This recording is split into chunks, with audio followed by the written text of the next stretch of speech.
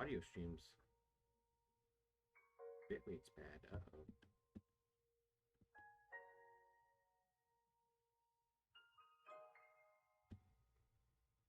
Well then.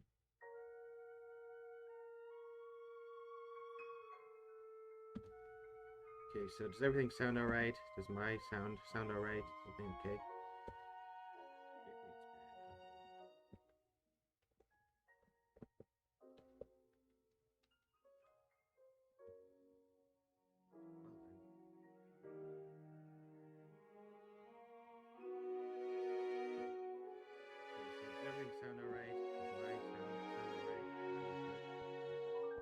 Why does it sound like it's only coming out of one ear of my audio?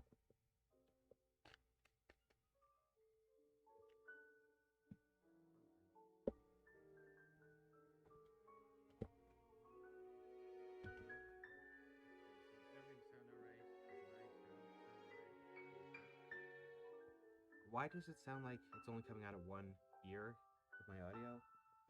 Hang on, let me put my mic to just mono. Why does it sound like it's only coming out of one ear of my audio? Hang on, let me put my mic to just mono.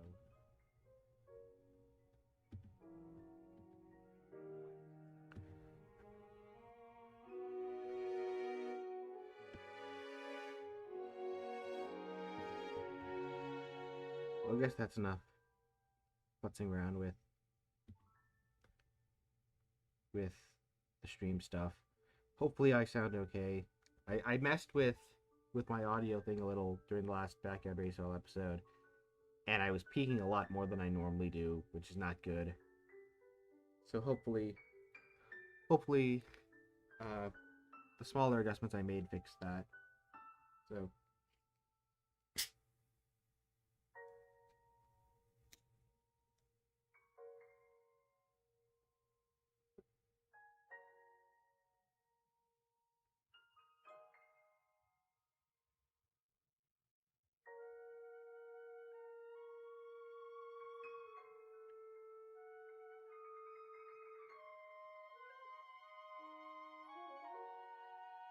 alright, let's do this.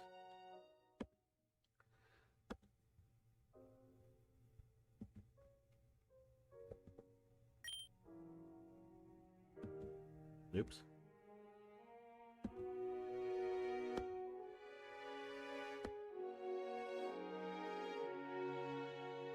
It's weird. Why is the music not changing?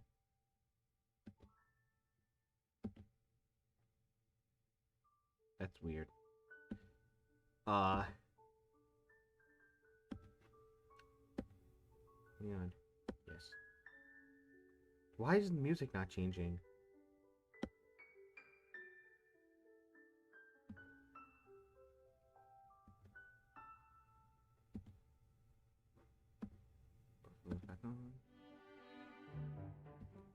Oh, now it changes. I'm not even the right part of the thing anymore. Anyways, so the main thing I want to do in this stream is to finally get through all of these level up events I have, because I've been putting them off for ages, and it looks like we only have about maybe a week or two left in the game. But yeah, I gotta get through those here, so that's hopefully the plan today, provided the game doesn't throw me any curveballs in terms of, like, the story starting to pick up again, even though we just got through a big important part. But yeah, that's the plan here. Let me actually pull up my list I made of how I was going to do this.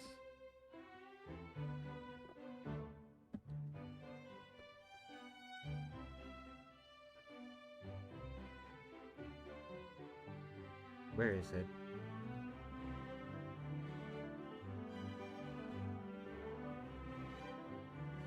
This is the wrong file.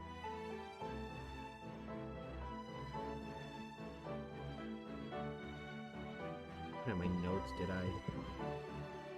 That'd be really short-sighted of me.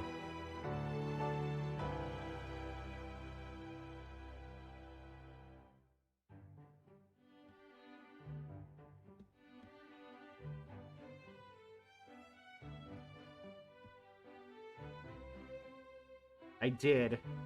Man,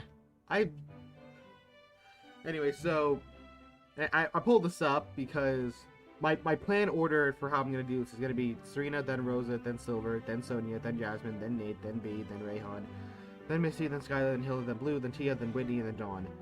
That's the plan. That's the plan order of how we're gonna go through all of these. And granted, that was based upon the last time I saw it. I don't know if the characters I can level up with has changed since then, but that is the plan. But now, no more stalling, even though I said that 20 minutes ago.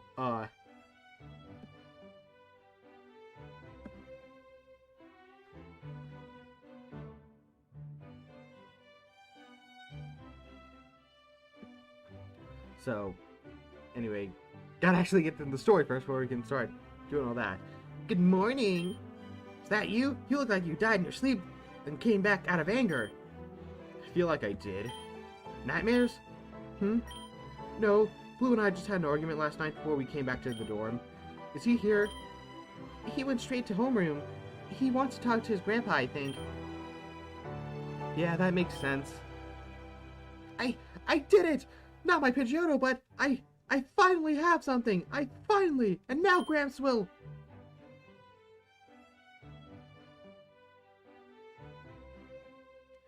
Heads up, Leaf. Blue's gonna be insufferable in class today. Oh, when isn't he? Hey, let's not badmouth the guy when he isn't here. You're right, that was wrong of me. It's just frustrating. Might as well get it over with then. Yeah, let's go. You forgot to put on your uniform. Huh? Ah, jeez. I swear I'd lose my own head if it wasn't attached.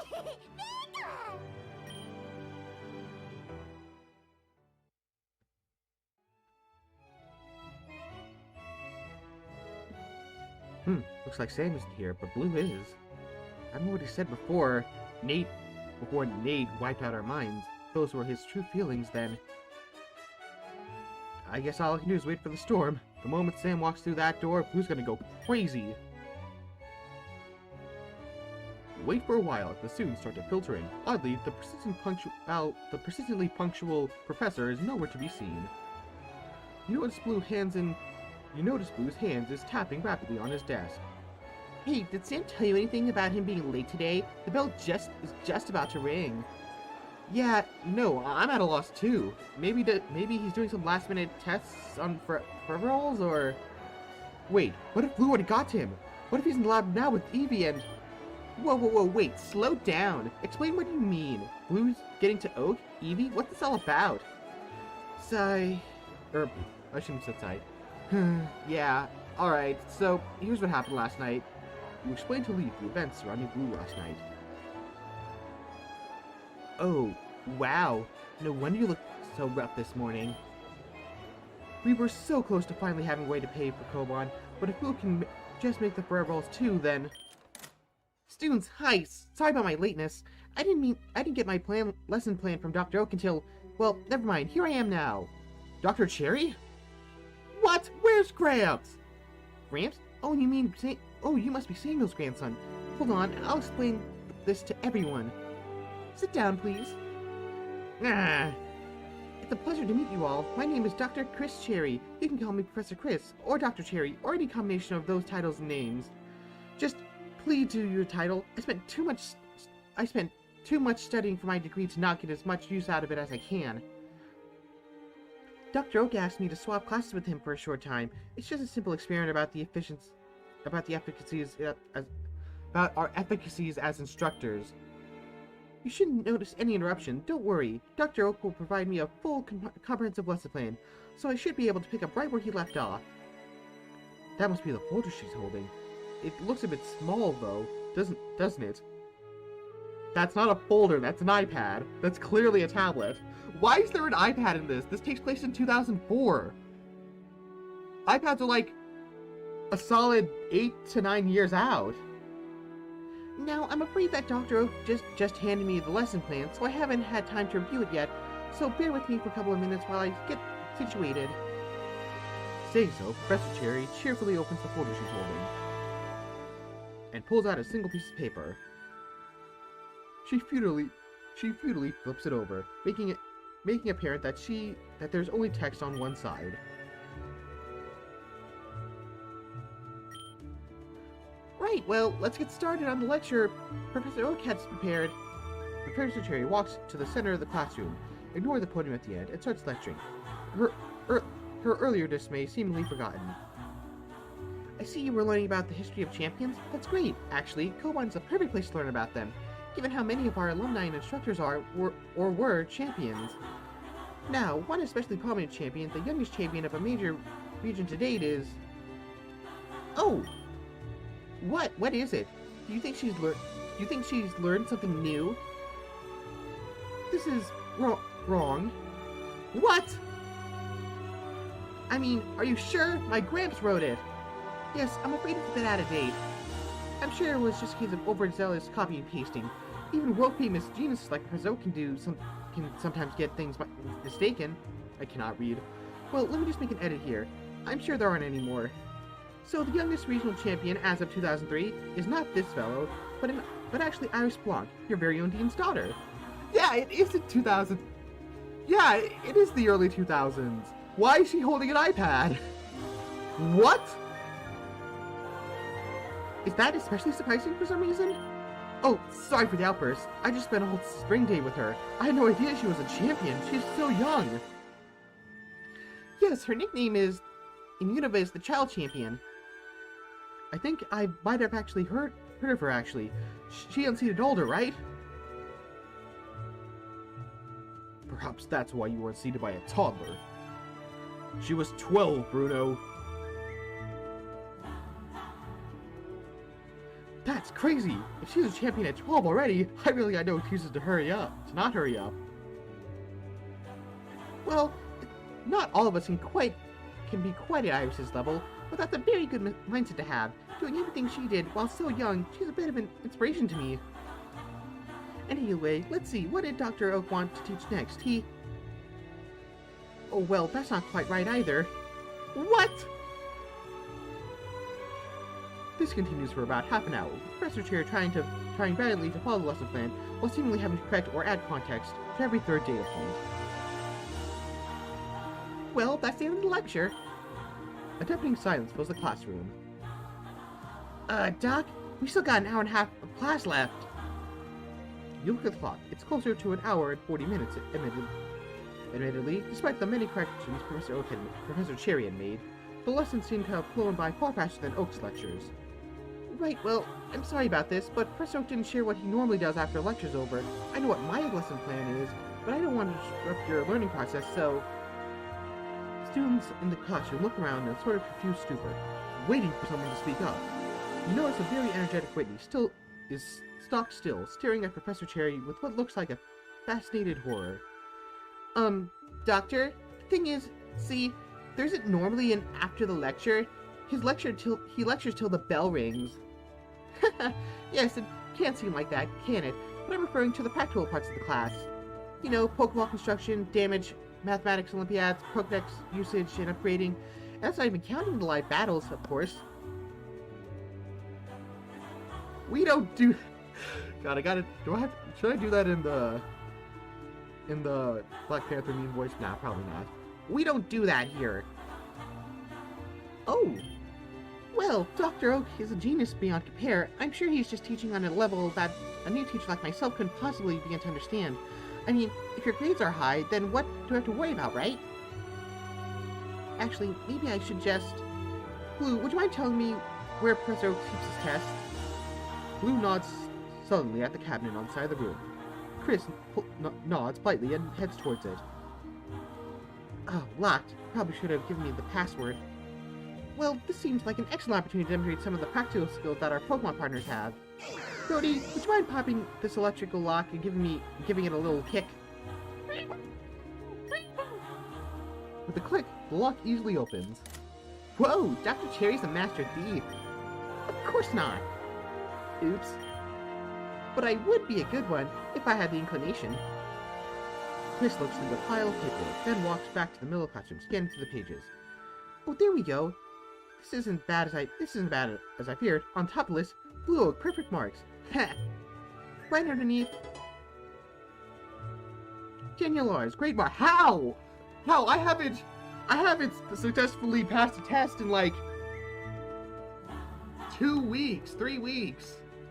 What are you talking about?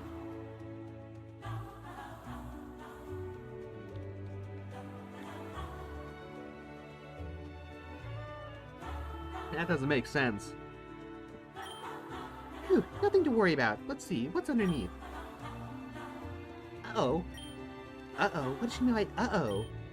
Chris moves the player faster and faster, returning to the flinging cabinet, pulls out more papers, and begins to dig through them with papers abandoned. Hey, what's going on? It's okay. With the understanding I have full respect for everything Professor Oak does, that he is my mentor in many ways, that I'm only a fraction of the teacher he is. How do I say this? At this rate, very few of you are going to graduate. With that bombshell drop, Professor Cherry instructs you all towards independent study, while she frantically writes up a more all-encompassing catch-up lesson plan for the rest of the week. You and your friends try to focus on your textbook, but the ominous feeling of the academic guillotine hanging over your head somewhat dulls the mood. Well, shoot. Thanks, Oak. Really appreciate things going awry here.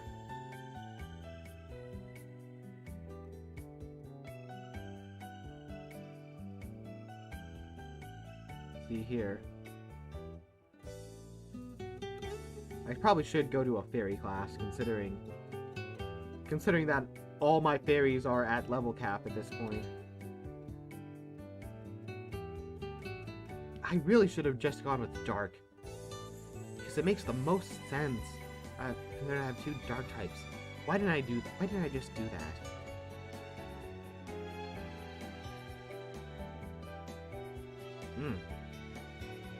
Bad decision. Bad life choices. Anyway, fairy. Choose fairy. Go to fairy class. Ugh, fairy class. Do you not like it? Nothing against the class. It's just that right now I'm considering running to Gala to be a Wooloo farmer, never opening a book again. Daniel. Instructor Valerie. I'd like to move you up in class. Are you ready to take the next advancement exam? Oh, yeah, definitely. What move do I get if I move up in class? Get? Yeah, like every time I advance a rank in this class, I get like some kind of reward, right? Yes, that's right. But you already have the skills you need. The power to believe myself? That's important, but no. I'm talking about dexterous fingers and the ability to weave cloth. I've seen how you've been working on various projects in this class, and you've definitely had the skills necessary to convince a darling Spritzy to lend you a fairy feather now. Oh, okay. What does a fairy feather do? It's a lovely accent piece that gets well with aqua and pastel yellow. Also, it boosts the power of your fairy moves by 10%. Ah! If you pass the advancement exam, I'll give you one as inspiration for your own design, and I'll let you make more of them in class. How does that sound? Sounds great, instructor. If you're ready, please pick one Pokemon to face me. I will be using a fairy type.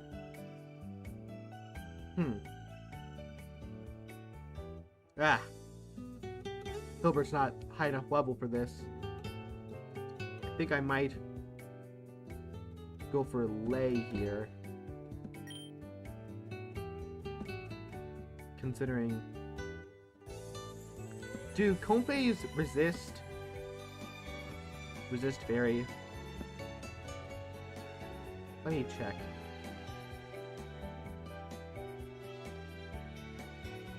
No, they're damaged normally by it. Screw it, I'll go with it. What do I gotta lose? don't forget to enjoy yourself.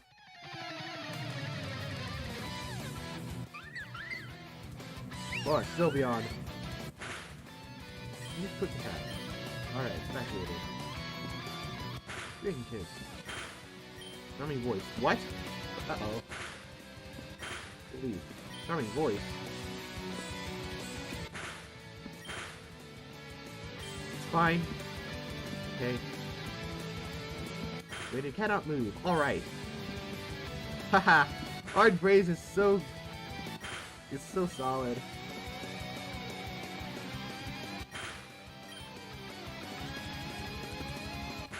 And boy, am I glad that Sylveon doesn't have it. That'd be really turning if it did.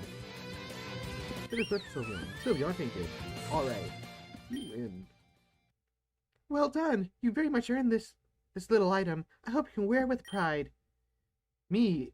Yeah, I think I'll pass. Oh well, keep it in mind at least. Yippee! Instructor Bradley tenderly places the feather in your palm while glancing meaningfully behind your ear.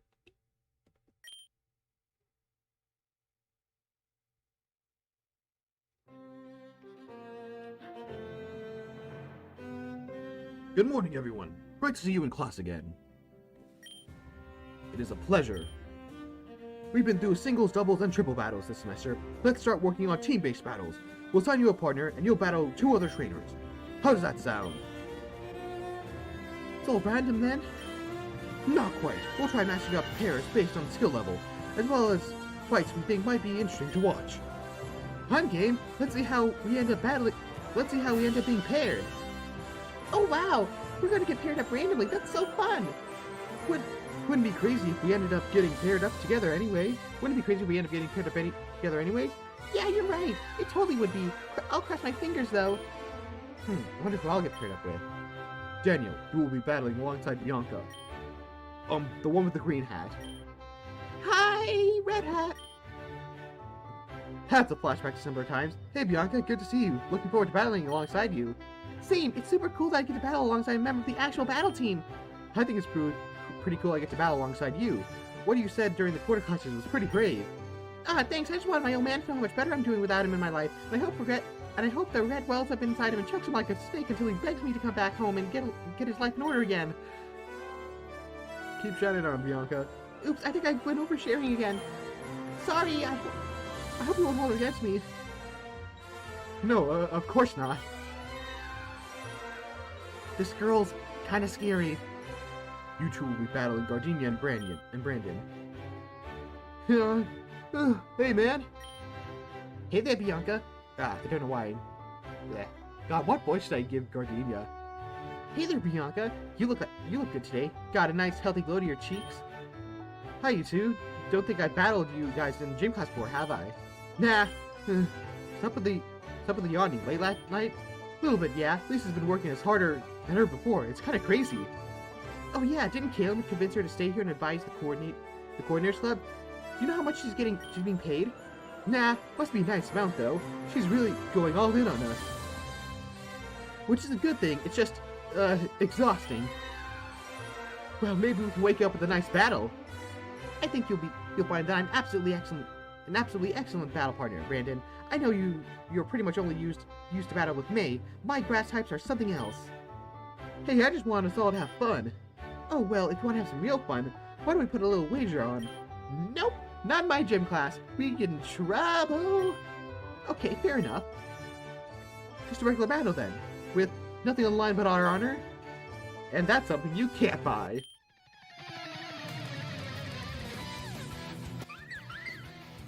Oops, I put my up first. Ah well. Anyway, engage the Shroomish, and wait. Those are poison types. That's no good. Then Sidene, Rosalia, whatever. Each suited. Boom. I mean, Shroomish, as long as it doesn't hit me, I should be fine.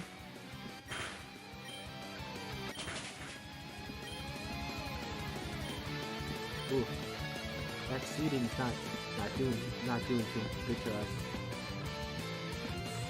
Side beam. Okay, the Rosalina. I keep saying Rosalina. It's Roselia. Restore some health. Why does it have a citrus berry?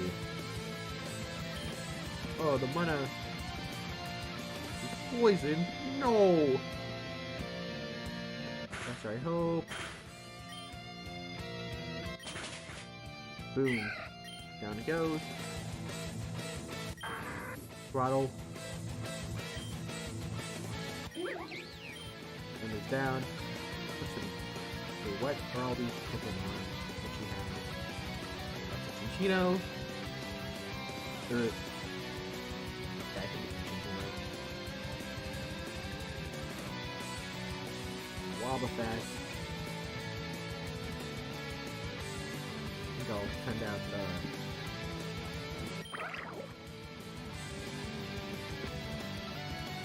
Cellular. Down that goes. Ooh, it's a Wilmer. I'm going to naturally use the Wilmer. Then fighting the Throttle. And I think this is when, yeah, Play goes down. Willow, you're up.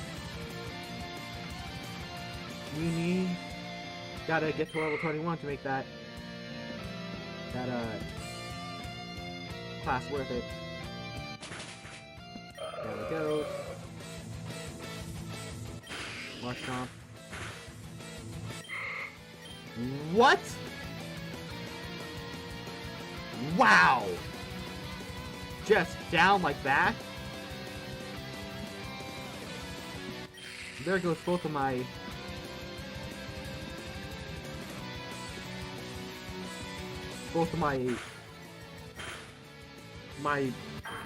grass move users.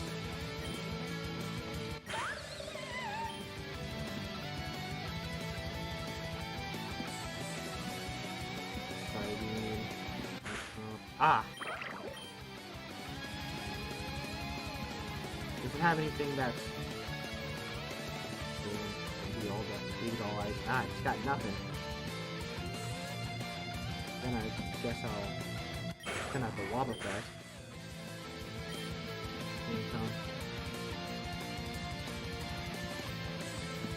And then I'll Mirror Coat.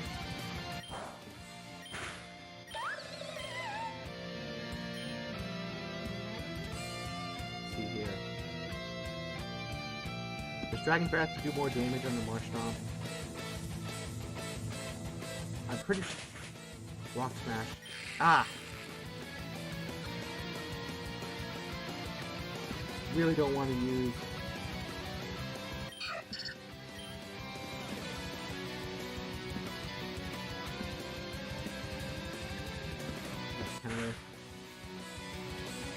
Ah! Man. Let's try Encore in the Marshtomp. Really tight.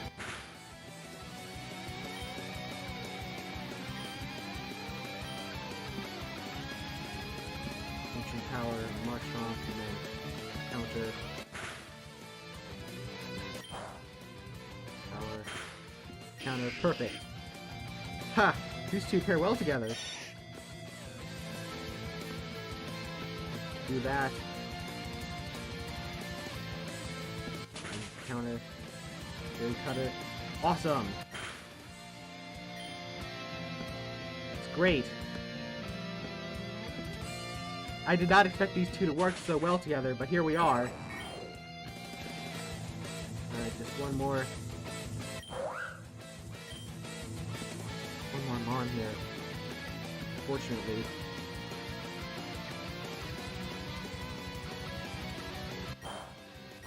Cutter. Power, awesome. And the Grovile. And power. Swing it. Ah, use protect. Oh, wow, that was smart on their part. Very smart.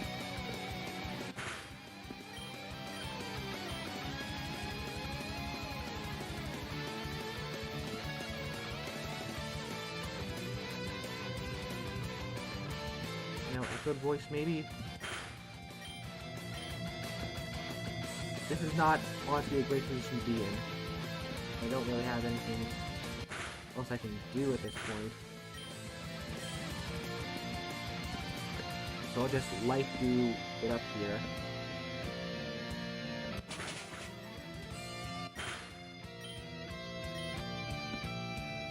Yeah, this life do keeping me afloat while I echo voice this thing to death. Question is, can it hold out long enough?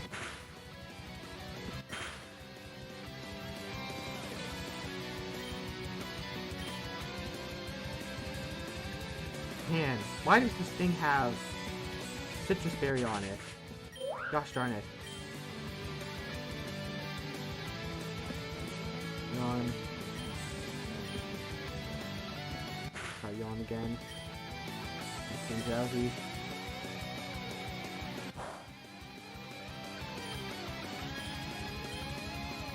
Sleep. Great. Gilbert, get in there. Low kick it.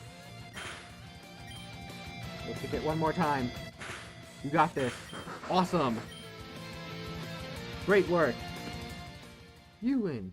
Liberation limit increased to 1. Ugh, genius. Oof. Guess it was a good thing we didn't put any money on the table after all. Man, I'm more of a coordinator, but I thought I'd gotten a little better at paddles. But I can't be mad, man. You did seriously well, both of you. Yay, you were a great partner, Daniel. Hey, you were pretty good yourself. Hey, Gardenia, that quaddle of yours is pretty tough. Do you guys have a history or anything? Not really. Why? Looking for a trade? I was thinking about it, but I'm pretty sure I can afford your prices.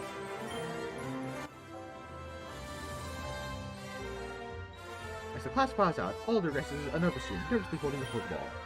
Level 19? No, kid, don't worry about that. That's exactly where you should be. You should relax. Go enjoy the rest of your day.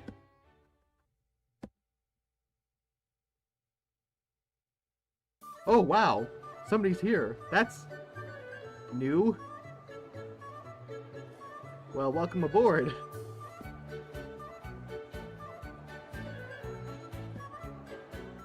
Let's see what they have on the menu today. Ooh, pizza with roast fungus. Delicious. I gotta keep reminding myself that that's not an actual Pokemon. Alright. What am I going for here today?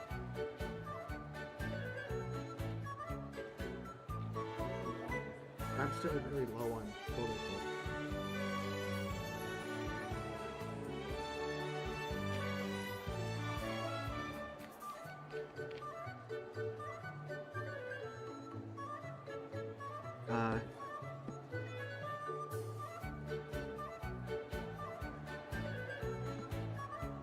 What is this? Pokemon Academy. What are you gonna do about it? In all seriousness, welcome aboard here. Cloudy. Nothing. I don't think she's at the lunch table.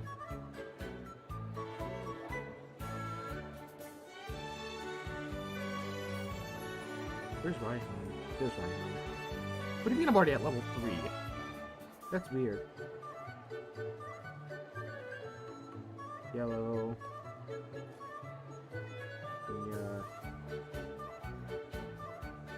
Ooh, Sabrina's an option. Lucia's also an option.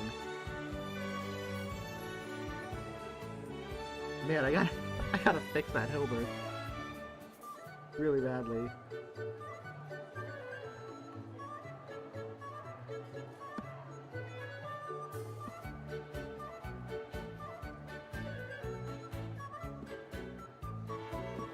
So, it's looking like I'd probably go with either the table Sabrina's at or the table Lucia's at.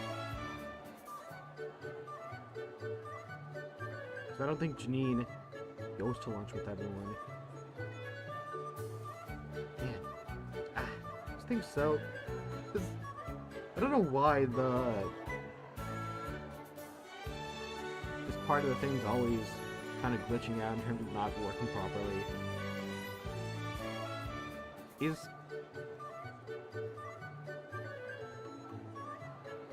Wait, is Grusha not at the lunch table? I guess he's not.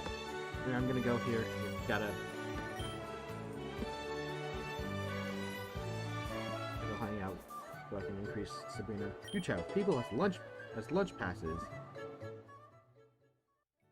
Actually, for once I actually have to pop out the chat here because I'm not used to there being actual thing stuff. Oh wow, that's glitching up my... That did not... Oops.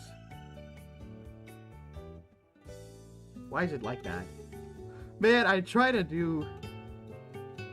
I get real excited for once, and then this happens. Ah well.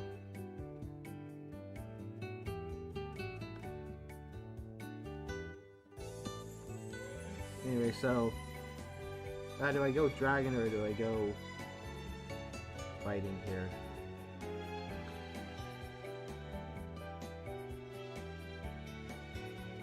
Level 20. Not for level 21.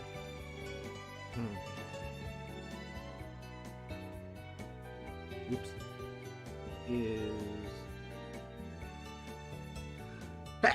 He'll be learning any new moves soon.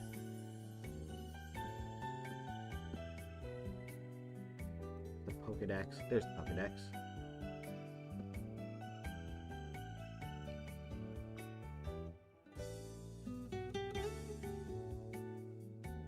Where is Scraggy on this thing? Sonic Timber, Whirlipede, Scarboder, Fortress Duosion, Olga, Twinkling Electros, Stunfisk Niantic, Arrow. It's weird. Well, there's Dino, whatever. What's next? Workup's not that great. Mine's is at level 17, I believe. It's not gonna learn Crunch until 25. Wow. Where is Scraggy?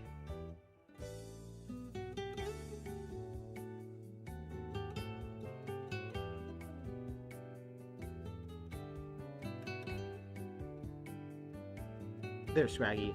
Alright, and then Swagger. He's gonna learn Facade soon here. Break. Those are two pretty good moves. Yeah, I'll do fighting.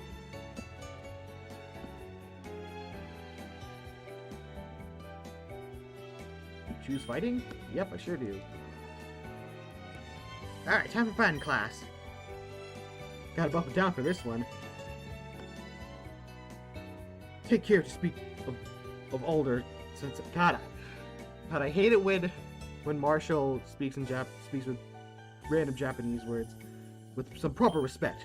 Though he's no longer my champion, he will always be my mentor, and I am his humble Gokunin.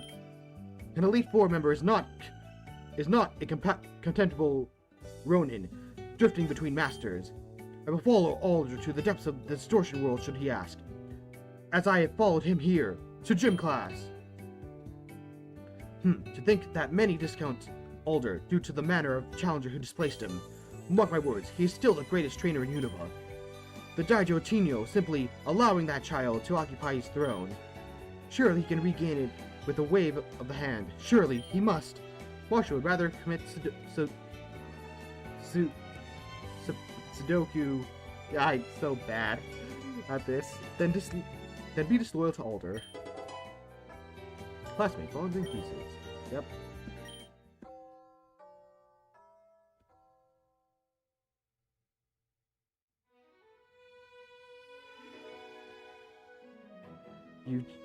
You've only just stepped into class, when? Alright, that's enough talk. Sit down. We have an incredible amount of work to do, and a ridiculously short amount of time to do it. Whoa, what's got her so agitated? I heard that between homerooms she confronted Professor Oak and he, was less than helpful. Midterms are coming up faster than anyone can guess, and the way things are going now, it would be a miracle if you all managed to pass. Your knowledge of anything outside of whatever Dr. Oak felt like lecturing about on a particular day is particularly non-existent. You notice there's a significant curtness to the way Professor Cherry says Dr. Oak that was not present in the morning. Still, I know he wouldn't intentionally blow her off or anything like that. Probably just didn't realize how big of an issue this was. We got a test that we need to take today. After this, we need to have a serious discussion about all your academic futures. Sorry, I shouldn't say that right before a test, should I? That's probably not very comforting. The test itself should be easy enough, especially compared to the sort of exams you've been taking recently. Just do your best and think carefully about the effects of moves and abilities that modify them, and how they interact. Remember, this is a graded test. Take it seriously. You really can't afford not to. Alright. Oh boy. Fox, fire, faster, Terra, stabilize, practice, speed.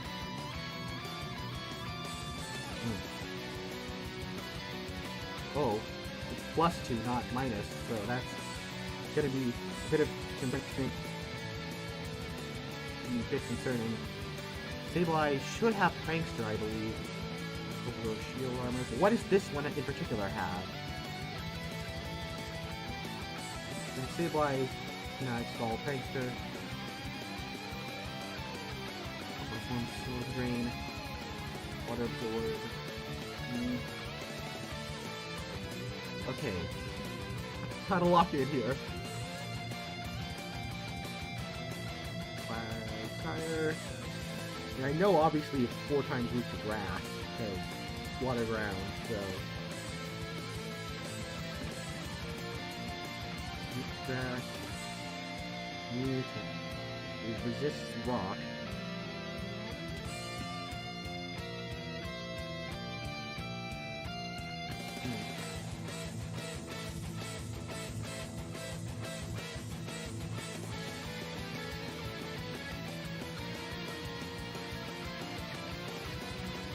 Do I want to go for raw power of the Leaf Storm here? Stabilize. It doesn't matter because we're all at 1 HP, so the target act last this turn. Stabilize should have Prankster, because I don't know why else it would.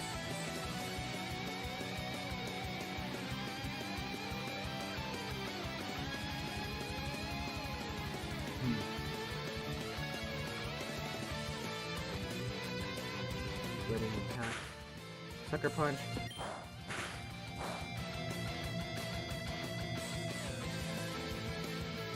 So the Sableye didn't have Prankster. Great.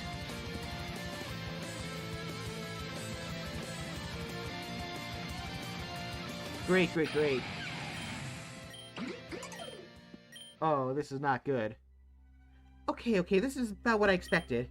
Hilbert, excellent work, no comments. You too, Blue and Whitney, that was a very creative answer. Please meet me after class to discuss it more.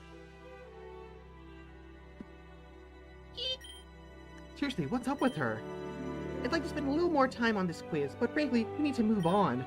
Tomorrow morning, I want everyone to come to class early. Be prepared and in class by 7:15. Don't give me that! You need it! We're going to take a class trip to the Argent Mountain. Suddenly, I'm a lot more interested. A large part of the curriculum is capturing Pokemon in hostile environments. According to Dr. Oak, he hasn't introduced you to any wild areas. Is that correct? Yeah. We're going to be hiking up a mountain at 7:15 in the morning? We're not going to be hiking up a mountain. I rented the school's entire ride cyclist fleet. What? I want you all to use that time battling and capturing. Field experience is valuable, and it sounds like you haven't gotten any school-sanctioned experience in your homeroom yet. Argent Mountain has a lot of ice and rock types. Anyone specializing in those types, now might be a good time to stock up on Pokeballs. Also, I don't like making this request, but I'm paying for this trip out of my own pocket. If you happen to have your own Cyclizard, or even multiple Cyclizards you'd be willing to let me borrow, well, I can't provide any extra credit at this time, but I'd be extremely thankful. If you ever want me to write a letter of recommendation for you, I'll keep that in mind. Sure, I can go out in the field and catch a few cyclists today. Question though, since we can only have like 6 Pokemon on us at once, and one of them need to be our starters, can we just like keep the Pokeballs in a stack? Oh, no need for that. Tomorrow morning you'll be using the PC in this room to swap out your Pokemon. There's another deafening silence. Doctor, there's no PC in this room. What? No PC? That can't be right. There's no PC in this room. I'm afraid to ask, but how have you been swapping out members of your party? We, go to the city? The city? You walk about half an hour to the city to use the Pokemon Center there. Yep, was there another option? Every single homeroom is equipped with the PC system. Obviously not. Okay, well, you know, this is a good time. It's good that this is coming out now, as opposed to, I don't know, 2 months in. I don't understand. When it came time for the practical test that you used your Pokemon, how did you have the right Pokemon on hand? Did you just have to go to the city ahead of time? Oh no. Look, Gramps forgot a couple of minor things. He forgets my own name, and I don't mind that this much. Can we stop harping on him? Okay. You're right. We'll just look forward and see how we can improve where we are now. Any student who wants to use the PC system in my homeroom, 1C, is free to. Just go to the Academy building in your free time. Speaking of which, I believe the bell is just about to ring. Remember, everyone, early tomorrow. I can't force you to come, and I won't be taking attendance, but this is honestly the best I can do for you right now. Also, if you have any Cyclizard on hand, I'd be really grateful. The more the better, of course, though I won't ask you to catch any more than 5. Alright, thanks for being patient with my freakout today. I think we're in a good spot to turn this around, though. I'll see you tomorrow, bright and early.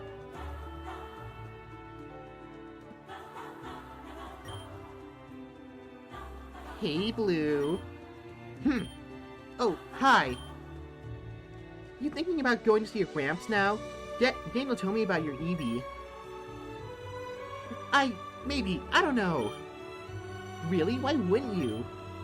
I don't know. All that shit we learned in class today, I didn't think he was... I mean, that makes him look bad. Really bad. Whatever, I'll talk to him eventually, obviously. I don't need to rush him. Alright, well, I'm going out into the field to see if I can catch some Cyclizard from Professor Cherry. If you want to join... Nah, we are not even given extra credit. No point to it. Alright.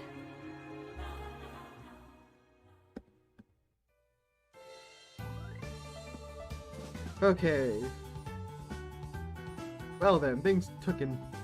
and they're gone. Oh well.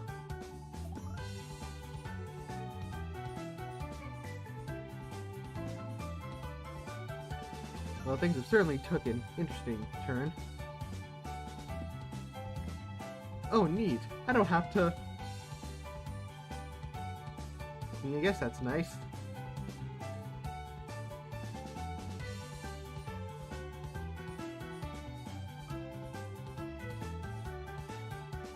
Gilbert is cap of 16. Might as well drop in onto there, and I'll take Nana out because I'll put in the Leggett for Herbert, because why not? Yeah, Slayer's kind of useless to me, so is Trisha.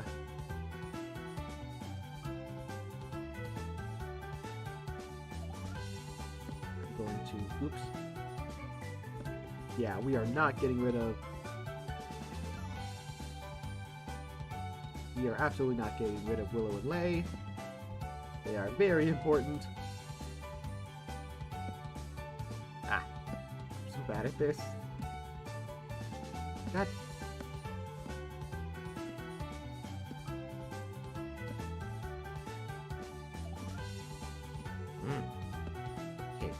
There. Then there. Then there. No. Then there we go. There we go. God, that's way more confusing than it has to be.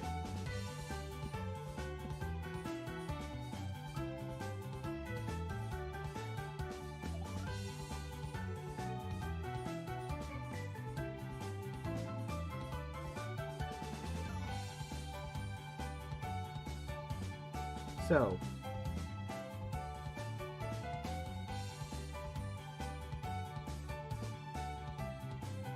now that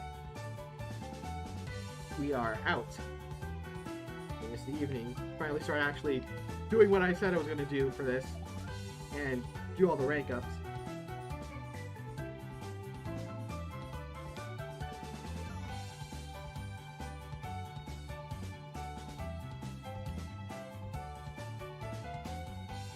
Let's do... I think I said I was going to do Serena's first. Let's go for it. You want to find Serena? Yep, go look for Serena. As you turn a corner, you see Serena struggling under the weight of several large books. Oh, hey, that's Vanderbilt Town. I know that one. Serena, what are you up to? Huh? Oh, hello. I'm just going to the library. I need to catch up on my studying, I'm afraid. Yeah, that explains the stack of books. Let's see here. Well, certainly. That would be splendid, thank you. Cool, let's head off to the library then. We got a pretty wide variety of subjects here. Pokemon breeding, battling, training. Looks like a shark cutlery board. Guess that quick, sis? What? Huh? What is a shark cutlery board? Oh, you know, one of those things where there's all kinds of meats and cheese. You eat them down with a bunch of wine? Ah, you're referring to a charcuterie board. I'm messing up this French so hard. Oh shit, was that what it's called? That's way more closing than I was expecting. You're quite entertaining, Daniel Lars. Thanks. I kind of feel like I'm the butt of the joke here, but thanks. No, I'm... Okay, is she actually Colossian, or was I just completely misinterpreting the thing that happened at the elections? I'm not laughing at you. I'm laughing with you. Shark cutlery. Yeah, well, I bet a hotty-toddy upperclasswoman like yourself has your wide thoughts as well. Oh, do you challenge me? You bet your lavender-scented bedsheets I do. Then, please ask me anything you might think might be my blind spot. You may find me surprisingly well informed. Sure. This is something everyone who's ever had to go on a hike for a sweltering forest trail would know. What's in bug juice? Eh? Oh, you don't know? Washing out that early, huh? No, I know what it is. I just thought your question would be more agrarian in nature. What? Why is everything about farmer? In any case, bug juice is 25% purple grape juice, 25% raspberry juice, 45% lemon lime soda, and 5% vodka, if no one's watching, with a bit of ice. Okay, that's genuinely surprising. Please, keep this coming. Okay, what's the best way to catch catfish Pokemon from lakes or ponds? Noodling, of course. Why waste money on bait when they're just as liable to chow down in your hands? Shit, okay. Your car battery's dying. It keeps going down. Won't charge up even when you drive. What's the problem? Well, it could be any number of things, but the first thing I do is check the alternator. If it's broken, then you can just get a new one from pretty much any auto parts store. Ah, what if it doesn't fit? Well, that means the bushing is probably a bit too large, so you can just sandpaper the alternator's rear end down. How the hell? Wait, I got it. No, I got it now. There's absolutely no way an upper-class Colossian girl will get this one. There's a sport that's pretty popular. Shut up, loud car. There's a sport that's pretty popular in Kanto. It's slow and dangerous and very dirty. I don't think even middle-class Colossians watch it, even though it originates there. So, Rhyhorn racing. And who's the best Rhyhorn racer? Oh, we're gonna go back to Grace. Well, that would be Grace Umoka. Damn, I've been completely beaten. Why, thank you. What do I win? Hey, wait a minute. Oh? You're from Kanto. Why do you think that? Give me a better reason for you to know Grace Umoka. Well, I mean, man, this would have been so much more better done if I had stuck with the Colossian accent up until this point. Darn election reveal. Oh, well, I mean, there are plenty of possible reasons, such as I could be related to her? Yeah, that doesn't seem likely. Anyway, even if you were, that would just prove you're from Kanto. How so? Well, I mean, she's Cantonian. She lived there her whole life before she moved to Kalos. Oh my god! You're Sarita Umoka, Grace's daughter? Shh, we're in the library. Sorry. But, yes, I am. I had a poster of your mom on my wall at home. Many did, yes. I don't get it, though. Your mom only left Kanto like 2 years ago. What happened? Could you clarify? Yeah, I mean, I didn't really follow you, no offense, but sometimes I went to your mom's races and saw glimpses of you. I mean, I'm not offended that you did not follow me, but just like 2 years ago, I remember, you were all overalls and pigtails. You wore a ball cap. You were whopping and hollering at those races, yelling like the reddest neck farmer anywhere in the southwest of Kanto. I mean, I recognized the sunglasses, but everything else, I mean, if you hadn't told me, I would have never recognized you. Well, a lot can happen in 2 years. Yeah, but that much? There's gotta be more than just the new environment, right? As a fan of my mother, I assumed you heard about the silicon mine we discovered under our ranch? Yeah, didn't Sofco buy it for like $1 billion? Very slightly less. In any case, without much money, and since we no longer had our ranch, we always wanted to visit Kalos. That explains why and how you moved. What's moving would cause such a dramatic change? I think, obviously you never moved anywhere before coming to Koban. People change for the oddest reasons. So does this have anything to do with Calum? What makes you think that? Not much. I just got 2 dots. I'm trying to connect them. Calum and you knew each other before coming here. Calum didn't know you'd be here. But it seems like you did know he'd be here. So, and now you dorm together? It's just never made any sense to me. I'm sorry. I'm not comfortable telling you about this. Perhaps one day, but not now. That's fine. I just want to know something. Are you all right? You're not forcing open something you're not, are you? If I was, how would I know?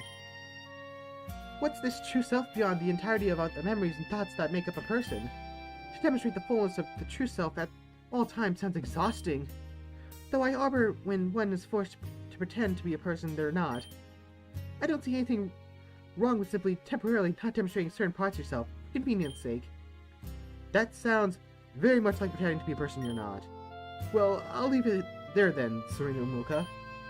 But if you ever change your mind, and want to tell me about the real Serena, whatever that means, I'll be here. I appreciate it. I must say, Daniel Lars, I'm surprised. Oh? Yes, I didn't recognize you were so perceptive, so intelligent. Come on, I don't just give off the vibes of a brainiac. Not particularly, no. Ow. But to be able to figure out my background from those few questions, I think perhaps you're too hiding your light under a bustle somewhere. What? Me? No way. I'm a genuine dumbass. If you insist. So, what now? Now that I know your biggest secret. I would ask you please not mention this to anyone else. Caleb knows, of course, but it would complicate my plans if you knew there was a third party involved. Sure, my lips are sealed. what kind of plans are those? Can I know? Not right now, please. Ugh, seriously, I want to know, though. Oh well, anything I can do to help with those plans? There's actually one thing. It might not be possible, but... Sure, name it. Would it be possible for you to, perhaps find Caleb a woman? Oh, wow. That's where we're going with this. I mean, I don't know what I can do about that. Wait, I thought you wanted to date him. I did, I thought I did. But then I moved with him, and everything has become so much more difficult, and I don't know if that is to say, I'm unsure if... I mean, it would be easier if you weren't not single, since in regards to, what's the problem? It looks like she's trying to say something she doesn't know how to say. Oh, whatever. Listen up, Daniel. We all need to get that boy hitched to some other chick, or man, it doesn't matter, or I have a nervous breakdown.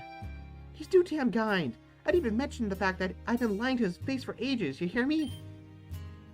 Whoa, her facade completely broke there. Yeah, absolutely. I'm hearing ya. Shut up, loud cars. Wait, he likes men too? That's very clearly not the point. I was definitely getting the opposite vibes from him, but, good to know. I don't get it, though. You aren't dating you two? No. Then why don't you just tell him you need some space? It's not that easy. I was chasing after him for so long, and now that he's stopped and turned around to face me, I run right into him. I had what I wanted, but everything I was chasing after has come too quickly, and I can't process my feeling properly when I wake up every morning staring into his gorgeous eyes. So your plan is to get him a girlfriend or boyfriend so that he's no longer an option for yourself? Rather. And what if the substitute boyfriend/girlfriend is his one? Then he'll be happy, coincidentally, so will I. Well, hey, hell, sign me up. Splendid. I've always wanted to be a part of conspiracy. You'll need this then to report your success. You received Serena's contact info. Great, I'm probably not going to use this too often. Hey, I can tell this is really important to you, but are you sure you have time for this? I mean, Koban's really competitive, and everyone's so busy all the time. There's always time for true love, my co-conspirator. Your heart shifted. You feel your relationship with Serena evolves from friend to conspirator. Hanging out with Serena will now convey an amount of experience to dark, fire, and ground-type Pokemon in your party. This amount will grow more the more points you have with Serena. Neat.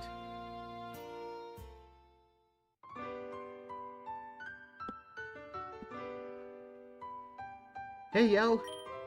Hello. Do you know where Blue is? I thought he'd be here with you. It is odd. He never misses a game night. We could pull out a board game till he gets here. We gaming? We ballin', we gaming. Can't one up over Monopoly. I need to get my mind off homeroom today. For real though, I've got tons of board games in my bedroom. Anything you want? Whoa, wait. If we're playing board games, then we gotta be the Pokemon Master that's gotta be the Pokemon Master Trainer board game. You battleholic, that's basically our daily lives anyway.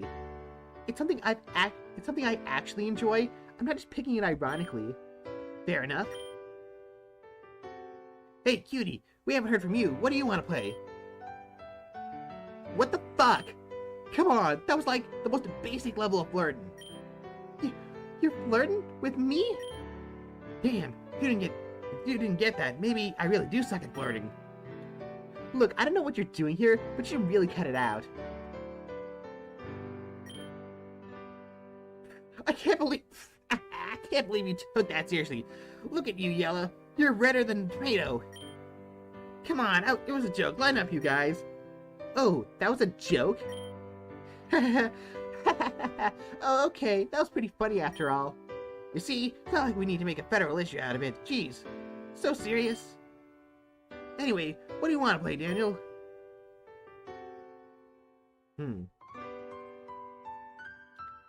Ooh, Cards Against Pokemanity sounds killer. I'll do that. Your wit increased to 8. I'm gonna have to hide my power level then. Don't want you guys calling the cops. After a bit of awkward laughter, the four of you sit down and play a game together. Eventually, Blue comes back. Oh, Blue! It's, late. We didn't start Inferno and Logos without you. Thanks, I'm not in the mood though. I think I might just go to bed. The game wraps up shortly, and you go back to your room. Should probably text someone before I head to bed. Hey, partner. Huh, Gardena, how do you get this number? I paid Nate to tell me. I really need to have a talk with Nate about how callous he is about other people's personal information. Yeah, it's pretty awful of him. Anyway, a little birdie told me that you recently acquired a certain item in one of your electives. And that set off my, business opportunity sense. Is this about investing in your junk shop? No, but you should do that. I've got some independent merchants in the city who sell official Pokemon League items under the table. Nothing wrong with them. They don't pass inspection, or fall off trucks, or surplus goods, or whatever. Anyway, those guys have been looking to expand their production lines to some less mass-produced items, the kind we can get in our electric class pretty easily. So you want me to make these items in my electric class and then sell them to you, so you can resell them to some shady black market people? Pretty much, yep. Do you have any money-making plans that aren't some flavor of illegal? Yeah, my gym class. But you aren't signing up for them. Fair enough. So obviously I want you to sell this stuff to me, but in the interest of fair play, I should probably tell you what else you can do with them. Just like, give them to my Pokemon in battle, right? That's one thing, but don't forget you can gift them to people as well. Huh? Giving people gifts makes them like you. Classic, never fails. Oh, but don't give them any more than one gift a week. That'll just seem desperate, and people can smell desperation. Noted. So if I want to sell an item, I should meet up with you in the baseball field, right? That's right, same place you go to make investments. And what about if I want to gift these items? Just find whoever you're trying to gift them during free time and hand it off. Quick and easy. Don't even take any time. Doesn't even take any time. Cool, thanks for the business advice. Yeah, I'll be able to send you my consultant's fee in the morning. Ta-da! Ta-ta! I really hope she's joking.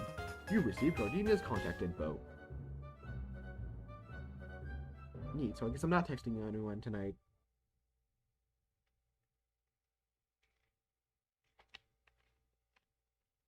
Alright, time for some early morning class.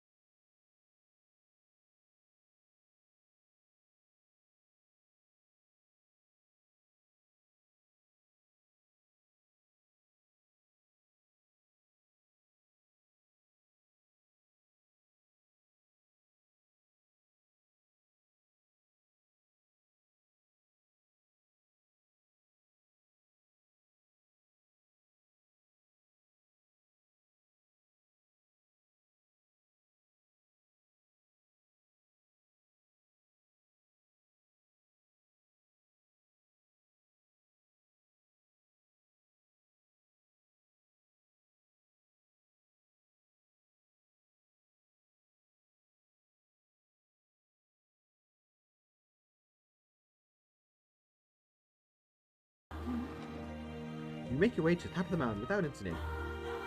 Professor Cherry dismounts, hair flapping in the crisp mountain air. Oh, isn't this grand? Look at this beautiful snow. Why is it here? It's the middle of May. Dawn, can you answer this one, can't you? Huh? Well, I mean, I don't think it's... Sorry. It's alright, Dawn. I just sprang that on you, didn't I? No, I'm just a nervous wreck. But I can't answer this. It's because of the wild Pokemon. There's a lot of Snowbird around here, as well as Vulpix, the Alolan kind. I mean, I even got a Ninetale here once. They have this ability to make snow around them, and the hail sometimes too. So, if their habitat gets too warm, they can just cool it down themselves. Excellent work, Dawn. I see your Snow Point upbringing taught you a lot about ice types. Though these ice types are capable of cooling down their own environments, they still prefer to make their homes as cold in as cold an environment as possible. So in summer, that means the tip of the mountains. Of course, Argent isn't a very tall mountain, so beggars can't be choosers. In fact, this is an observable phenomenon in almost every region. Even the tropical Hoenn has a series of ice caves that native Spiel and Snowrun have carved out.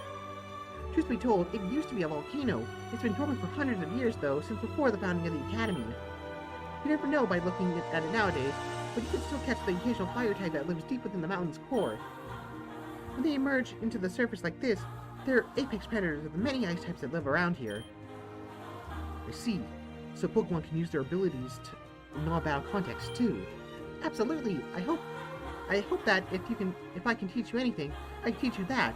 Pokemon are how people become the best versions of themselves. And I don't mean in a moral, philosophical sense. I mean stronger, smarter, and faster. Predators make Pokemon better. Your Pokemon are your friends, and your friends make each other better. Well, I think it's about everything I want to cover. Trying not to take too much time with lectures, you know. Go wild! Go wild? Yes, battle Pokemon, explore. As long as you're in the field, you'll gain experience. Practical field experience is what you need more than anything right now. Okay. Crowd awkwardly disperses after Professor Cherry proclamation. I still can't read.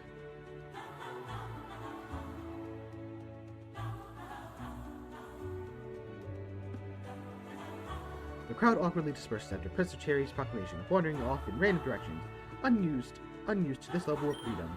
Well, I'm not going to look a gift 2 hours in... Well, I'm not going to look a gift 2 hours in the minutes. Let's see what's around. I see. Bad with the idioms, are we? Oh, neat! I could yap to Dawn. In case you...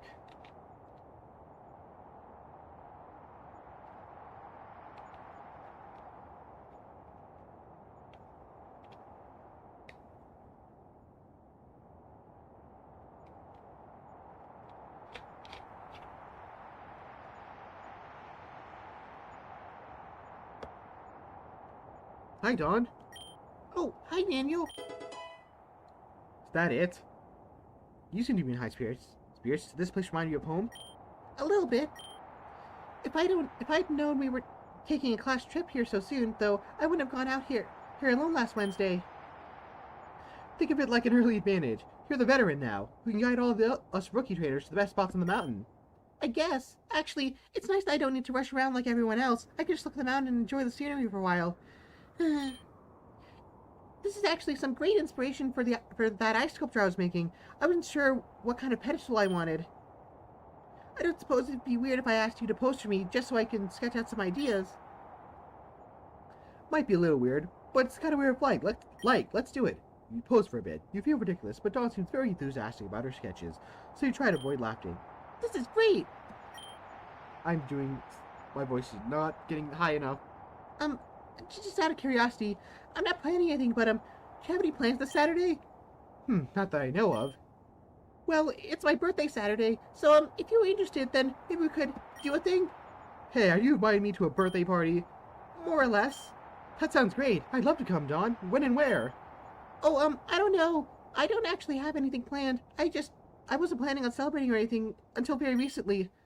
Well, we don't have a lot of time. How about you give me a call when you have the deeds? Call? A text is fine, too. Yes, please. I guess I should ask for your phone number, then you give me mine. Yeah, that'd make calling me a bit easier. Alright then.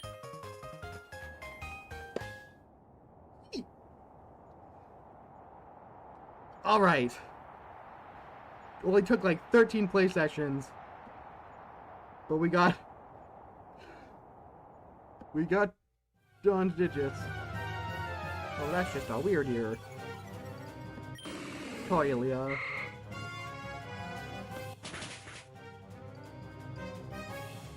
Wow, that's a lot of damage. I'm going to take out the peaks here. Electro Ball. Stomp. Electro Ball. Ooh.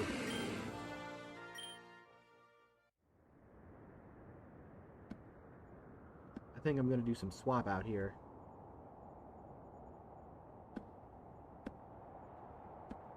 Ah. Why is it? There we go. Snover.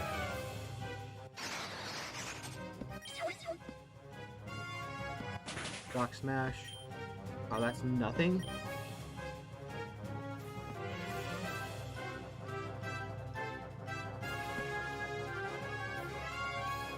Ooh. This is not very good.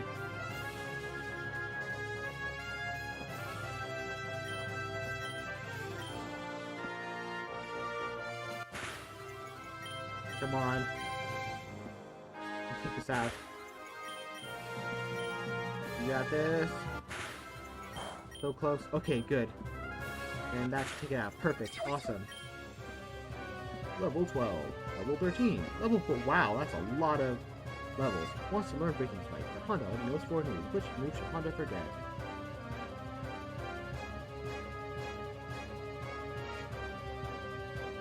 Lowering attack. I think I'll get rid of Tackle, because it's just a worse rapid spin for my case. I'm going to switch items, put this onto Leggett, and the swap. There we go, and then I'm going to put Honda up first, even though it's kind of not a good idea, but whatever. For Brawler, that's not an ice type, but whatever. Level 19! Holy moly! That's ridiculous.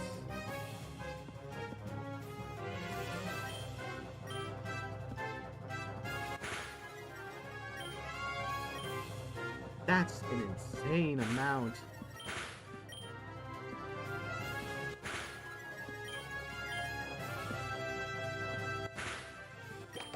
Oh, thank you. Q1 experience, level 15. Why is my XP share not working? It's not an XP share, it's a lucky egg. Where's my XP share then?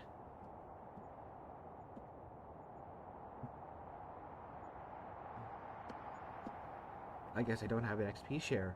Wow. Get to level 17. Level 16.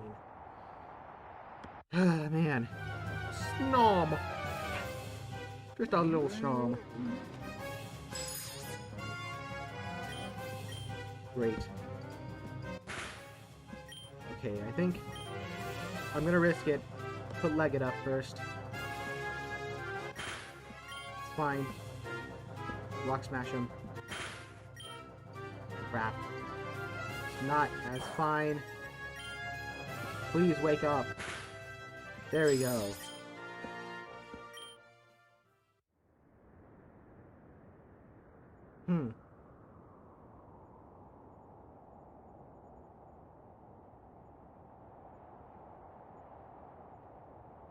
Okay. Alright. Gosh.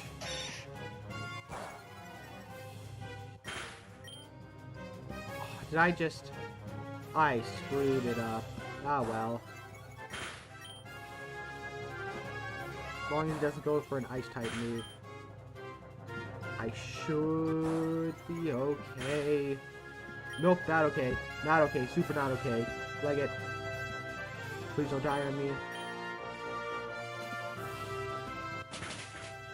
Awesome! Level 12. Nice.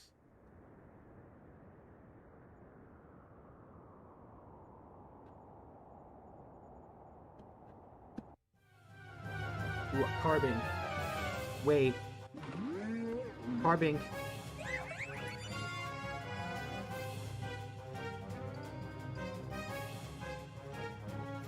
Dang it!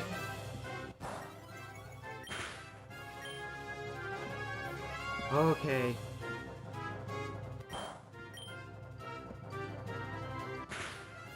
Not good.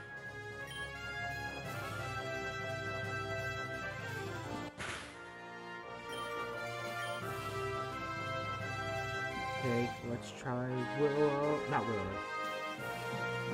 Lay. Then I'll actually go. Leaf.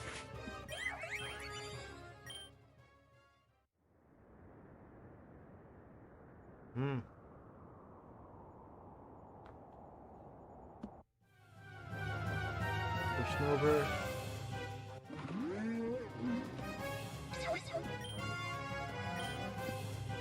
Come on, no.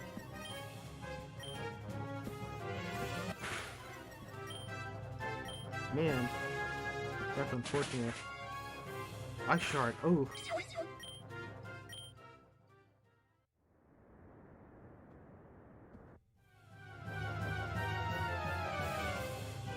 Stantler.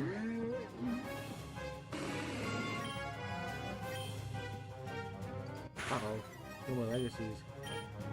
That's not good. Okay, that's fine. Leg it. Get out there.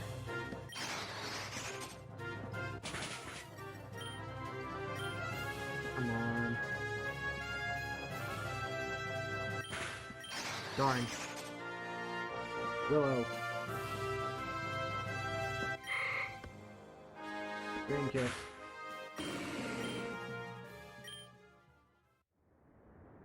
It's Willow. Yeah, Willow's at the level cap, so is Lay. So all of them are at the level cap, it seems. The only one that's not is Pikachu. And this is a terrible matchup for that.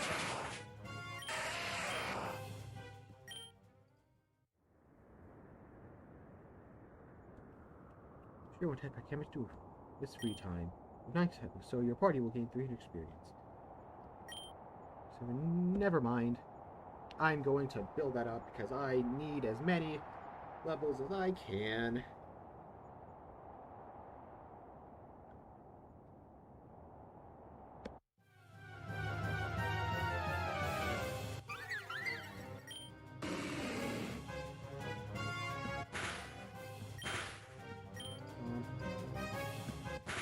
Again, punish, and kiss one more time. There it goes.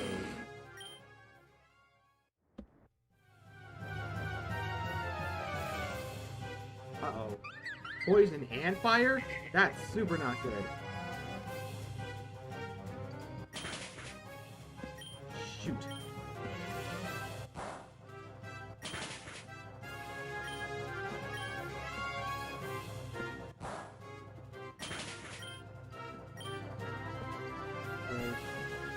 Fine.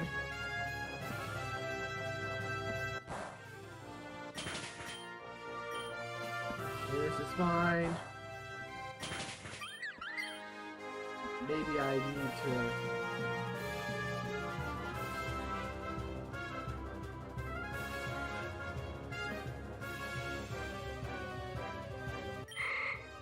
I think I might have to... Steven, I think we might have to catch this guy. Aww. Shakes, clicks. Alright.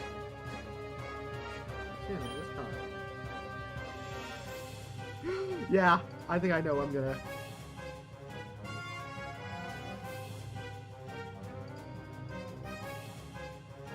It's obvious. Come on. That's the obvious joke you gotta make with Cylanded, especially a female one like that. Oh wow, I don't have a lot of Pokemon left. Fine. Mission power, dead.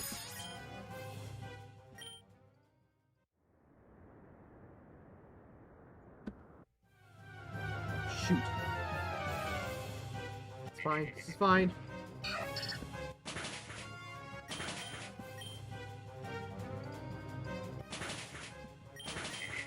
Awesome.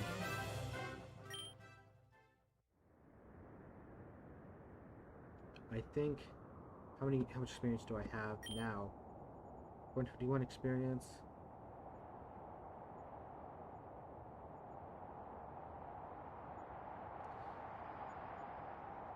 I think yeah, I'm good. Honda Gates, 451 experience. Level 16, level 17. Please store for later. Store for later. Legend go to level 13, 14, 15. Or no, force me. Which one should I forget? Tackle. Well.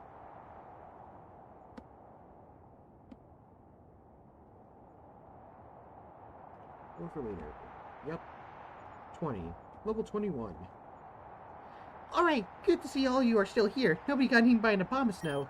Of course, they normally will come after you if you're skiing. Oh, more obscure references no one except Ethan and Professor Cherry understand? Wait, Professor Cherry gets Ethan's references? Sure, she used to be his babysitter. I didn't know that. You can't hide this stuff from me. Ahem, eyes up front, please. Sorry, Professor. We don't have a lot of time before your first elective starts, so we need to make our way back to the down the mountains now. We should make it on time, but if anyone's late, just blame it on me. We're in a hurry, but do not rush. A mountainside is one of the worst places to be injured. If you break something, it's a long way to the hospital. Nursery is good, but you can't fix bones in-house. Keep calm, steady pace, and watch out for your classmates around you. Yes, Professor. As you make your way back to the mountains, you overhear a conversation shouted between students as they ride Cyclizard. Man, I thought Oak was pretty cool, but I didn't realize how much better this class would be. Yeah, I mean, we're supposed to have a PC in our classroom this entire time? I could have been training so many more Pokemon. It turns out Oak just wasn't preparing us for the test, so the fact that I failed most of them isn't my fault. I don't know about that one. You are kind of a dumbass. It seems Professor Cherry heard the conversation too. She's in an awkward position. She doesn't want to badmouth her colleague or let anyone else badmouth him, but at the same time, she did make clear she was pretty upset about what Sam was teaching us. Or not teaching us, I guess. Maybe I should talk to her? After all, I'm investigating her. I could do with Daniel Lars, eyes open on the mountain. God, sorry, Professor, got lost in thought. Maybe I'll talk to her later.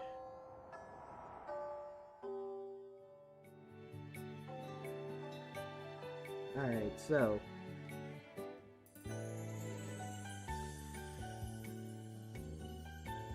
oh, a lot to unpack there. First and foremost, a lot of my party is now got some nice levels on him. And also, we got a birthday day with Dawn, so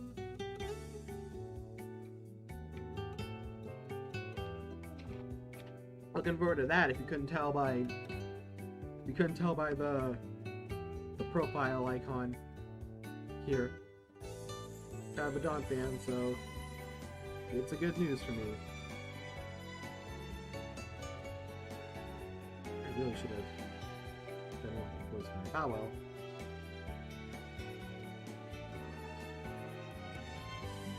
I'm going to go to fighting anyway. Choose Dragon? Go to Dragon class. Okay, so about Pokemon that are Dragon types. You studying something new? I'm trying, man. I do appreciate your attendance in this class. Some of you are drifting between electives, as the Academy allows, but I see others nearly every day. I can only encourage you to focus on the Dragon type, but beware, a true master must study other types of Pokemon as well, despite their inferiority. Consider the humble Swablu, a juvenile. As a juvenile, it bears the normal flying type. Only upon evolution does it reveal itself as the Dragon type. Alteria, the fully grown form of Swablu, is even capable of Mega Evolution. This grants it the Fairy type, increasing its effectiveness against other dragons, while making it itself immune to their attacks. Do you see, one could never evolve this Pokemon by focusing solely on Dragon types. One must study the others, while keeping your attention right up here. Claire brings up Scrub, another Pokemon which gains the Dragon type after evolution. Plus, bonds increases. Yep, level 18.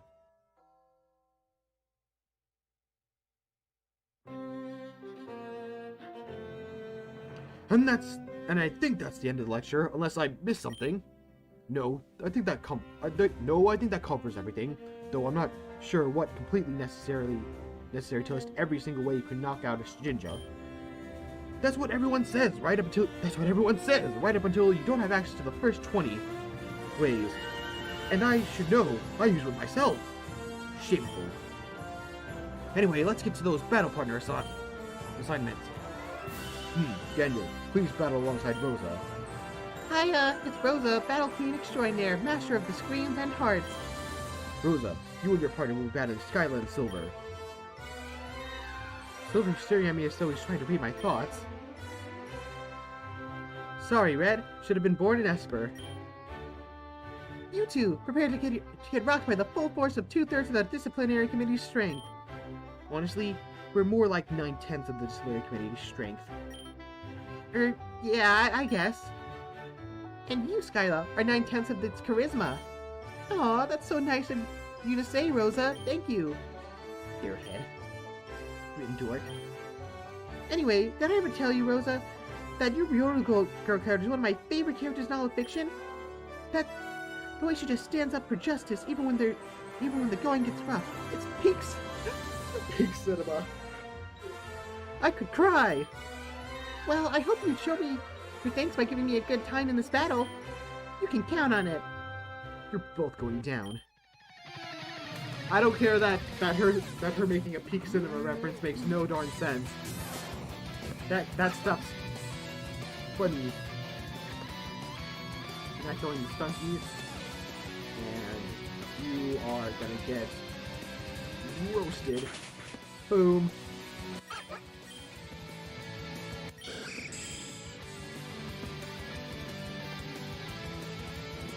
Two bonus Stunky. Let's do Electro Ball on the Slimer. Ball. Bad breath. It's sadly poisoned. Uh-oh.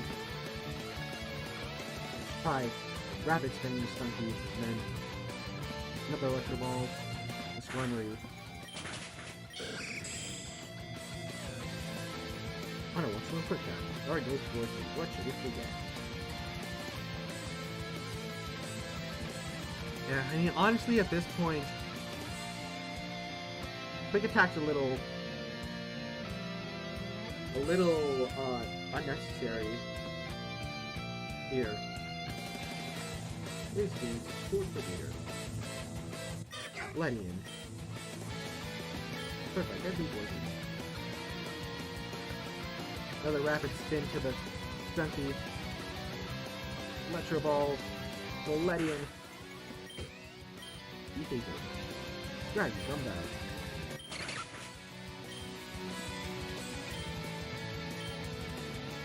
The light screen out, but I'm a physical attacker, and this thing is stupid effective on you. So, what even is Rosa's other Pokemon?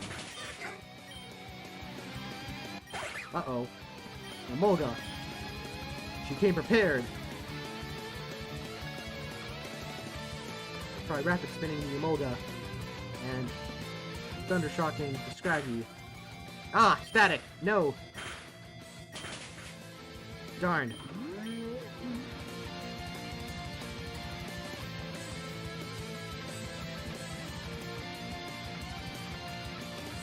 Who do I want to go here? I think I'll do...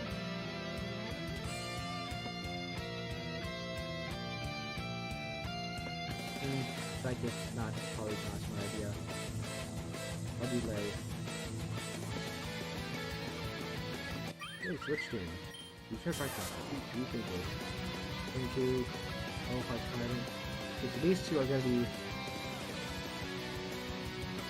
pretty much none. Alright.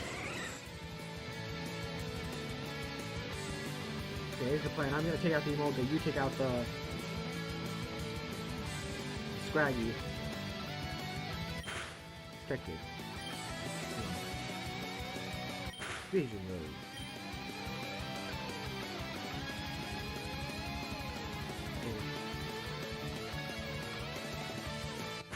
Scraggy. Ah! And that static's kind of not fun to deal with. Try to double kick. It's probably not going to do a whole lot. Oh, wow. Never mind. I do not know my types as well as I think I do.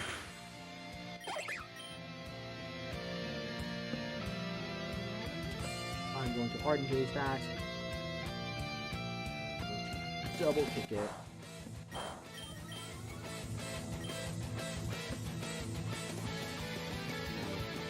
Kick it some. Oops. Scroopy isn't a ground type yet, is it? No, it's not. That's good.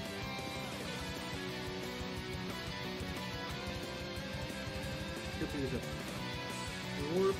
poison bug. So yeah, this naturally is not going to be very useful.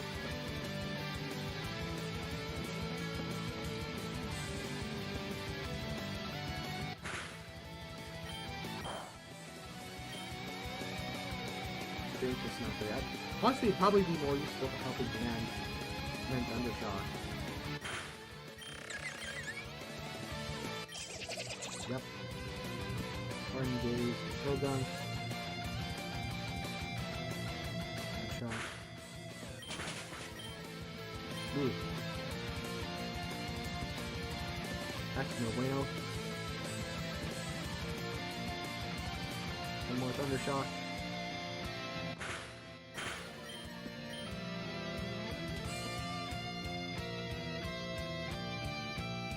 In case whatever pops up next, I suppose.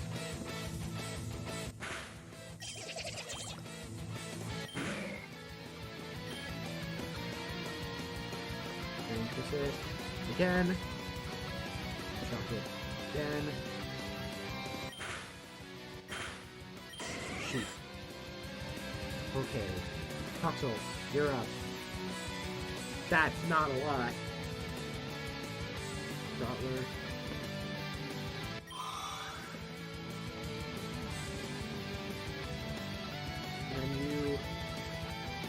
LiveStream.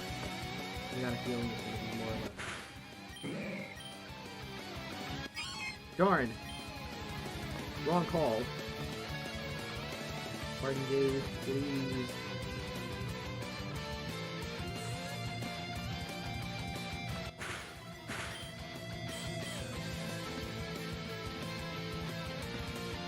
Come on. We're so close.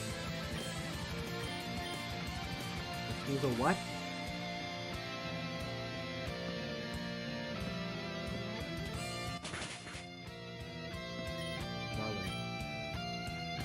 No effect on. Oh, you gotta be kidding me! Weasel. Buggle bug. Weasel. Great. So close. We're so close, Rosa. Down it goes. You win Peach's Liberation. Limit increases by 1. And that's a wrap. Great show, guys. I'm pissed, but you did all right. I'm just mad at myself. I let my Pokemon down. What? No, you didn't. No, you didn't, Silver. Your Pokemon were having a great time. You can't know that. I totally can. Don't you know I have the best eyes in the entire school? They were smiling, laughing, having fun the entire time. I saw them. Well, I didn't see any of that. That might be because you were locked onto us with a deadly Kubrick stare the entire time. That's just how my face looks. Oh! Rosa exits left stage. Looks like class is over then. Keep an eye out for sharp rocks on the ground. Don't step. Yep. Yup, yup, yup. You say that all the time.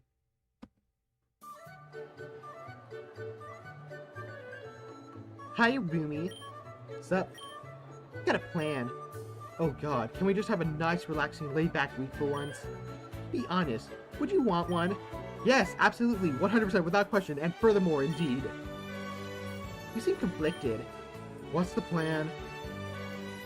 Well, yesterday when Dawn and I were in the field hunting cyclists, she let slip a certain key piece of information. Oh, her birthday?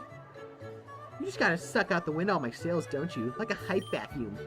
I should have known there was nothing I could tell you about one of your friends you didn't already know. Anyway, so I thought, Dremo, please.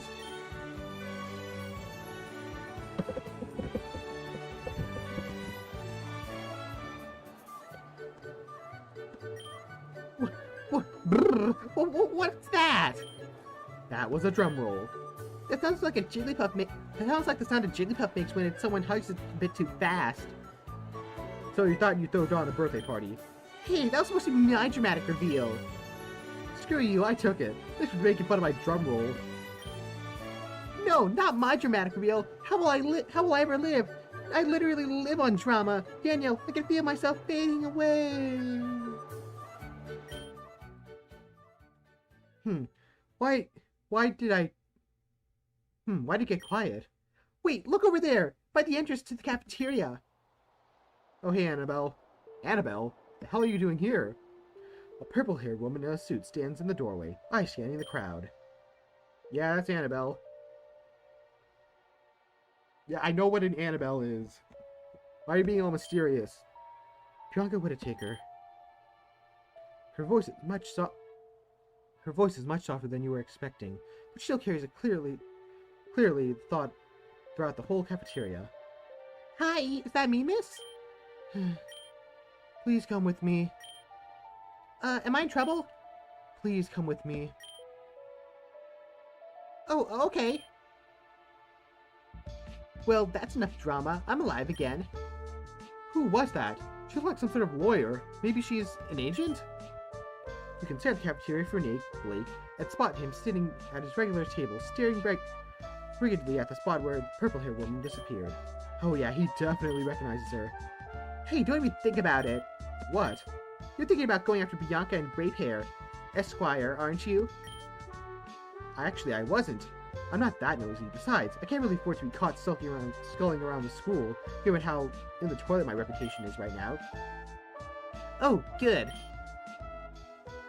Because we know a dragon with invisibility powers, so it would be really easy for you if you wanted to. Just saying. If you're so curious, then why don't you go? I don't want to get caught. I don't want to get caught either! And that's why I'm telling you not to go. Okay, I realize that's what you're saying, but I feel like what you mean is very different. I can't be held responsible for your trust issues, Skippy. If you want to go, then go. But if you don't, then... Hey, Dan, mind if I grab you for a sec? Are you coming on to me? I could be if things go well. Ahem, I'm already taking the aggressively sexual slot. Please and thank you. No need to fight. You can join if you want. I don't understand. He seems so casual, but just a Saturday. Is this really the same guy? Guy who fights aliens and wipes memories, making dumb sex jokes and kidding around like any other student? Anyway, you can grab me. What's up? I'd just like to see what's up with B. Ha! She's helped me a lot in the lab. She's gentle and kind. If that woman wants to talk to her specifically, then, well, we should be around. Well, I guess if you're asking me, does that mean you know her? The purple-haired woman, I mean. No, but I do know her name. And I guess I know enough to be worried. So you'll come with me, right? If you ask nicely. You flirt.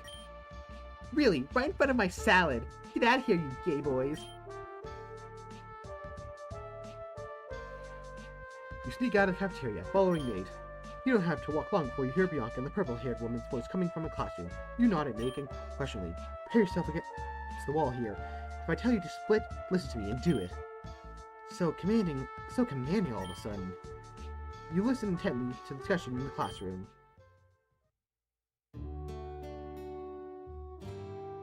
Matter of some interest to my employer and I...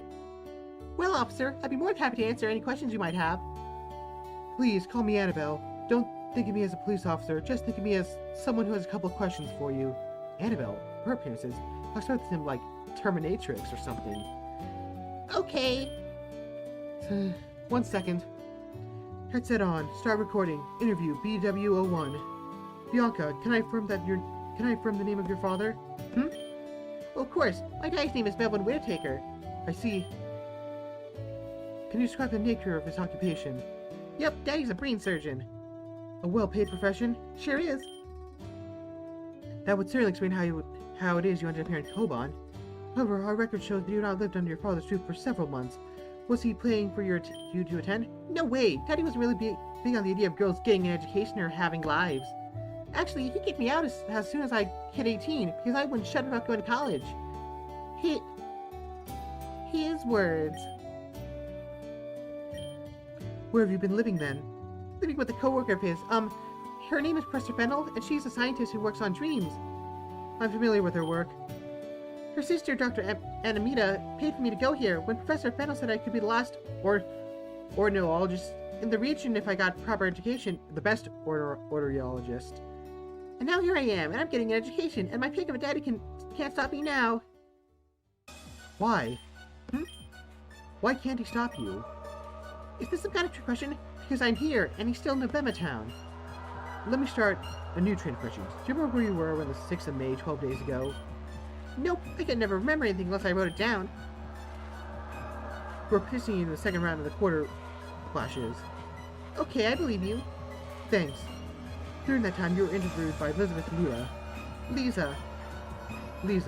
Whoa, that's her real name? That's so pretty. Please, let me get through this. Look, during this time, you mentioned your father on internationally broadcast television. Admittedly, it was just one of many channels covering the quarter flashes, but what you said was very important. Do you remember what you said? Yeah, I think I said my father was a pig, right?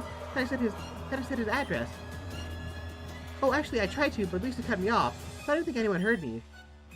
She didn't cut you off fast enough. Someone heard you. Bianca, what you did was a crime.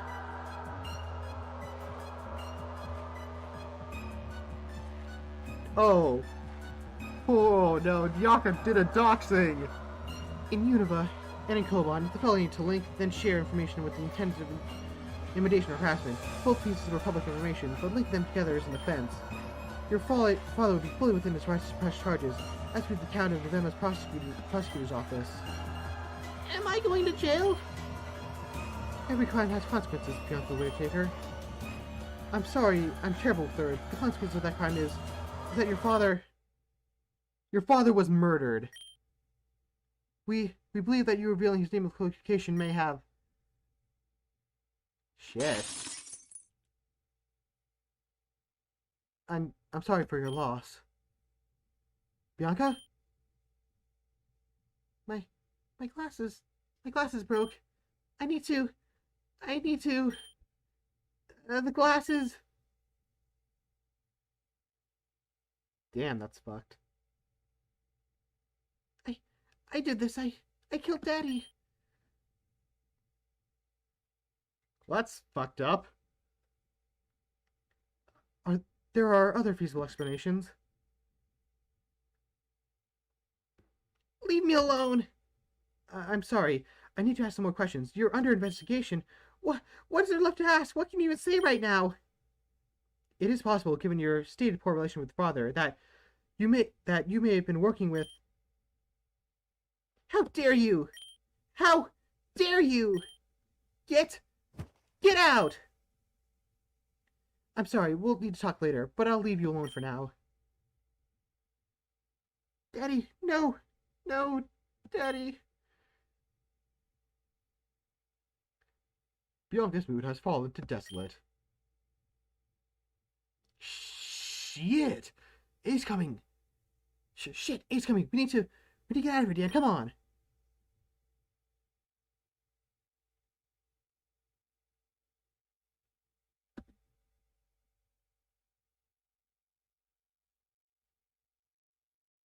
I think I made a bad choice. Oh, hey, it's that one song. Bianca? Red Hat? That's me, Red Hat number 3. Do you want to talk? No. Would you like me to leave? No. Okay. Take a seat at a desk 2 away from Bianca, stepping around the broken glass. As you wait for a very long time, you're unsure what to say. When a person dies, you generally speak well of them. You remember their life, their accomplishments, the marks they left on the living. In this case, you don't know who Bianca's father was, but what you do know of him doesn't paint a good picture. But sorry for listening in. It's alright, I don't mind. What does this change? Nothing. I'm still living with Professor Fennel. Dr. Amita is still paying for me to be here. He wasn't part of my life, part of anything. Why am I sad? I shouldn't be sad. I should just have a smile on my face like I always do. This is... I can't say it. I didn't lose anything. Why am I sad? You don't always love your family. You don't even always like them, but I think you always wish you could, and hope that one day that they might do the same for you. Anyway, you lost hope. That's where your pain's coming from. I guess you're right. Thank you. I know you're trying to make me feel better. Trying? Not succeeding? Sorry, it's too new. I don't think I'll ever get past my denial yet. I understand. I just want to prove to him that I was wrong. I want to prove to him that I could be more than what he thought I was. And now he's dead. I missed my chance forever. I know you didn't like him. Your performance at the QQ's made that pretty clear. But who was he? He was a brain surgeon. He was really good at it. And because he was good at cutting open people's brains, he thought he knew how everyone's brains worked. He thought he could tell from a short list of demographic information everything about you. He saw patterns everywhere, patterns where they didn't exist. He wanted to know everything, but you can't. So he just made wide generalizations, assumptions, and treated them like they were facts. Over time, those patterns drove away my mom. My dad got worse after that, and he thought that if I went to university, they'd radicalize me, and I'd leave him too. But then he kicked me out of the house. And if he was afraid of me leaving, then why would he kick me out of the house? I didn't want to go. On the day I begged him to let me stay, I cried for weeks before. I hugged him so hard because I didn't want to leave. But he called the police and they dragged me away from him. Now the police have taken him away from me again. It's not fair. It's so not fair. I didn't hate him. I didn't hate him. I just wanted to get back at him. I never thought anyone would... Well, he seems to be hyperventilating. I should probably not a good idea to hug her. It's alright, Granga. I won't say calm down, but you gotta get through this. No one thinks you hated him or wanted this. Even Hannibal does it. It's obvious. How can you say that? What if Hannibal comes back and wants me put in prison? Maybe I should be in prison. No, I don't know what the law says or what the rules are or whatever, but you know, you're a kind friendly you're a photogenic white girl. This is America. No one deserves to be treated like a black man. If you should be in prison, then there's not a person in the school who shouldn't be locked up. I wish Sharon was here. Whoa, I think that just gave me whiplash. Why Sharon? Sharon knew Daddy. Oh, that's right. In many ways, her focus surpasses mine. Ah, thanks. I'd have taken this seriously after that big brouhaha with my dad, though. Yes, that was quite a brouhaha. What was this brouhaha then? Oh, when Daddy was kicking me out of the house, Cheer Kilmer tried to talk some sense in him. A week of me crying and begging him hadn't done anything, so I told him not to bother, but Sharon didn't stop fighting just because the battle's lost. He tried to convince Dad that he was making a mistake, and that I could absolutely go to college, and that he was going to ruin a relationship with his daughter. But Daddy refused to listen. He demanded Sharon leave his property, and when Sharon refused, Daddy sent out his Lampet to force him to leave. Sharon Snivy was no match for my dad's Lampet. He lost badly. He looked so guilty. I think he's the only one who could really understand how I felt about Dad, having met him. I can't believe I'm going to say this. Do you want me to get him? No, I don't want him to see me like this. Before my mom left, he told us to keep a smile on his face, that there are people out there who can only win by making you cry. Sharon's the only one who knows what my dad was like, so if he sees me cries, then Daddy wins. Look, Cheer and I are in the best buds exactly, but if you need a friend, he can be there for you. And I mean, I can too. And don't forget about Nate. I know he cares about you. Yeah, I guess so. Miss him already. It's only been a half hour or so. Half an hour? Oh no, you need to get back to class, right? You should be in your elective class. Bianca, come on. A friend of mine is crying in an empty classroom, and you think I can just go to class and focus on studying damage formulas? Are we friends? Friends is kind of my default relationship with people I meet. I thought you might have hated me for what Sharon did. Nah, those were his choices. I'm not gonna blame someone for their friend's actions. Well, I was actually kind of the one who suggested to him you might have some kind of power. What? Please don't be mad. I can't be mad, of course. Not now, but what's this about? Miss Miriam was teaching us about aura wielders in our human psychology classes. She mentioned that aura wielders are able to connect with people on a much deeper level, subconscious level. Then we were hanging up campus posters. I swear, it's the oddest thing. Shreen and Caleb's campaign are doing well enough, but Daniel is absolutely soaring. He has a way of touching the hearts and minds of voters that I can't help but envy. It's a shame that he doesn't seem overly enthusiastic about his own progress. Or well, I suppose I might as well just cheer him on. What do you think, Bianca? I don't know, but you should do way better than him. I mean, he's not trying at all. Oh, I bet Daniel is an aura user. Beg pardon? Aura is a mental and physical power that some people have. It's like they're like espers, especially except they're trained to get their powers instead of being born with them. Nurse Miriam taught us about them about aura users. Most of them are from Sinnoh. I don't understand. How would this power help? Apparently, aura users can share their emotions with people and read the emotions of others. I don't see how this would help with his campaign efforts. Because if you know how people feel about what you're saying, you know exactly what to say to them to make them happy. No, that's silly, Bianca. Besides, aura is... You said that it's a trained power, mostly from Sinnoh. Daniel can't be that much older than 18, and he certainly isn't Sinnohan.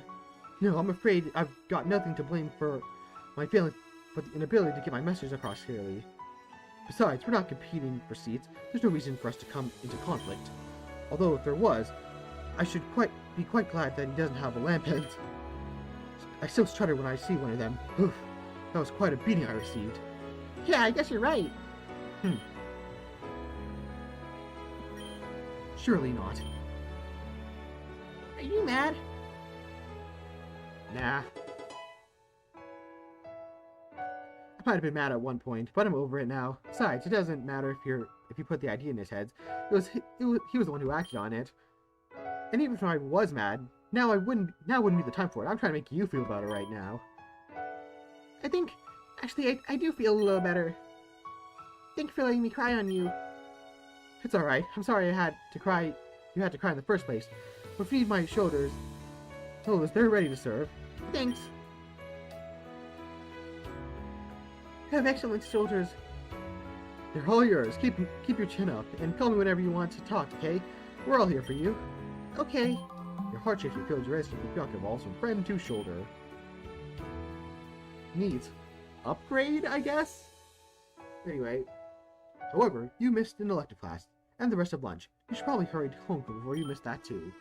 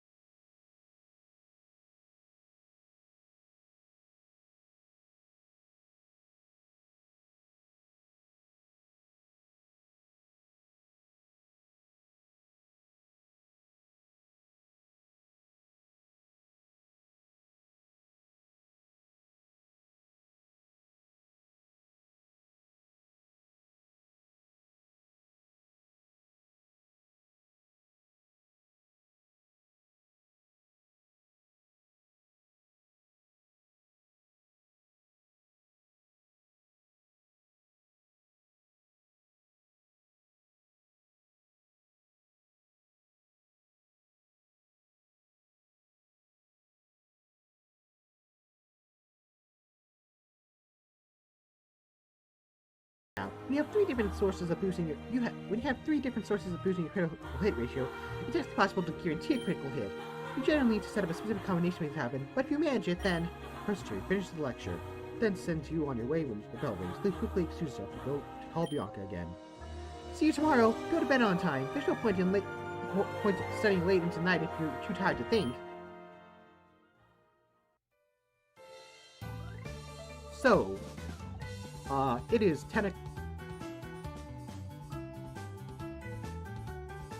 Oh. Is someone in the chat here right now?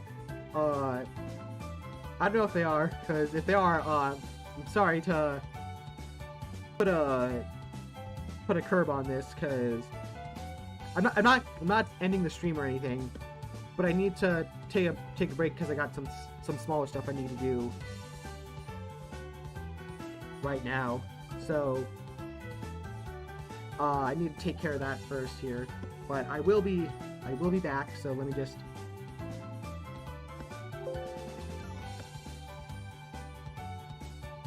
Okay.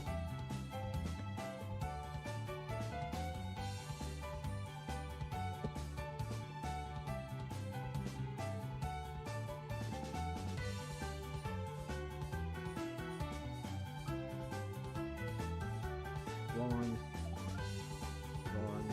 Oops.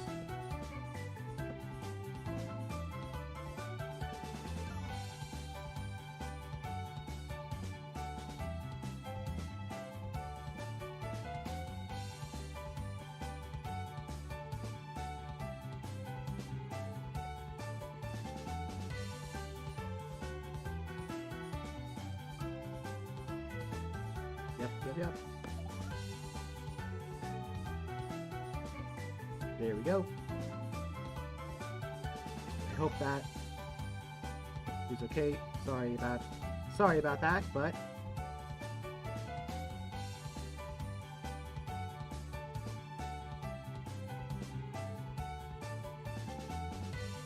yeah, I gotta do something here real quick. Well, not quick. That's why it's a 30-minute break and not a like a 2-minute intermission, 2-minute little pause, but.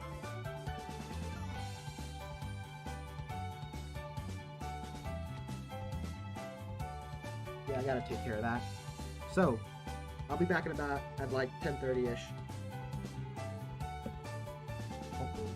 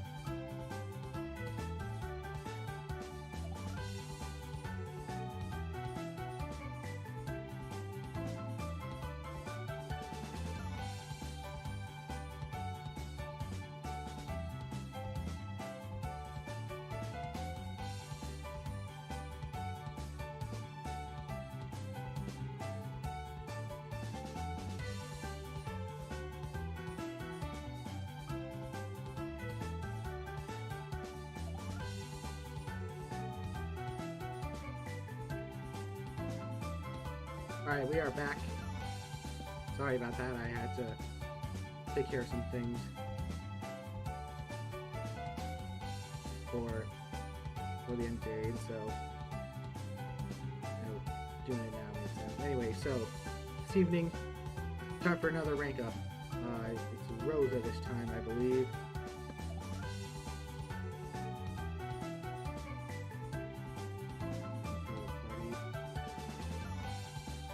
And also PC.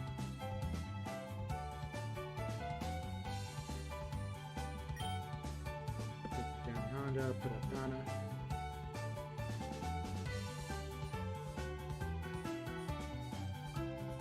Do I want to keep Leggett, or should I don't know. I think we're good now. Anyway, so Rosa time. Want to look for Rosa? Yeah, look for Rosa. While walking through Aspiria City, you suddenly hear a loud hubbub coming from around the corner. What's happening here? Hi, Rosa here. Yep, thank you so much, all of you. I really can't thank you enough for your support. You suddenly spy Rosa, desperately dashing between the multitude of people who all seem to be clamoring for her attention. She signs autographs, notebooks, one young boy's shorts. Ha! Well, that's the problem with being a world-famous actress, I guess. Anytime you step outside, you're going to have people clamoring for your attention. Oh, that's... looks like she just saw me in. Alright, everyone, sorry to end early, but the show's over. Got a big night of filming, so I really have to get my shopping done before then. Bodyguard, mind clearing the path. Bodyguard? Really? Me? Who would buy that? Huh, well, he is convincing. Right now, what would a bodyguard say in the situation? Right you are, miss. You've got an appointment with director of something. She's got the yawn in her face. Upon the conclusion of your performance, Rosa's expression is one that can only be described as cringing. Shoot, why did I have to say there? I didn't catch that.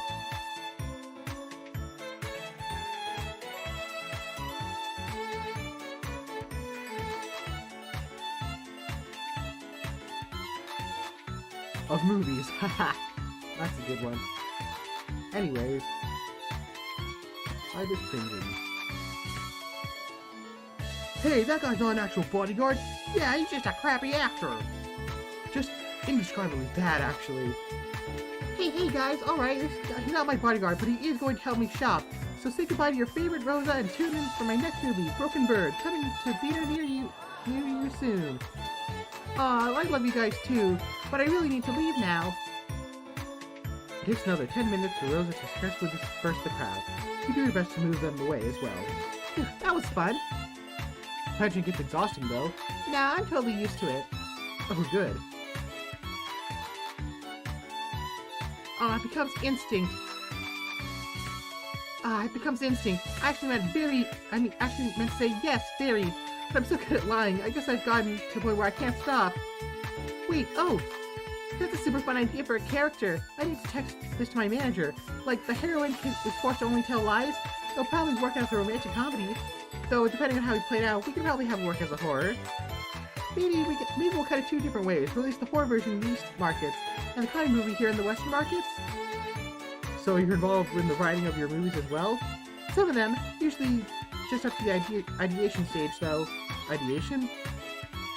Yeah, that's the first part of making a movie. Ideation is the stage where we think of what the script will be. After that is writing, then pre-marketing, then shoot, then post-marketing, then market research. Lots of markets there. Yeah, the business side of my industry gets pretty intense. I'm pretty lucky that I get to just work on movies I want to do, though. A lot of actors don't do that. They just end up doing some coffee commercials for 10 years, and then they are too old to be leading ladies. Huh, how'd you avoid that? Oh, it's kind of a long and boring story. Plus, you can read the whole thing on pretty much any of my wiki pages.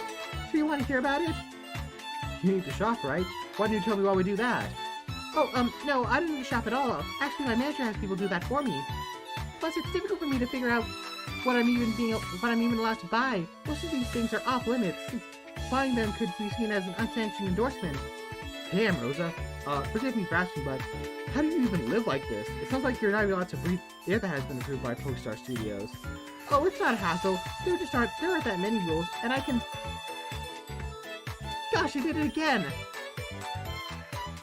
Okay, no characters, just Rosa. It's pretty hard sometimes.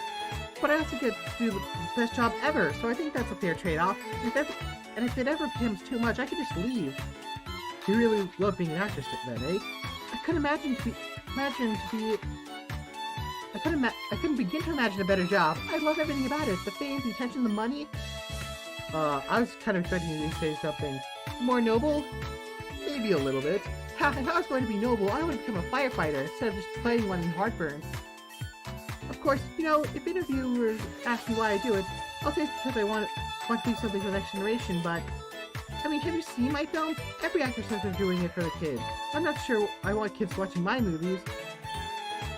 I did watch one of your films, actually. Steve recommended I watch Provoked. She said it was required for cultural literacy. Oh wow, she's really a hardcore fan then, with a strong stomach. I wonder how she even got a copy. The parents' organization started buying them up to destroy them last I heard.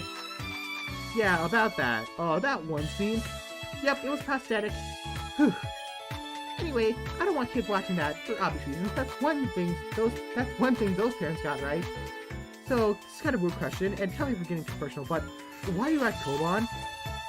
It feels like everything about your time here is really restricting, and you're not getting the same experience as other students, so why come? Well, that's kind of affected how I became an actress. Ah, shucks, guess you'll have to do that whole telling me the whole story then. Oh well, it kind of happened on accident. I was just a regular registered Pokemon trainer 5 years ago. I was going on an adventure, even got a gym badge. Wait, 5 years ago? Aren't you 20? Yeah, but you never let you become a trainer earlier. Huh, neat, how much earlier? I live in the city. Streetfair lets 6 shows have Pokemon, but they're kind of a national embarrassment. Anyway, I got my badge, and I was about to face Roxy, the Burbank City gym leader, but she had some sort of big argument with her dad, so I had to go patch that over for them. Why? Roxy's a pretty intense rocker. When she gets angry, the only way she gets that out of her system is to let her play music for her for a few hours. I couldn't wait that long, so I tracked down her dad. Well, as happened, her dad was a frequent extra at Pokestar Studios. He just got his first starring role, and... Eesh, that bad? He wasn't going to win any Pokies. I can tell you that much. He actually handled the disaster that was his first movie with dignity, like, he was really good about it. Anyway, I just happened to be in the area when the director, who I think was a bit frantic to get people to forget Pop Roxy's movies, grabbed me and asked me if I wanted to be a star. Uh-oh. Yeah, not a good start, is it? But they didn't have to do anything weird. They just were actively shooting a music video for Pierre's song, Black 2, White 2. And they just wanted me to stay in the background, but a bunch of people on the internet saw my hair and wanted to know who I was. Your hair? Yeah, it's kind of my trademark. I always wear it like this, even before I became known for wearing it like this.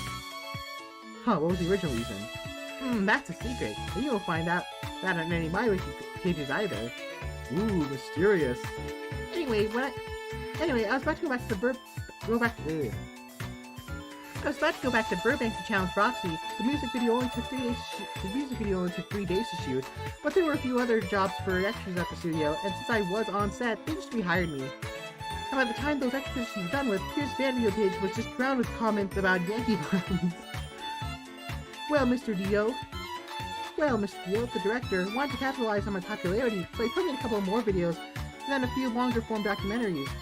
Luckily, as I became more popular, I lost the Yankee Buttons nickname, but my Galarian fans still call me that mostly. I try not to go over to the Galar too often. Anyways, after that, I started getting bigger and bigger roles, and, well, now it's like this. It's Rosa, the world-famous star, steal our hearts and put our buns in seats. And that's my story. But for real, the people on my wikis do a much better job of telling it. I think the mods over in movie wikis are all English PhDs. Maybe, but it's cool to hear it from the source. Anyway, does that answer your question? Actually, it answered pretty much every question except the one I asked. Why are you here at Koban Academy? You explained how you got started as an actress, but if anything, that just makes me wonder why you're trying to become a trainer even more. Well, it's kind of embarrassing to admit this, but I didn't mean to be so famous, and getting all this attention and money and movie and stuff, it was kind of an accident. Maybe it's silly me, but in my head, I still think of myself as a trainer first, and an actor second. This whole world-famous star thing is just kind of a side quest, a scene that'll be cut in the biography of my life. Wow. Now, I'm not sure that that I can actually still be a trainer. I'm very out of practice. You in gym class were the first fight I've had in a long time where you were genuinely trying to beat me. Honestly, I was kind of surprised when I hit your Pokemon and they didn't fly back dramatically on invisible wires. I'm so used to pretending to be a trainer that... Well, I'm here at Koban because I wanted to find out for myself if I can still be a trainer. Or if I just flip the script and have to play this new role forever now. Which wouldn't be a bad thing, of course. I mean, Pokemon's actress, you're never going to hear me complain about that. It'd just be so awesome if I could be both a brilliant trainer and a famous actress. Well, we know it's possible. Yeah, Diantha is a huge idol of mine. I died if I could meet her someday. Actually, I got into Psychic type class because of her magic Gardevoir. I'd say probably the most iconic Pokemon in the world. I guess I got one more question then. I don't think your wiki will answer this one for me. Oh yeah? I think the guys on Wiki here know me better than I know myself, but go ahead. Well, at least it's Wiki here, not WikiFeed. You didn't actually come out here to shop. Why did you come out here? Oh, I was actually trying to get away from my fans. They're a big group of them back in campus, and I love them, of course, and everything they do, but every time I meet one, they act like it's the most important day of their life. I tell them I'm really nothing special when I'm not in front of a green screen, but I also don't want to ruin their mental image of me, so sometimes it's just nice to get lost in the crowd once in a while. Looks like you didn't do too well this time, though. It would probably be easier to win if I wore my hair differently, but that's just not happening. I bet your hair source has your secret powers. You cut your hair, you lose your ability to act, right? Haha, maybe. Actually, my hair is pretty heavily insured. I think the studio actually does think my hair is the source of my power.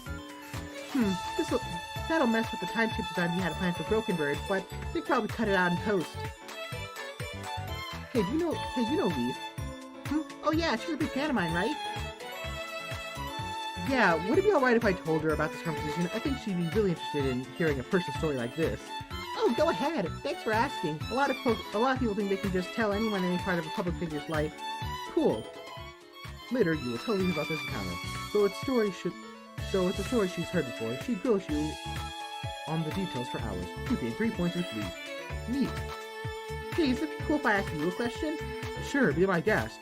But what kind of story like you want to ask someone like me? When you were pretending to be a bodyguard, I'd never seen someone so bad at acting. It's like you conveyed the idea that you were trying to trick people into thinking you were a bodyguard way more than you did the idea that you actually were one. Is that because of your empathy power, or are you just a really terrible actor?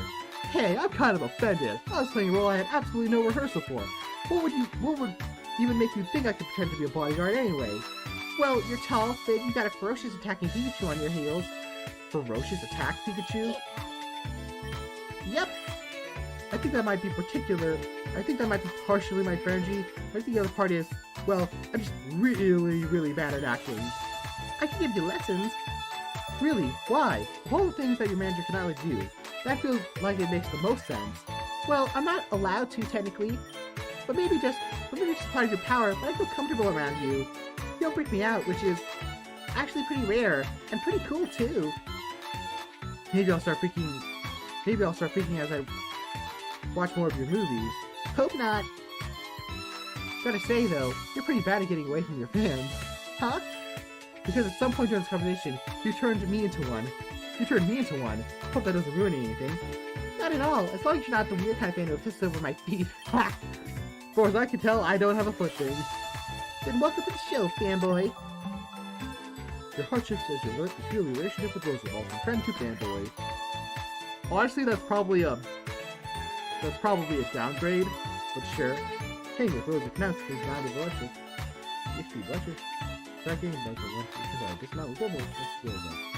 What? This piece shut something out. The ball to catch carrier and do a beater favorable, Fondly, Binacle, wishy-washy, Rosa and Jodolce, Quick Talk, the tune, Yonkers. Wow, there's a lot of these. Yellow is overjoyed.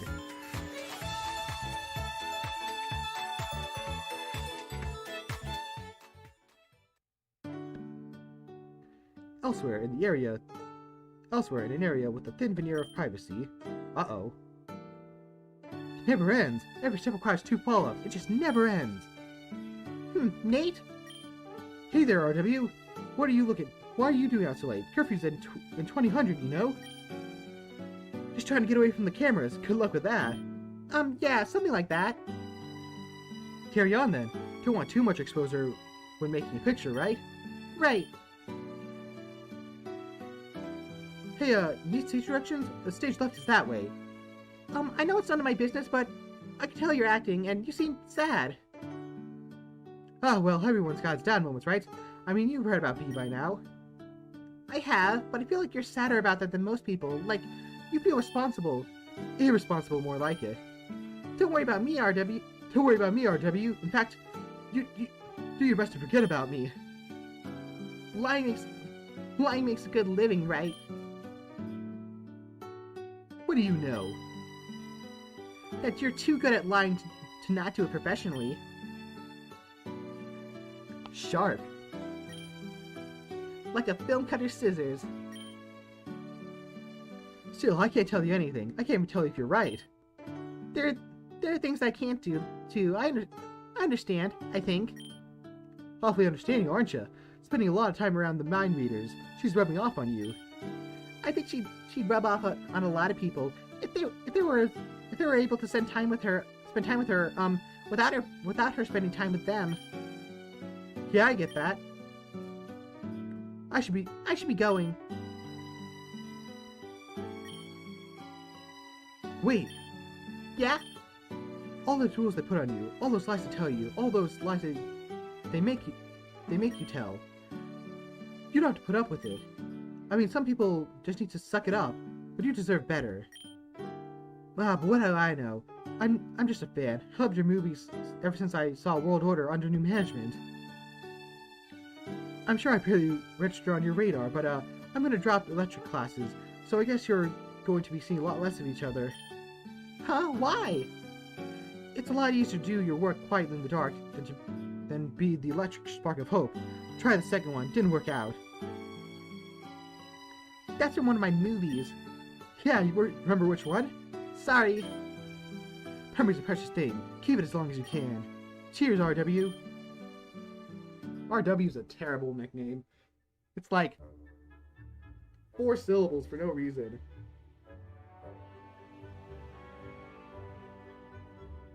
Like my nickname probably has less syllables than Rose's.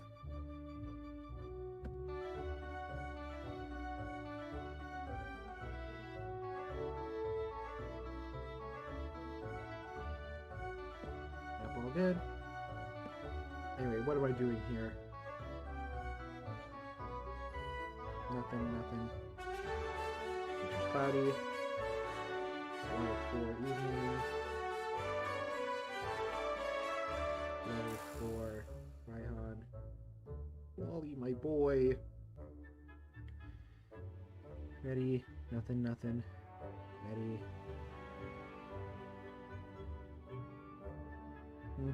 Logically, it would make sense to go for Bianca here, considering everything that's happened, but probably not the best idea. Oh, I can gift stuff?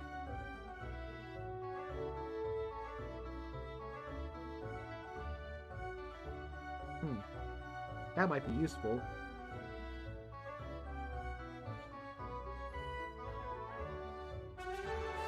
Do I want to go with Flannery here?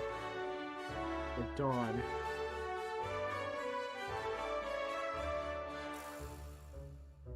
I really want to go with Dawn here. But also, it makes more sense to go with Flannery, considering that I need to get up to level 4 with her. Whereas I'm already super high level with Donnie here.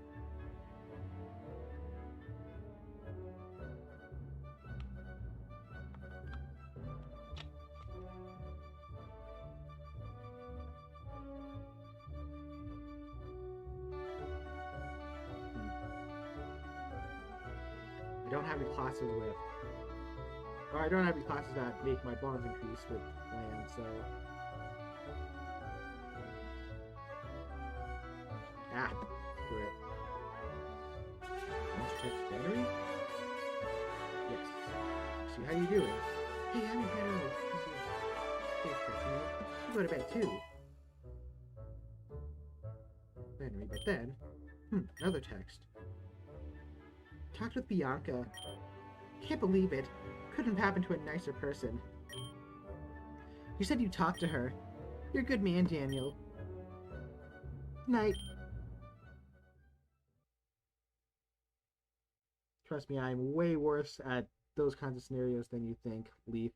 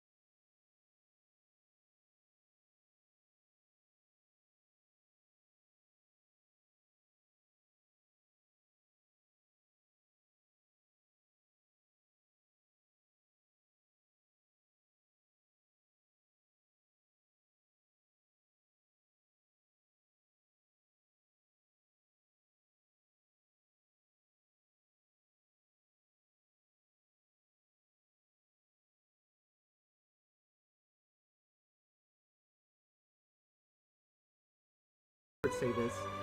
I mean, I guess that'd be adding layer to the joke, but spherical cow is a joke concept referencing physicists and mathematicians' tendency to simplify complex problems down to an easily parsable and understandable model. Even if the model is simplified to the point that it has no bearing on reality. Oh! So we're not going to take the angle grinder to your milk tank, no. Phew!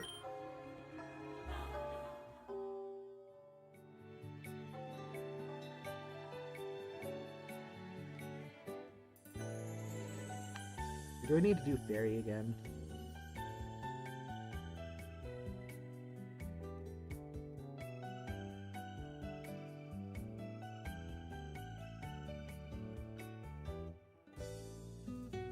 Well, I don't need to do dragon considering Donna here. So I'll do a fairy. Choose fairy? Go to fairy class. You good last night? I thought I heard some screams. Just watching old... Yep.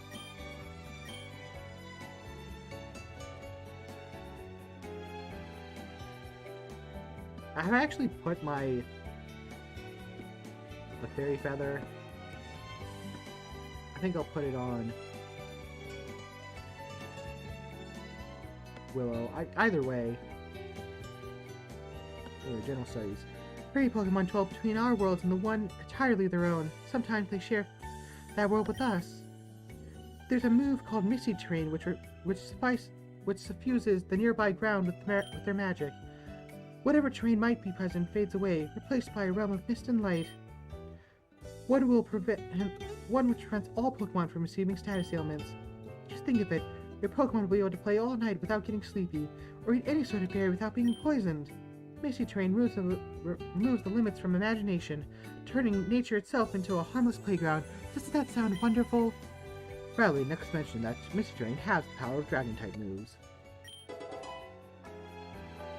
Lost my bones and creases. Very nice. Yep.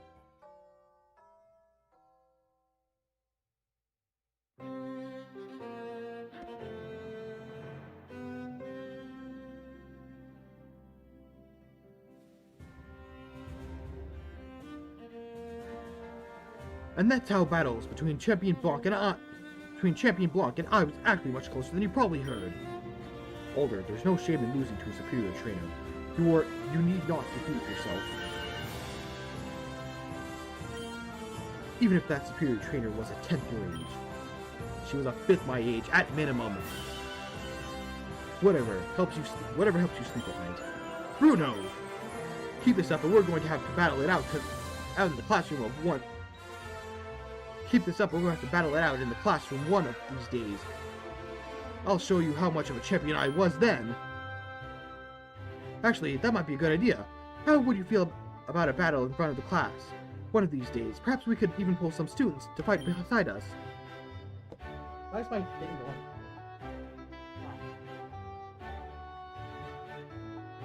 That seems reasonable, educational. Excellent. Let's pencil in for Friday. For now, though, let's get these battle partners assigned. Agreed. Daniel, you'll be battling alongside Lee. Hiya, stranger. Hey there, little lady. What's a nice girl like you doing in a place like this?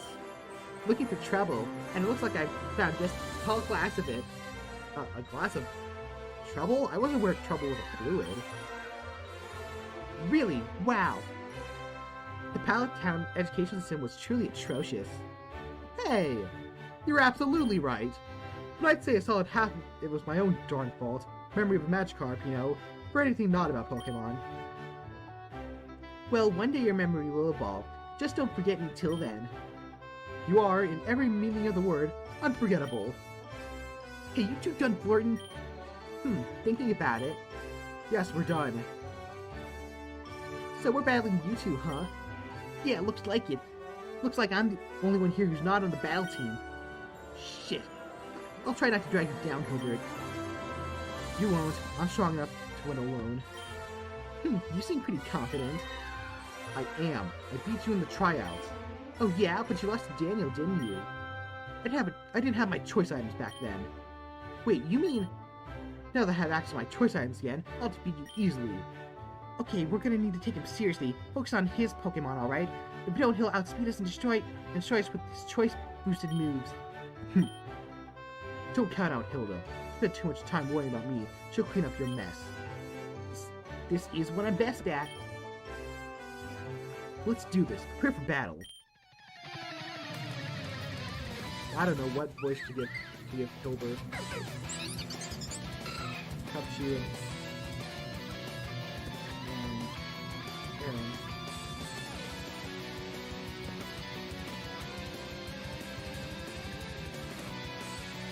And then I'll Thunder Shock. Cupshoe. Protected. Shadow Snow. Cupshoe. Alright, so naturally again. Do this again. Awesome. No. Metal Claw. Ooh.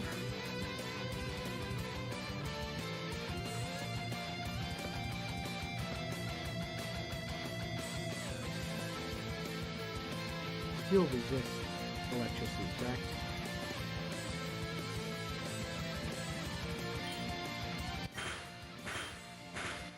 Alright.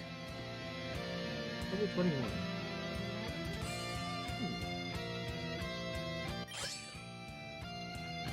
Gosh. Steel types. A lot of steel types.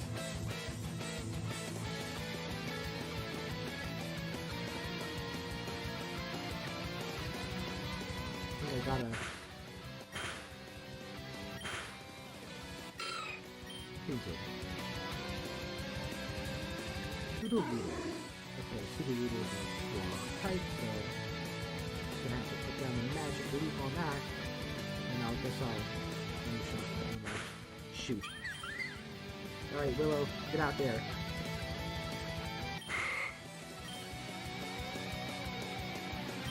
Here we are, Actually, leave from Pseudo Rudo, shot, damage. Wow!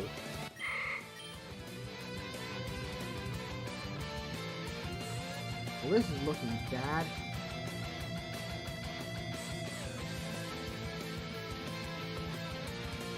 Peaks, get out there.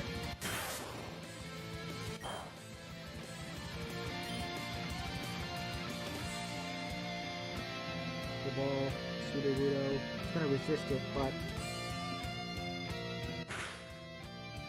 Oh, wow! This is super not good.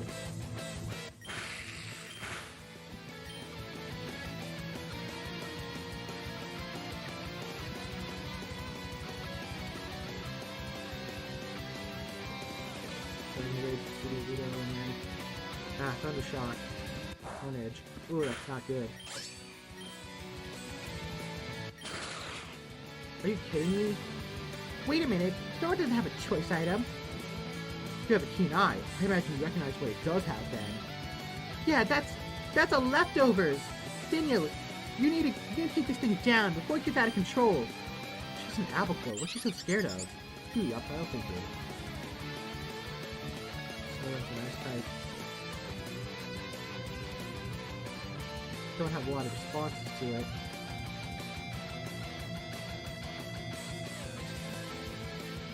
I think I'll take care of it.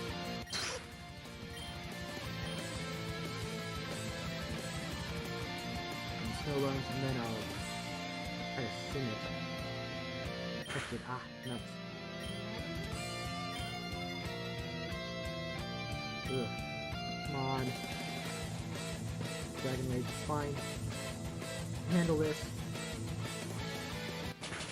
Shit.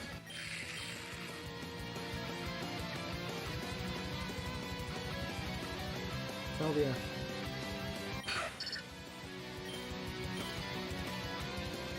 Crap.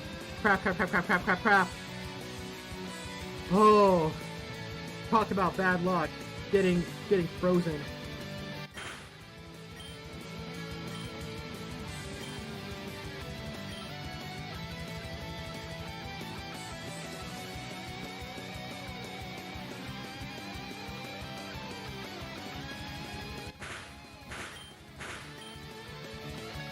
Miss Snow Runt. Ah!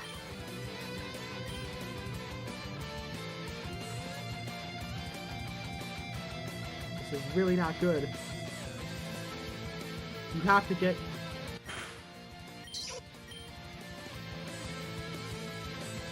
Grandpa. Out.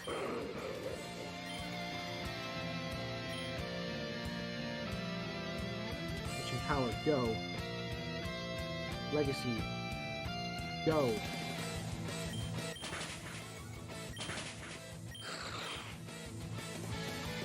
Okay, follow me.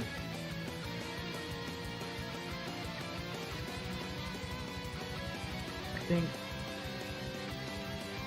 Encore probably is a smart idea. Get Encore.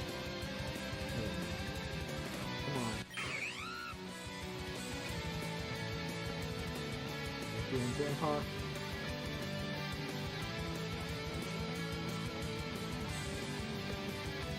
Voice.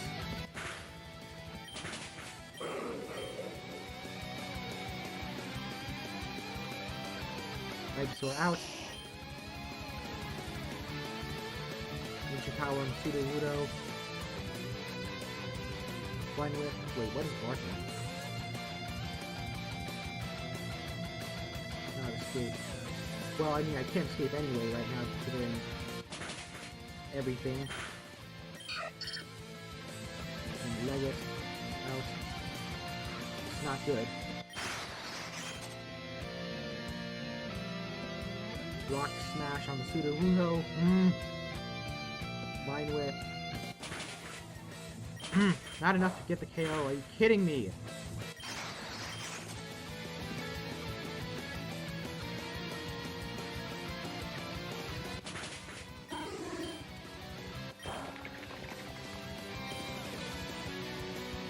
Ah, man. Otherwise... Crap.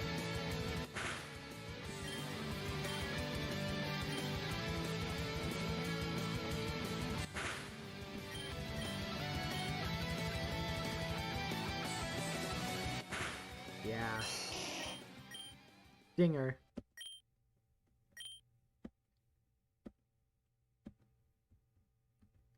Well, shoot.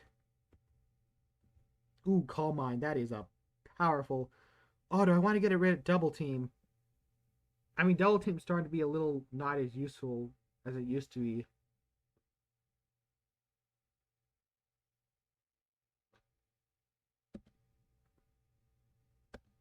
Yeah, I think I'm gonna do it. Wow, you two are seriously tough together. I don't think I've ever fought both of you at once. You're telling me you guys are seriously something else. Really, you battle trainers think so much of us. Shit, I didn't know what to say. Thanks, I guess. I told you you're an excellent battle dwarf. You wouldn't be so surprised if you just listened to me once. You wouldn't be so surprised if you just listened to me once in a while. Oh God, Gilbert, don't start. Just don't start. It was a compliment. Well, that's the mood killed. I guess since the mood's already kind of in the toilet, those two are Bianca's roommates. Hey, sorry to bring this up, but how's Bianca? She's not coming to class. Doesn't have any plans to do her homework either. What do you think? God, take the worst, most painful feeling you can and multiply it by a road spike through the head. Conversation with you yesterday helped a little bit, Daniel. I'm seriously thankful that everyone in the dorm is. Yeah. But I mean, she's still a wreck. My heart breaks that I can't help her. Maybe we can? What do you mean? Dawn's birthday is coming up this Saturday. Dawn mentioned that she hadn't ever had a party before, so I put in myself the most honorable chairwoman of the parties. What if we, invited Bianca to the party? Maybe she'll feel better, and if we can invite the rest of the old dorm 251, so all her friends are there. That might work. I'm not sure Dawn would appreciate her birthday party being converted into a cheer up Bianca party, though. It won't be. We'll keep everything very positive and low-key. I wouldn't go overboard. It'll just be a good time for everyone to get together and feel better about whatever's bothering with them. What about Dawn's friends, though? Shouldn't we invite some of them? You're looking at him. Gilbert? Absolutely not. You dork. What? She has more friends than me. Uh-huh. Name two.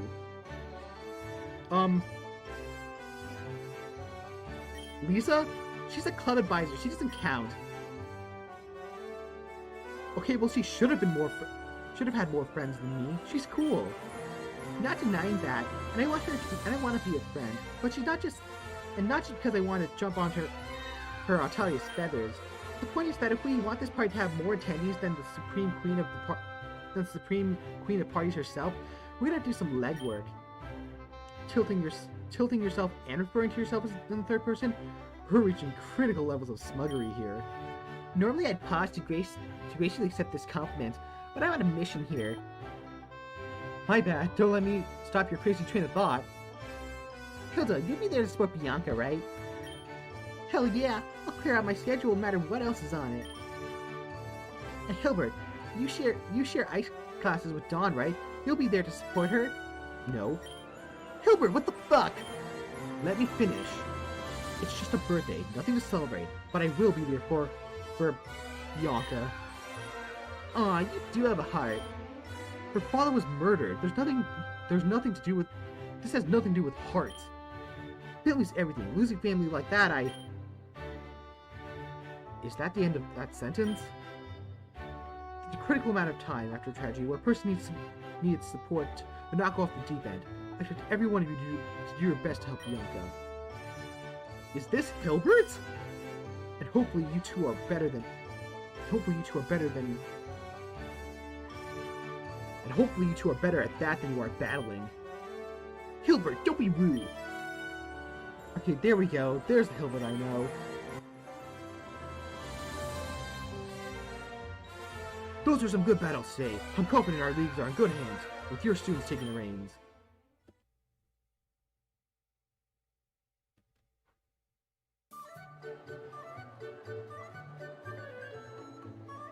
Hi? Hi! Oh yeah, the whole Eevee thing. Are you doing anything? Yeah, I have to go to lunch. Makes sense. Good time. What? I have absolutely no idea. We're gonna have to ask me about that in homeroom. Alright. So. We're gonna just right now by going to the table. Yeah.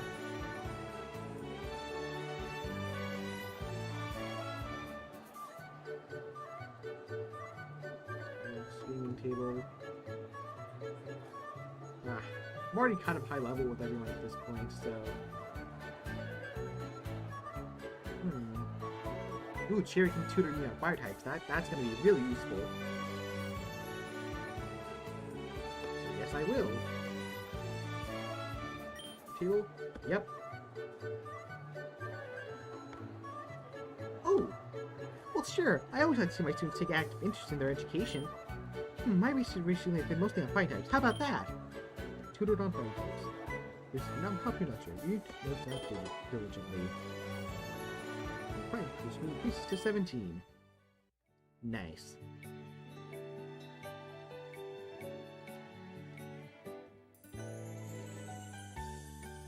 Do I?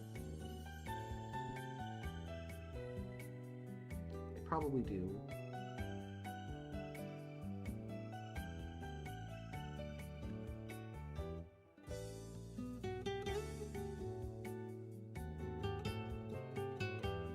It's probably...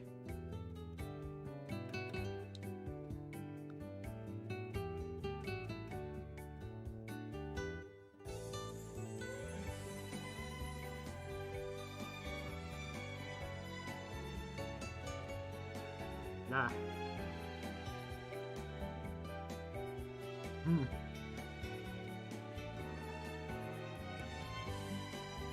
Just got a boost of fighting. Should I? Yeah. I gotta make him even at this point. Hey, Ethan. Daniel, good to see you. Let's get this done. What is this? One of you have hatched a tyrogue. How wonderful! You are wise to bring it before me. No Pokemon requires such delicate training in Budo, for training determines the course of the tyrogue's evolution.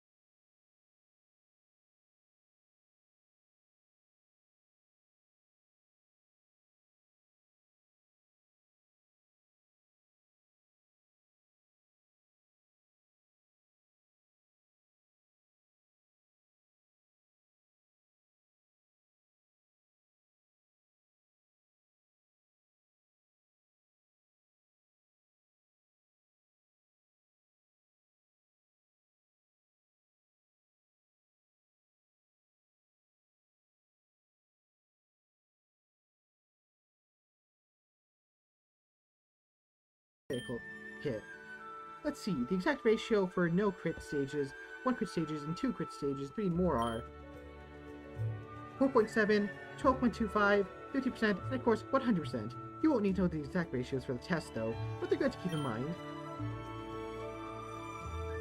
Now, let's move on to some practical applications. Press your fairy, finish selection while you stare at the back of his head, anticipating whatever weirdness is about to come. I'll see you tomorrow. Enjoy the rest of your evening, but not too much. You want to be well rested for tomorrow's test.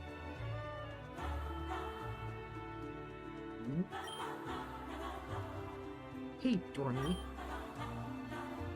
What is happening here? We're friends, right? Pals. Sure. Great, that's awesome to hear. I'm befriending you so hard right now. I said I'm befriending you so hard right now. I said... Blue, seriously, what is going on? It's him! Hey! What about him? He's not changing. Nothing's changed. He isn't glowing or changing type or retching up kidney stones. And you mentioned you thought those rocks were created from your bond with other people, so I thought if we, you know... You thought if we became closer friends that your Eevee would throw up some Daniel forever rolls? That's how it works, right? That's just what you do. You just walk up to people, have a conversation with them, maybe give them a gift, and then... Huh? Oh, I got it. Here you go, friend. A soothe bell? Took the words right out of her mouth.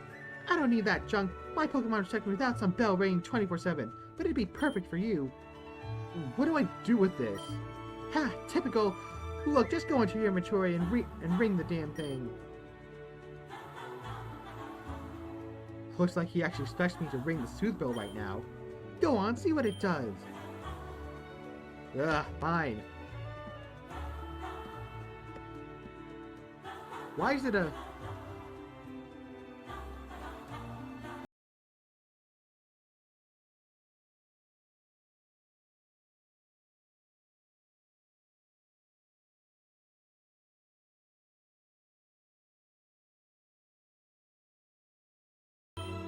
Nice! I can evolve certain Pokemon with this? That's helpful, thanks, Blue. Yeah, wasn't it without a great grip? We're really friendly now, right? I guess we're marginally more friendly than we were before? Wait, you were going to give this to me because you think gift items would be a way to get them to like you? Or did you give it to me because you thought it would make me friendlier, like my Pokemon? The first one, obviously.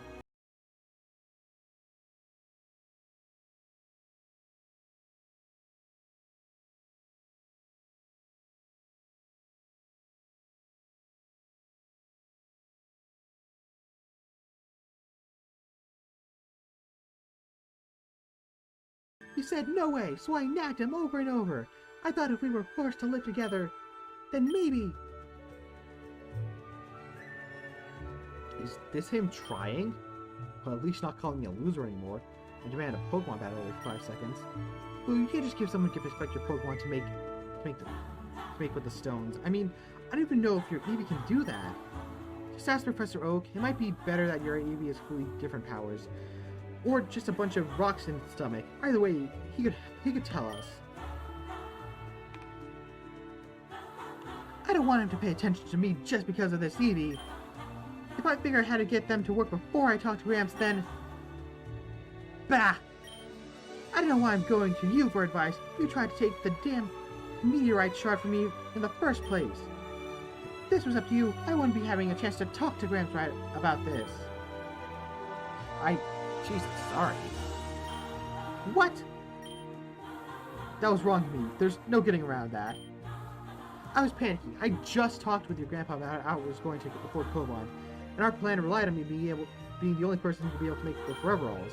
And I guess maybe I was a little bit afraid that these shards would give you some kind of permanent, unassailable advantage over me. I don't know. I had a lot of stuff going through my head then. I was just seriously pissed off Monday morning, but... Well, right now I'm just kind of wanting to know what your Eevee power is. I guess my curiosity won over my fear. And for what it's worth, I am sorry. Hope we can be cool about it. When you talk to her so, maybe we can compare notes on our Pokemon? Blue? Are you here? I don't want things to be weird between us. We're doormates after all. Ha!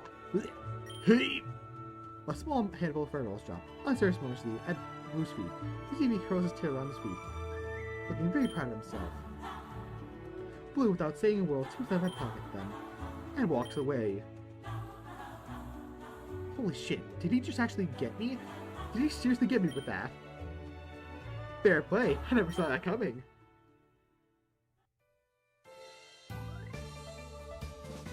Alright. More eel.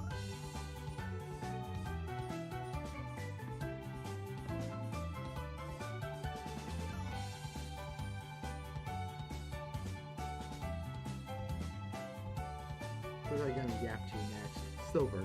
We're gonna yap to Silver.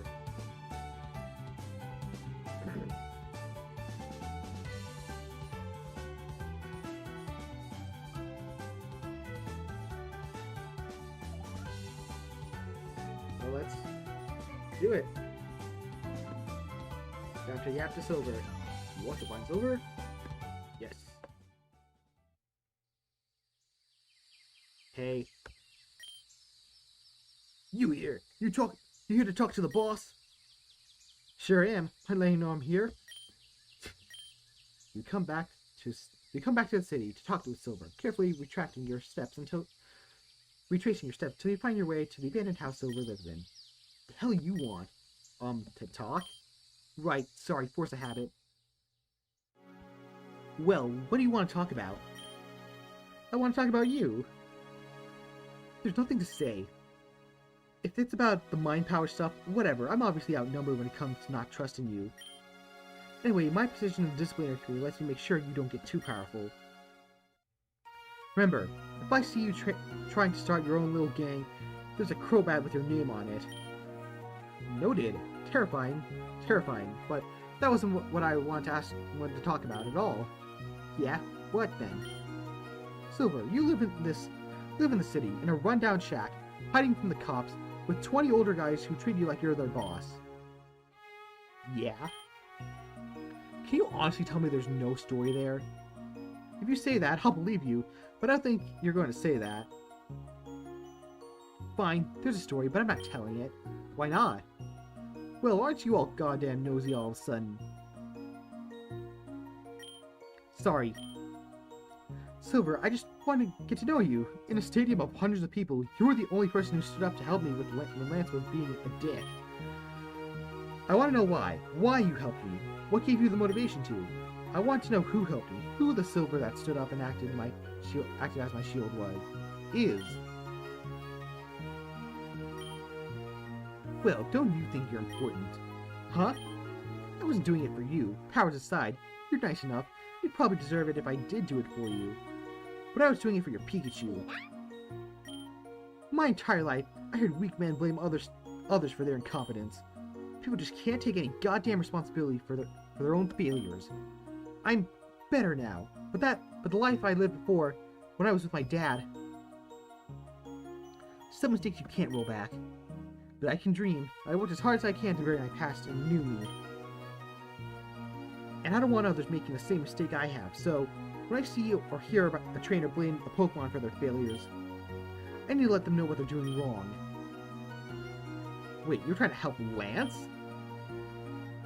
I think we established at this point that I'm not exactly the picture of eloquence. Yes, I was trying to help that bastard. You might want to work on your communication skills. Where's my water?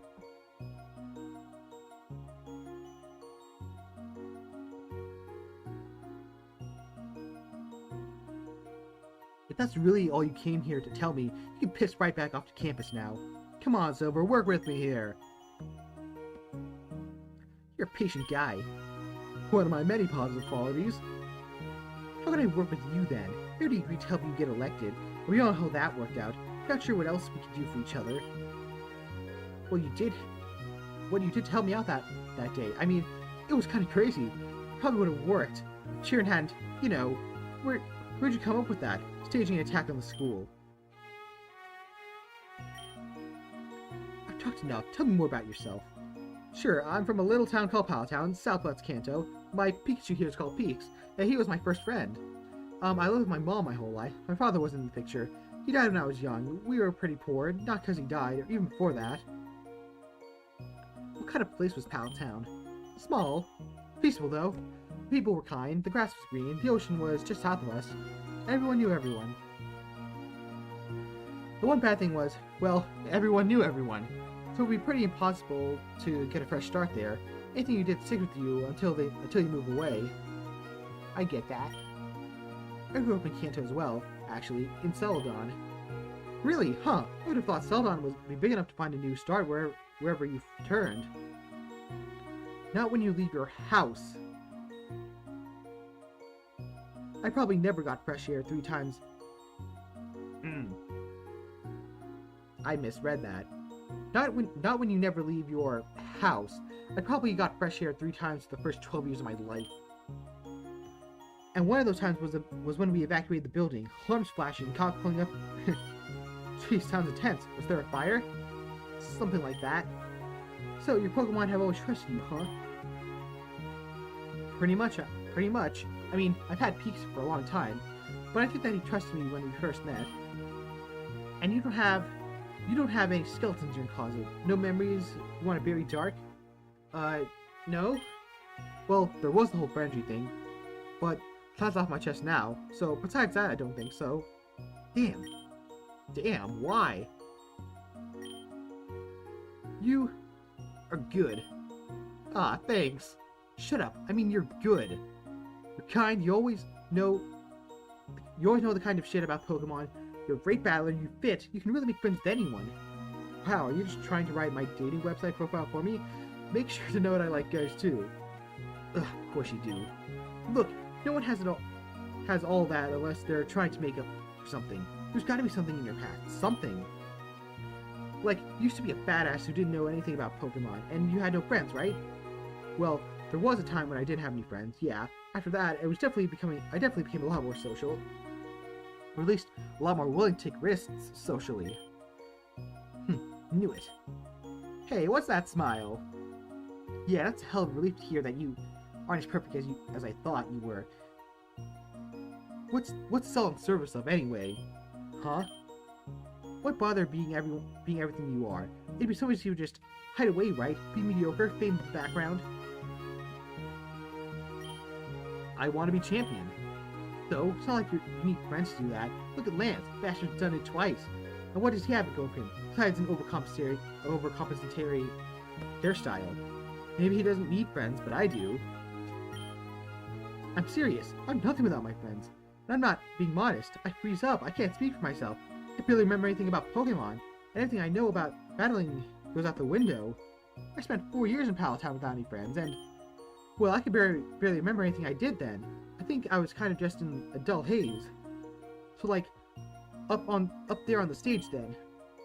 Well, you need to get over that. Oh, geez, thanks. Wish I thought of that. If you can't do it for yourself, do it for your Pokemon. They rely on you. And if you can't leave this world with at least one Pokemon you haven't disappointed, then you've won. And what about one human? Yeah, that's not going to happen. I don't know. I think you can do it. Prepare to be disappointed. Was that a joke? Why did my voice do that? Are you surprised? I'm a funny guy. I'm kind of surprised, yeah. I didn't know you told jokes. Most people don't get them. My humor's a bit dry. Well, what's your dream? International comedian? Whenever I close my eyes tonight, I only ever have one dream. And I dream of an absolution? Oh, come on. You're what, 18? 17. What do you have to be absolved of?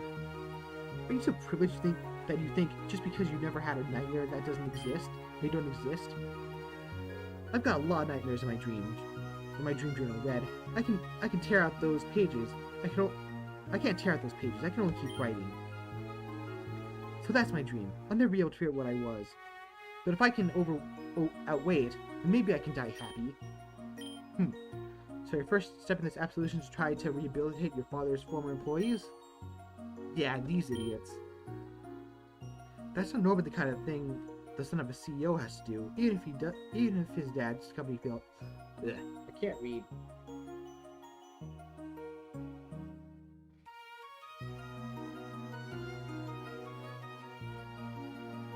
That's not normally the kind of thing the son of a CEO has to do, even if his dad's company failed really hard. Yeah, well, my dad's company was always a family business, like he liked to remind me. What'd you say your end goal was with this, guys? Huh? Like, what's your rehabilitation plan? What goalpost are you setting? How long do they have? What's your exit strategy? I yell at them when they act up. Not much of a plan. No, not much of one. I guess I'm just kind of hoping that one day they'll wander away and not be my problem anymore. Maybe when I'm not looking, they'll get a long-term job somewhere. Maybe even buy an apartment and leave. They bring me a lot of money. I don't ask where it comes from. I just try to invest it. Get it out of this house as soon as I can. Here, take a wad. Silver tosses you a brown bag full of $2,000. Whoa! I don't know where that money from. Wait, where did these come from? Didn't I hear you? I said I don't ask where it comes from. It's more likely they'll try to rob a cop and get put away for a couple more years. Still not my problem. You've been talking a lot about how your dad's employees are, well, criminals. And I first met them when they stole Tia's hat. Yeah? What kind of business did your dad run exactly? Let me put it this way. When he did well, he was the only person who was happy about it. And when he was out of business, well, no one cared. Silver? He was a bastard, but he was the only one who knew how to handle these people. And they're disappointed in me because I'm not as cruel or as tough as he was. Isn't that fucked up? You have trouble enforcing discipline, huh? Yeah, you can say that. I mean, some of these guys knew me when I was in diapers. The fact that they live in my house now doesn't change that. Do you think you could use some help with your job here then? Well, yeah, but aren't you already helping by coming here to beat them up every once in a while? Glad I can be your enforcer then. I don't want that, huh? Everything about my life is drenched in violence and authority and shouting and absolution and painful memories. I don't want to drag anyone, you, into that. I don't need an enforcer. I don't need more people who want to beat up others on my behalf. I just need a... Silver? I just need a friend. Please? Silver, did you really need to ask? Come on, I wouldn't have come out here if I didn't want to be your friend. Thank you. Your heart shifted. You feel a relationship evolve from classmate to friend. Hanging out with Silver will now convey non-directly dark influence Pokemon in your party. Not will grow more punching out with Silver. And then, go back. Yellow is overjoyed.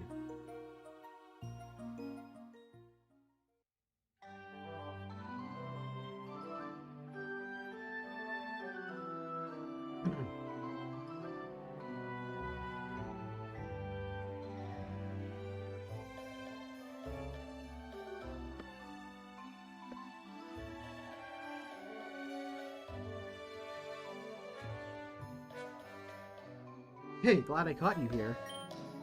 Yeah, sorry, we haven't talked much, have we? I've been running all over the place trying to set up Don's birthday party. I thought making it a low-key event would make it easier, but I'm seriously not used to it. God, I wish I could just rent out a club for a night. I'm sure Dawn will appreciate that you didn't do that. Yeah, well, she's a sweetheart. A diaper. Anyway, what's up, Skippy? I was just thinking about what I should get Dawn as a present. Aw, that's so sweet. Problem is, I'm a bit low on cash. Oh, I'll cover for you. I know you would. But I want it to be something meaningful. Something that actually seems like it might come from me. Do you have any ideas? How are you at cooking? Decent enough, out of necessity. Great, I don't have a cake planned. I was originally going to commission one for May, but apparently she backed up so much. Apparently she's backed up so much, she has a negative commission slot. And she said that Lisa is literally chasing her down over some contest club mishap involving pyrotechnics. So that's also infuriating. She's joking, right? I never know. May use the word literally figuratively. Alright, I'll see what I can figure out. maybe I'll talk to May, just for advice about this cake. Good idea. Going to bed now, don't stay up too late. It's amazing how little control I have over that. When I started to obsess over something, I can't sleep. Anyway, good night. Oh, I don't know why my voice can't hit the highs with with Leaf there right now. That's weird.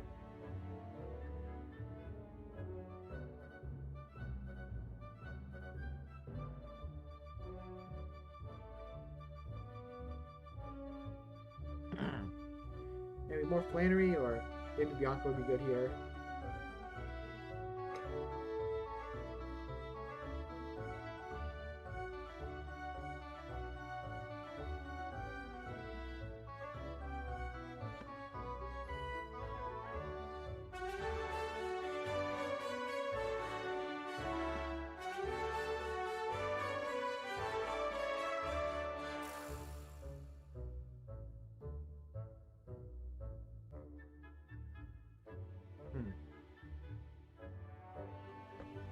Could yap to Wally, but Wally hasn't been that active recently, so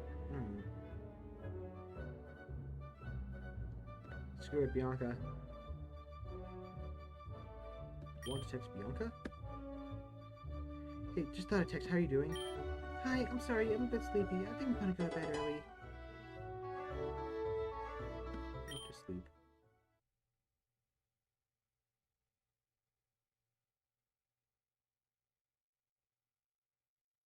Oh boy, test day.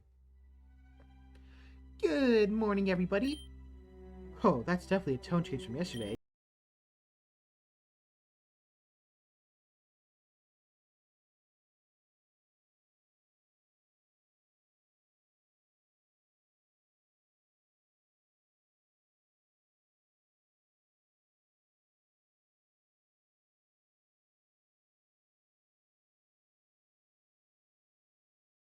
Right.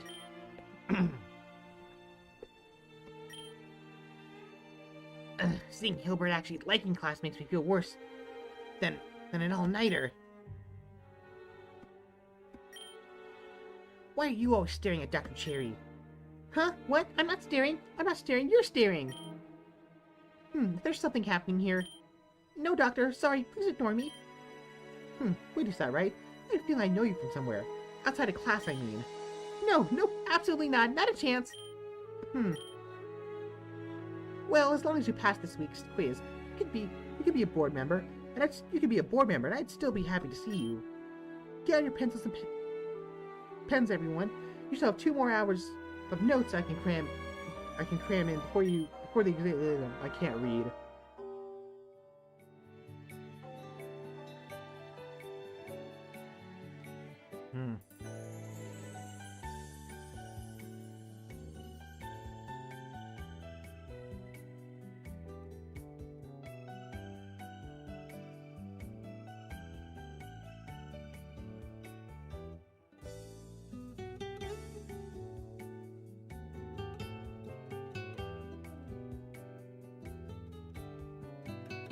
What moves does Phalanx learn, actually?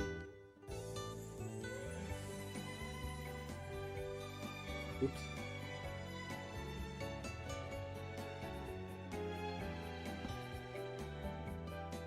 Headbutt, bulk up, and do reversal. Nothing really good until late.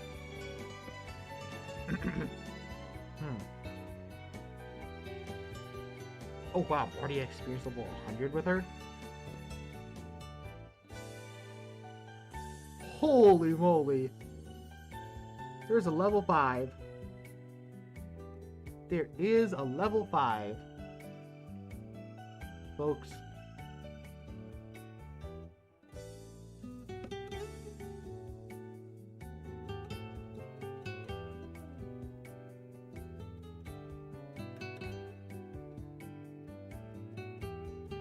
I think I'll do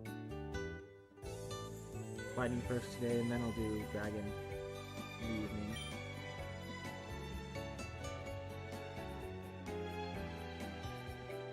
Alright? Yeah, fine. Remember this. Again with the Japanese. Bata. Fighting type Pokemon are masters of honorable combat, of Bushido and Mayo. But not all Pokemon battle this way. You must be wary of psychic types, which cheat the very senses. These are fighting Pokemon's most dangerous foes. They resist our finest Kimarate, while striking back with confused Darame. To defeat them, some would resort to Yami no Gijutsu, the black arts of dark type and ghost type attacks. But such context is beneath you. There is, therefore, only one option. You must acquire a Heracross at any cost. Mental warfare must be met with mental warfare. Psychic types are afraid of bugs. No, I do not think there are other bug-fighting hybrids, only Heracross. But who knows? The alien mosquito from Alola has muscles like Wagyu beef. Marshall's discomfort the class by contemplating Ultra Beast glutes. Man, I'm so bad at reading.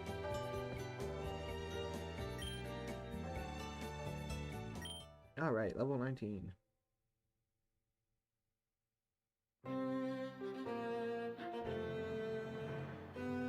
And thus concludes the lecture, Bruno. Who shall our courageous students be contending against in today's challenge? I see you opened that thesaurus I bought you for your birthday. Indeed, it was an exceedingly generous gesture. I acquire a numerous enjoyable novel vocabulary. In any case, the partners for today's battle will be Daniel and Yellow. Howdy, Yellow. I'd like to apologize in advance. Hey, it's alright. No, I'm actually really bad at battling and training. I used to get through all the tall grass and breeding forest by just running at top speed before the Pokemon could jump out at me. I can't count the number of battles I've won on one finger.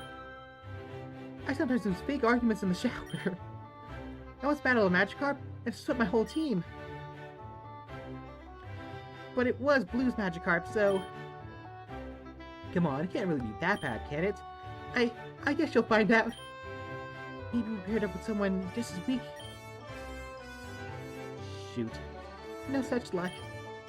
Hey. So we're battling too, right? Then let's get on with it.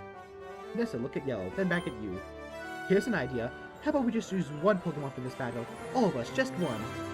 Oh, that's an idea. What do you think, Daniel? Nessa must know that Yellow didn't pass the last quarter clashes. Or maybe she just overheard our conversation. Either way, she's trying to do something to even the odds. Nice of her.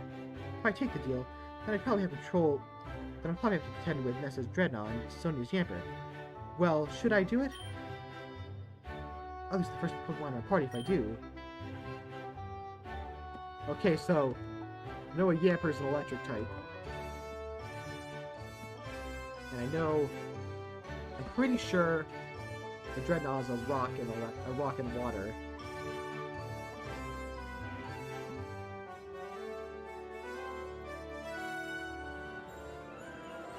So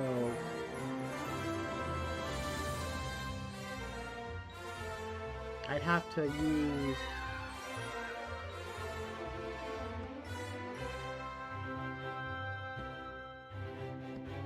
there we go. Sounds like a plan. Rightio, let's have at it then.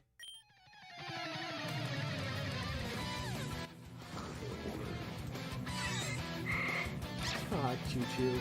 That's got the little ear. That's neat.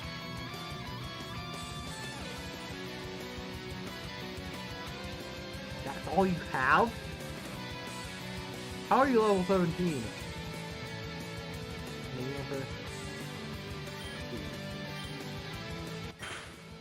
Never use the bite. Naturally leave the Dreadnought. If I shoot this again. Come on, Choo-Choo. Well, I guess that's me out then. I'm sorry. You've been good. Okay, this is fine. You can do this.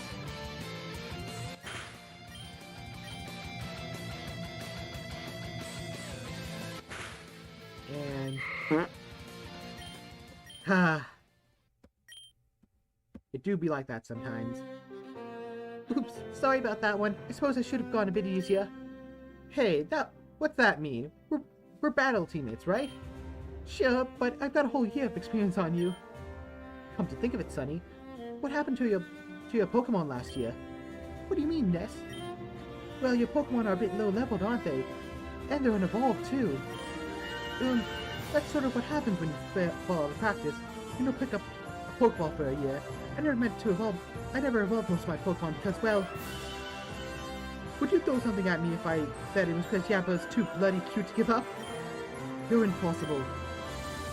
It wasn't really that, though. Truth be told, your Pokemon are hard to command, and I wasn't sure if, you know... Oh, no wonder you lost then. Ness! If it helps at all, I understand where you're coming from, Sonia. I didn't really want to evolve my Pokemon either. Ha! I get that reference. It pays to be a manga reader. Thanks, but you failed to clear the first round of quarter classes, didn't you? Yes. Wonder if there's a connection there. Ness, honestly, when did you get so sassy? Been around Raihan for against reforging all that sass synapse in my mind. I didn't have anyone to match up against before now. I think I just realized the importance of keeping Ness and Leaf away from each other. As the class bars out, Aldous another student kicking the ground angrily. Yep, quiver dances. Don't let off that third quiver dance.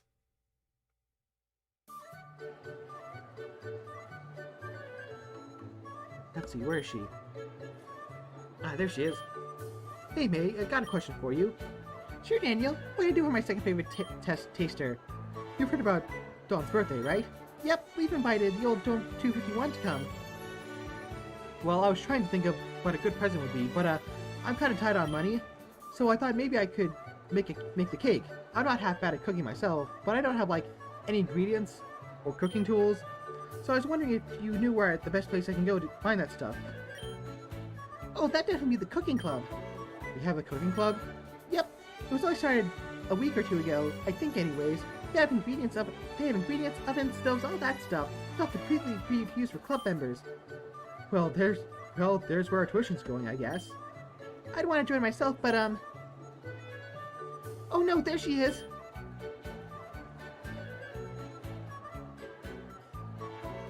May Birch, get back here and go over your footwork one more time! Jeez, what I've been hearing at the Coordinators Club sounds like their training has become as intense as battle teams. At least we only train on specific dates.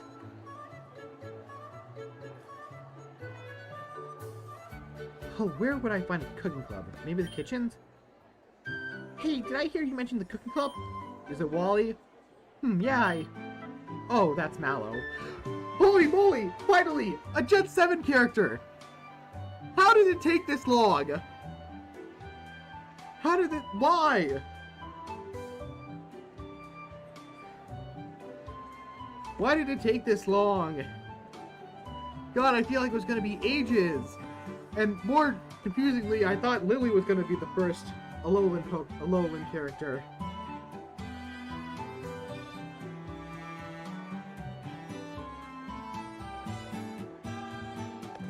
Why did we have multiple Gen 8 characters before we got multiple Gen 8 and a Gen 9 character before a Gen 7 character? That's ridiculous.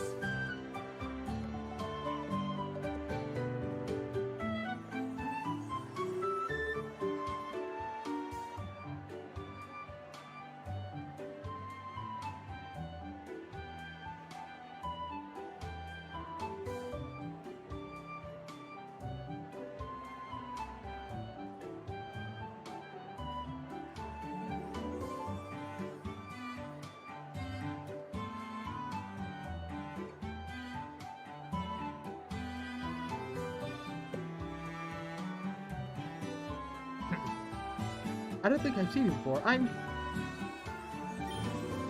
You're Danielle Lars, duh. Everyone knows you. I guess I do kind of stand out. My name's Mallow Papaloo. I'm the sous chef of the cooking club. Alola. Mallow makes a rainbow gesture with her hands. Alola, like the region? It means hello in the old Alolan language. The region was named after our word for hello. That's because we're famous for our hospitality. Well, it's a fantastic place to visit over summer break, you know. It's not just because of the gorgeous weather.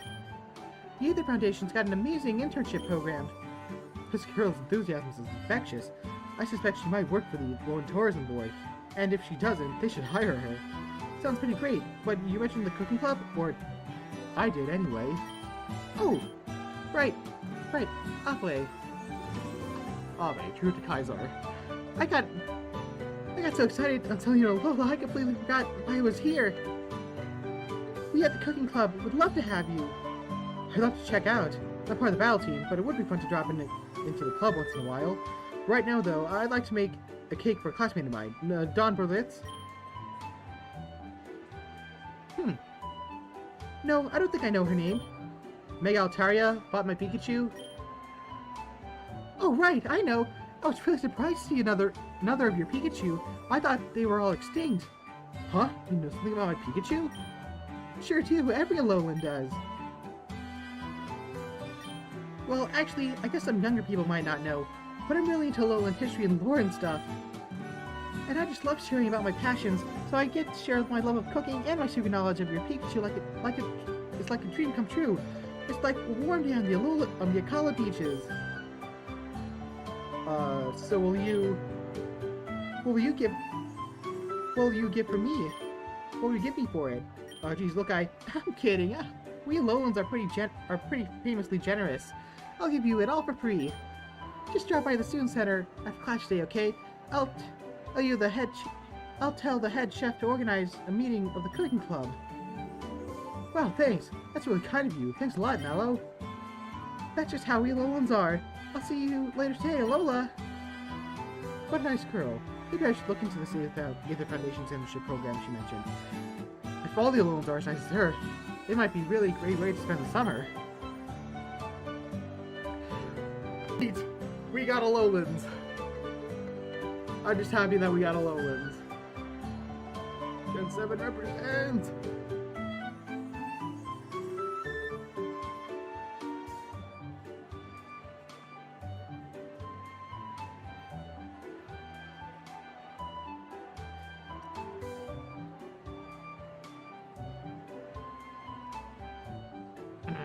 So,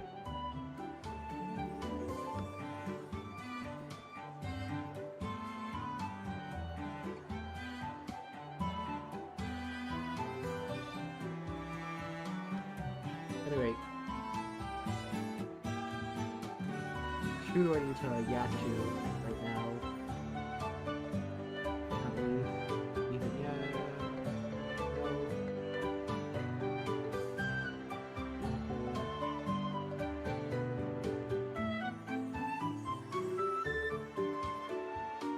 Oh wow, Rosen's already has another thing. That's interesting. He doesn't have anything else. That doesn't have anything else. Does Silver have something else? Where's Silver actually? Oh, neat. I'm already ranked up with Sabrina. So, there's Silver. There is another scene. Neat. Where does Flannery sit? No.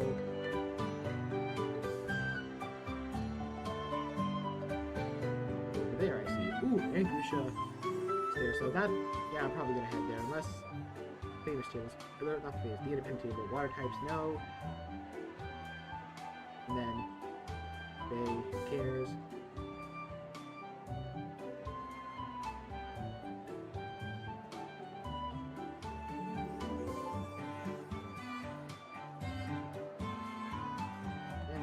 There we go.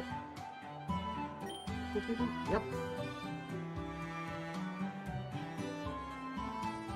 Yes, join in the conversation. Much passes. Neat.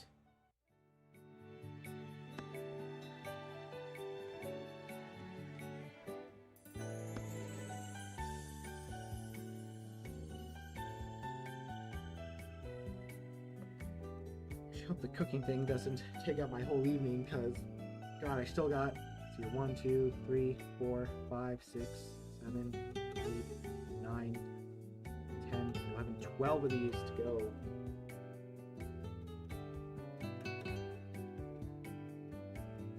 I barely made a dent.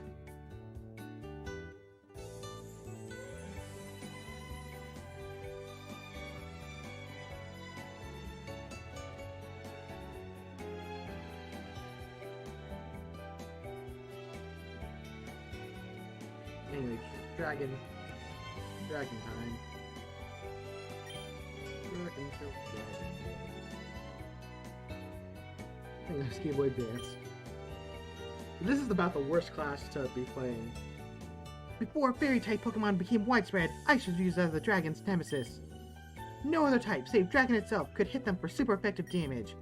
Worse still, species such as Dragonite, Garchomp, and Hydrapple have quadruple weakness to Ice. Well, Hydrapple would not have been before the fairy era. This problem demands an answer. Fortunately, Ice Pokemon had many weaknesses. Fire Breath is one logical adaptation. Dragon ground Pokemon can frequently use rock techniques like Stone Edge, which also shatters ice. Meanwhile, some dragons neutralize their ice weakness through secondary typing. The water-type Kingdra and the fire-type Turtonator utilizes this strategy. Be wary though, ice-type attacks are common in high-level battles, and are not always carried by ice-type Pokemon. Claire promotes a number of water types which learn Ice Beam. Let's take one big pieces. I'm surprised you didn't mention any Dragon Busters. That would have been a cool reference. I know this game likes doing its manga references, but an anime reference thrown in every once in a while would be fine. Specifically ones that aren't obvious.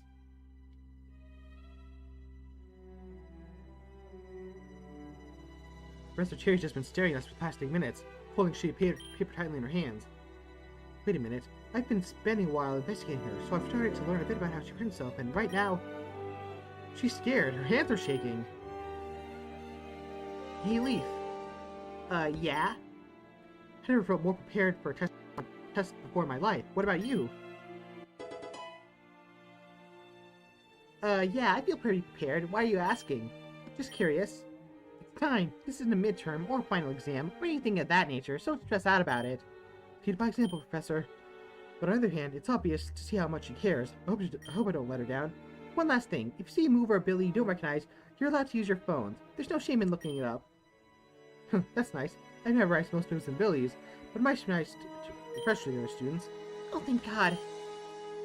Take out your writing implements, students. Remember, this is a greatest test. Take it seriously. All you need to know is that the opponent's Togekiss does not have hustle or serene grace. I believe in you.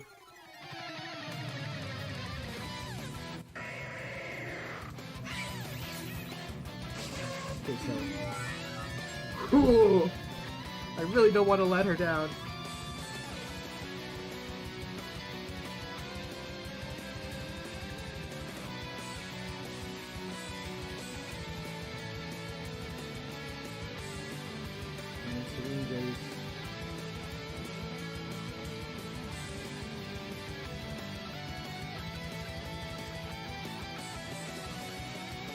So then what does Togekiss have?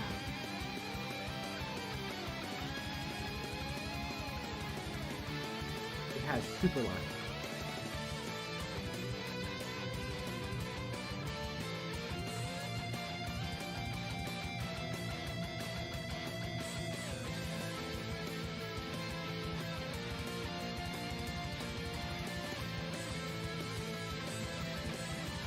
No, but what did the Pokedex entries say about it?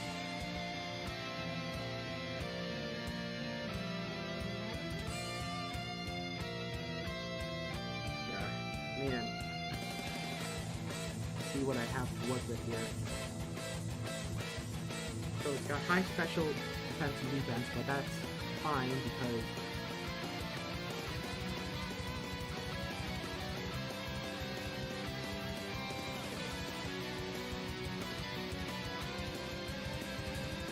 Togekiss, but Togekiss should be Togekiss weak to dark. I'm pretty sure it's either weak to dark or neutral. It's resistance to dark. That's not good. but also critical hits won't.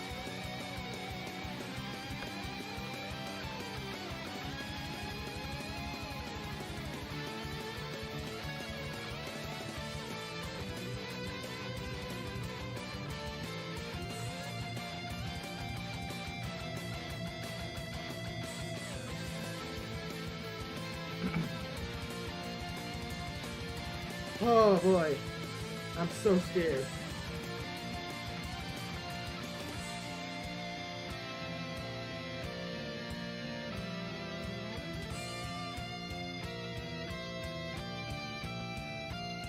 What are their abilities?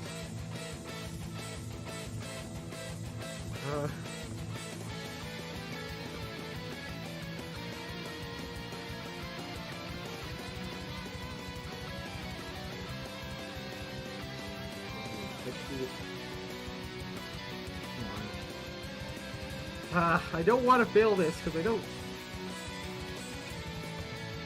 want to disappoint.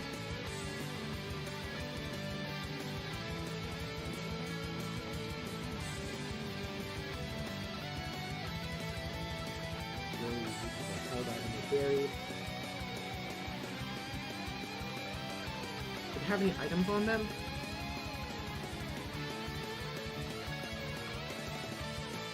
No, what items are they holding?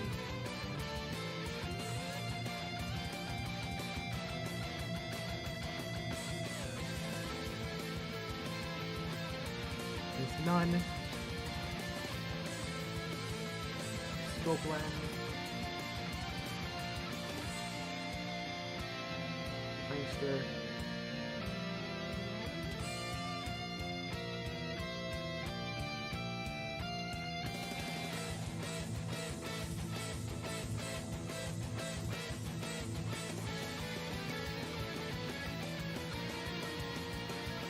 Okay, I think I know the play here.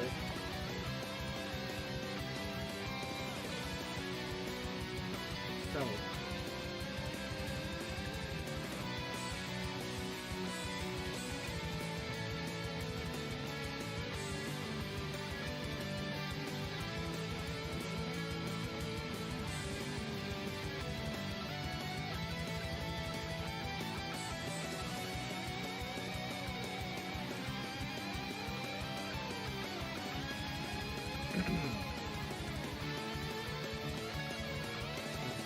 Another Pokemon.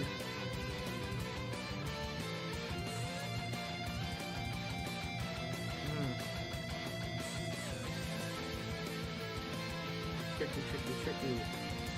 So, only this Pokemon has a scope lens on it.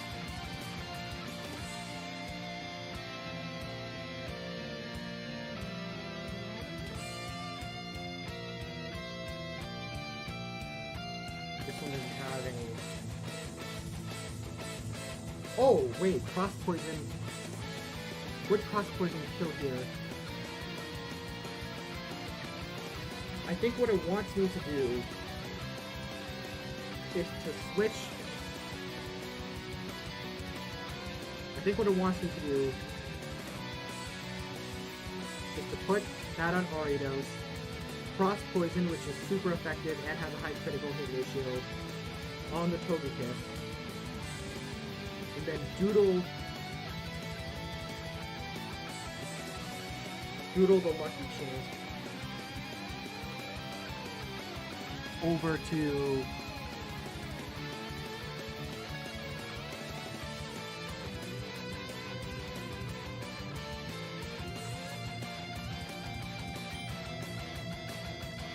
Fliplands.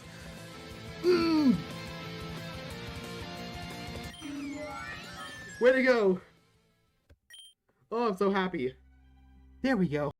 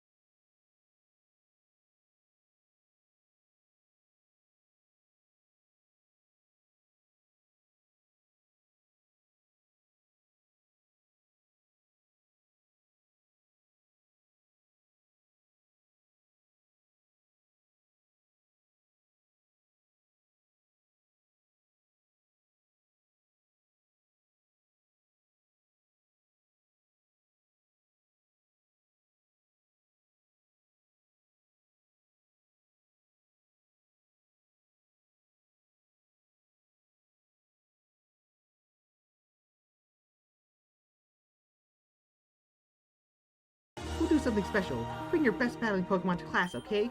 I'll see you all then. By asking around, you were able to find the directions to the Cooking Club's classroom. Huh. The clubroom looks almost exactly like Mom's kitchen back in Palatown. Just with way more expensive equipment. Alola! Welcome to the Cooking Club! Happy to be here. Where is everyone else? Oh, wait. It's just you. Head chef is here too, sometimes. Oh, right. You said you were the sous chef. That means the second in command, right? Oh, good. So you know every bit of way around the kitchen. My mom used to rope me into cooking. She put on a fancy Colossian accent and referred to me as the Senor de Chef. Wow, that's very wrong, but still cute. Yeah, we had fun. So, mind if I get started? I think I can handle a basic cake. Oh, like, alone? You know? Great, I'll help. I'm happy to help. No problem. And Alola will always help someone in their home. I think she might be a bit lonely. No wonder she tries hard to get me to join. Okay, so this is the oven, and this is where you put the cake after you mix the ingredients together. In order to do that, you're going to want to whisk... I know what an oven is, and a whisk! Despite Malice clears disbelief in your cookery skills, you eventually manage to make a fairly decent cake that should serve about 20 people, and put it in the oven. You have to admit that Mallow clearly has more experience in this field than you, but you managed to hold your own. Wow, you actually know what you're doing! Told ya. I'm sorry, I guess I never known a guy who could so much as boil an egg without burning it. That's... Think back to some of the breakfasts you've had at Dorm 121. You were quickly appointed the only person in Dorm who can make a satisfying meal. Probably accurate more often than not. Anyway, the individual layers should each take about half an hour to cook, so we've got some time. Maybe you can tell me what you know about my Pikachu now?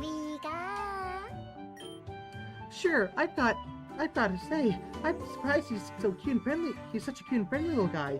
He's nothing like the folklore says. Beg pardon? Oh, you don't know? That's practically the title of my autobiography. Oh. Maybe I shouldn't tell you this then. I'm not sure something you want to hear. Hey, maybe not, but we're at school to learn uncomfortable truths, right? Lay it on me. Okay. So you know my Alola's a proud nation of 4 islands. Thousands of years ago, each of those islands had a king. Sure.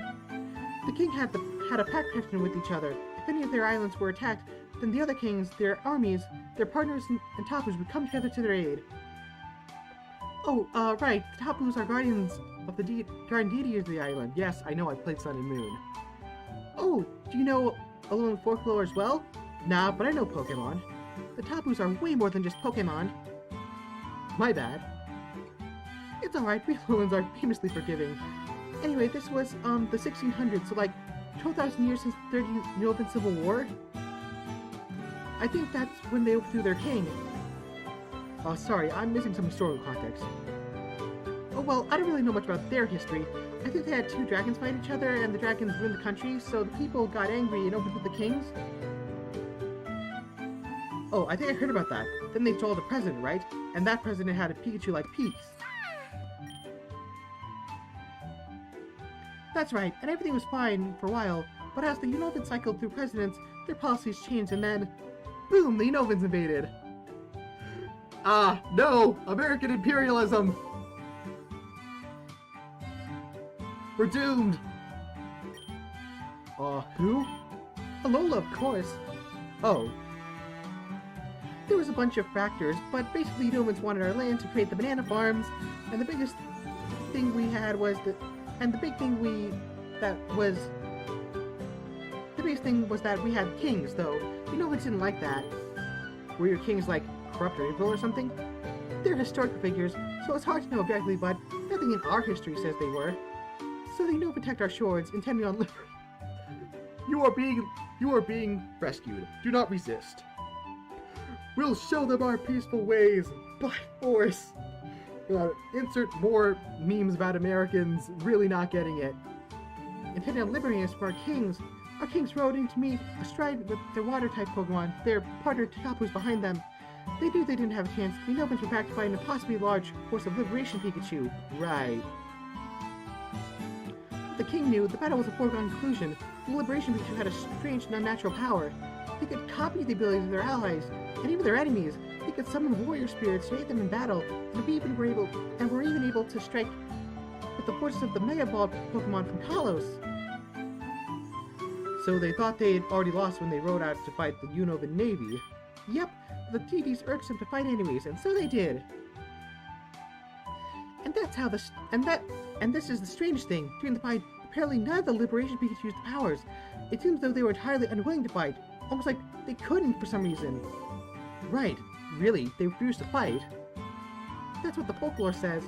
So then the Guardian TVs absorbed their Z power from the Kings, and turned into four giant, glowing Guardians of Alola. The story said their legs straddled the island like a colossus.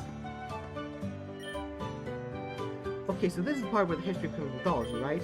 Oh no, this really happened. Well, I believe she thinks it happened. And then, in a single mighty blow, the four guys went out 70% of the Unova attacking Navy.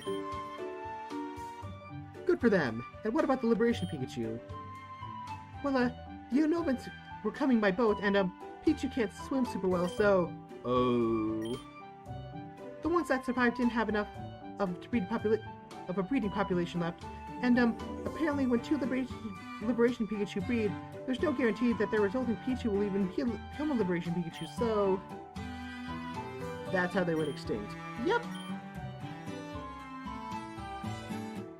Is this the part where you say we Alolans are famously good at winning wars? Ha! No, I'm proud of my home region, but I'm not that callous. Sorry, little guy. Just give him a scratch behind the ears. He'll forgive anything after that. Oh, okay. Thanks for letting me talk your ear off. Hey, I think I benefited more. I didn't know anything about any of that stuff about peaks. Turner's got the biology part covered, but I was completely lost on the history part. I'm serious. I've never had the chance to talk to anyone about Alola's history or cooking. Actually, there was an incident a few years ago. Now there's barely any Alolans at the school. Instructor Olivia just depresses me because I can't get anyone to join the club. I mean, you can see how much activity the club gets. We've been here for hours and nothing's happened. Really, what about the head chef? He has a lot going on. He doesn't show up often. It's only been a couple of weeks though, so hopefully we'll get to see him more later when he clears out his schedule. I can't read. And also my throat's giving out. I think he has a few too many hobbies, but he's the best chef I've ever met, so I'm willing to put up with it. And he somehow secured the funding for this massive club room, and all the ingredients despite the fact that this club is of one person. Well, I'll have to drop by to keep you company once in a while. Don't wait till all the funding goes to waste. That'd be great! It's not like we're hurting for funding, but we also have a section on Poketrees that we sell to other students. Head chef makes them himself. Oh, you're free to buy some yourself, of course. Poketrees? They're a special kind of Pokemon food that lure wild Pokemon of secret type to your location. They're not edible to humans, though. Don't try it, no matter how delicious they may smell. Would you like to see our collection? Every Poketreat is $1,000, but they last a long time, no matter how many Pokemon you attract, or how long they stay out. I'm good for now. Alright, if you change your mind though, just come back here to the student center. I'll usually be in the kitchen. Oh, your cake is done. I guess that means you're leaving then. What are you talking about? I still got to decorate it, don't I? I'll be here for another hour at least. Come on, give me a hand. Oh, sweet. That didn't take up my entire evening.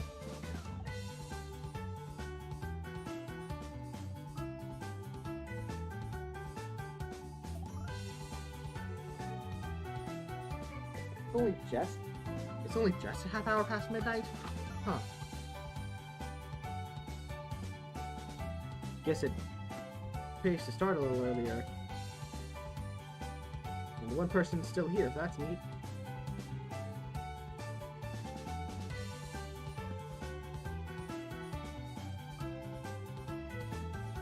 Alright, so who did I note down that I need to face up next? Sonia, it looks like. Sonia, then Jasmine, and Nate.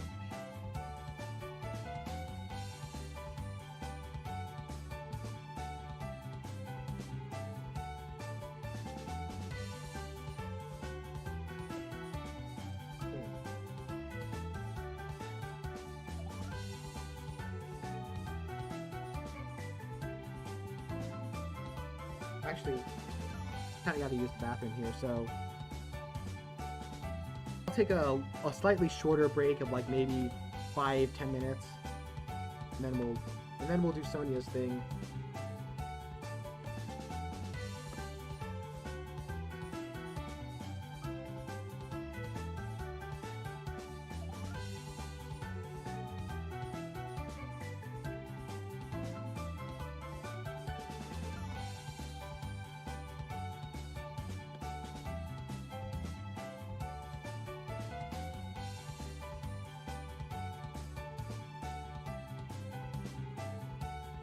Oh, oops. That was not supposed to happen. Here we go. Here we go. Oops. Not what I wanted to do.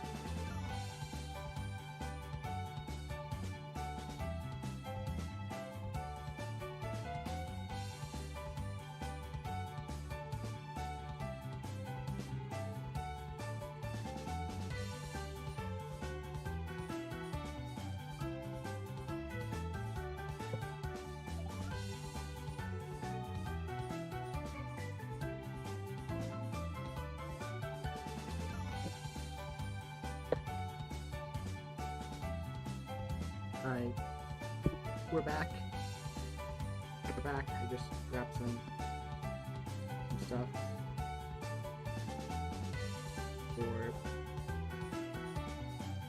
just like to drink and stuff for this thing.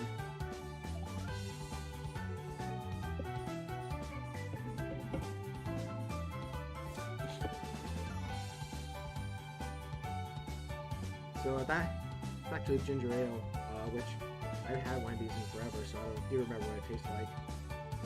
Wanna find out?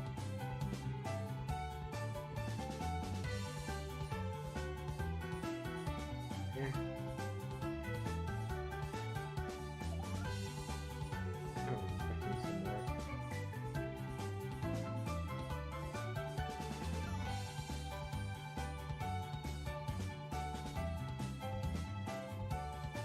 Yeah, it doesn't have a lot of flavor to it. Anyways, I think we're gonna do Sonia next. Yeah, we're gonna do Sonia next. Want to find Sonia? Yes. Hey Ness. You aimlessly walk into the research center, possibly to talk with Professor Oak. When you see Sonia and Nessa talking. That's the best part, Nessa. I feel like I'm really succeeding this time. Don't go too far ahead of yourself. We're not even halfway through the year yet. Oh, Daniel. Hey, I'm hoping I'm not interrupting anything. Nah, Sonny remembers that guy. Nah, Sonny, you remember the guy I told you about? One who took me on a date to a pit in the middle of the fields? No, not really. Yeah, well, this was the guy. So, you might have mentioned that your date was my teammate, the one that Sheeran said had mind control powers to boot? Yeah, well, I didn't. Oh wow, my voice is struggling to get high enough for this.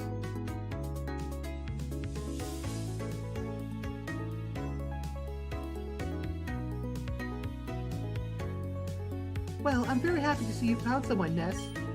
Slow down there, it's just a casual thing. Oh, there I go, rushing into a swim again. Well, we pretty much just talked about you, actually, Sonia. Didn't need to say that. Only good things, I hope. Yeah, Nessa cares a lot about you. Look, Daniel, that's enough. Oops. I need to go prep some stuff for my science club. See you later. Wait, science club?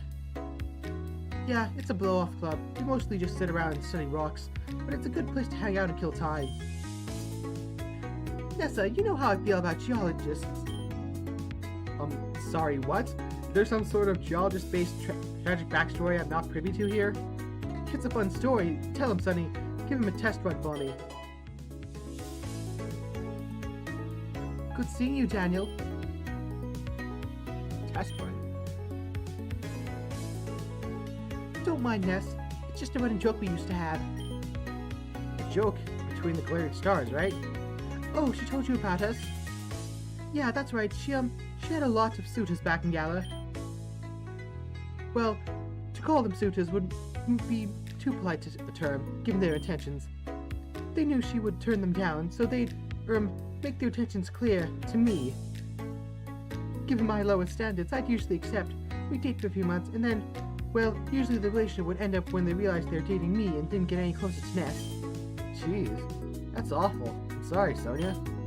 Well, it happens so often that Raihan started making jokes about how I was like Nessa's boyfriend's secretary, that I was giving them test runs for her. Yeesh, that seems a bit hurtful, I guess. Right, it wasn't fantastic. But I'm over it now. I've gotten so much else to worry about. It really even wretches, to be honest. Ah, sorry, you probably don't want to hear about my dull complaints. Hey, it's fine. I'm actually really interested about why you have your vendetta against geologists. It seems kind of weird, so there must be a good reason, right? Well, I can't quite say if it's a good one, but yes, I've got a bit of a history with geologists. Lay it on me. Have you ever heard of wishing stars? Yeah, they're rocks that fall semi-frequently in Gala, right? And they're part of what powers the Dynamax phenomenon there. Mostly right. What you just described was pretty much everything everyone in Gala knew about the wish stars for hundreds of years, and they've been falling for thousands before. Well, my Well, my grand made it her life work to investigate them properly. I helped. We actually figured out something incredible, something that hundreds of years of past research hadn't shown up. They're not actually rocks. I think I can see where this is going.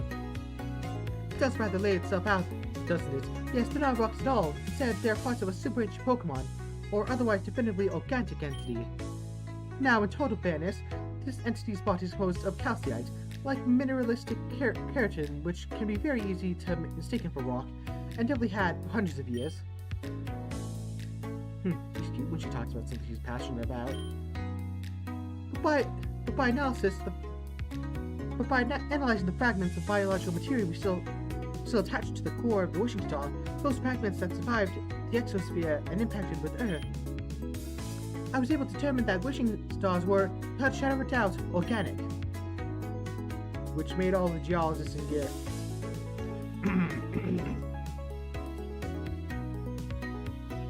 Which made all the geologists in Galar hate you. Astrogeologists mainly, but yes. What about the biologists, though? Well, Graham and I did get a few letters from them thanking us for it, but the hate mail we got from those bloody rock nerds quite outstripped the former. Jeez, guess they were passionate about their field. If I had a pound for every letter I got threatening to stone me, the pun inside, it was quite barbaric.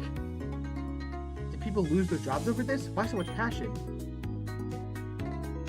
The chairman of the Galarian League had invested a lot of money into gathering up wishing stars.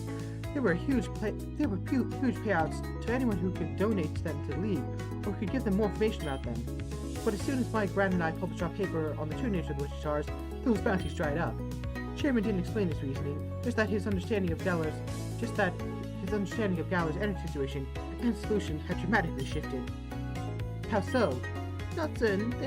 There were rumors that he was trying to build a rocket that could travel into space and mine the source of the wishing stars for the energy within. I reckon that if that was the plan, us proving that these meteorites were coming from a Pokemon would make it pretty hard to mine. I get it. So it's less that people lost their jobs, more that, well, a lot of people were getting pretty wealthy before Gran and I published our paper. Bloody cheapskate never did pay us, Gran and I. Well, mostly just me. I could really use that money right about now. You know, we're kind of in the same boat. Beg pardon? I'm a Koban dropout. You're the favorite of the battle team captain. I'm not sure I see the similarities. Yeah, they're more than skin deep. I say same boat, and I mean, well, I can't really pay for Koban either. What? The way they write that out, with just an O.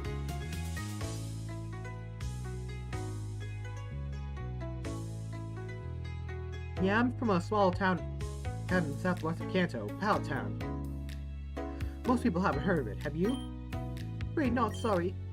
No biggie. Anyway, yeah, I'm from a tiny town, and I lived there with my shit. Ah, darn.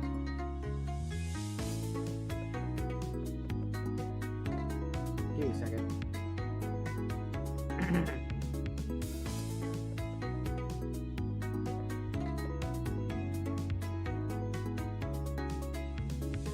No biggie. Anyway, yeah, I'm from a tiny town. I lived in a tiny house, and it was just me and my mom. Going to school. I got into school, but I can't afford it. There we go.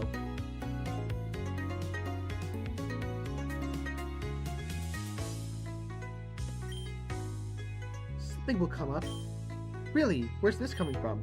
I can't really say, but I have a feeling. I know when bad things are about to happen, but I also know when good things are about to happen. It's, well, I suppose you can call it an ability. Though nothing sort of resembling yours, of course. There's a group in Galar that believes that the concept is called karma. Good things happen to those who've had bad happen to them, and vice versa. It's a comforting thought that everything will balance out in the end. An awful lot of awful stuff has happened to me, but I'm certain that the good is just around the corner. The longer I wait, the better it'll be. That's either some impressive optimism or damaging delusion. I just need to get through the now, and tomorrow will be better. Hey, would you be willing to tell me why you left Koban last year?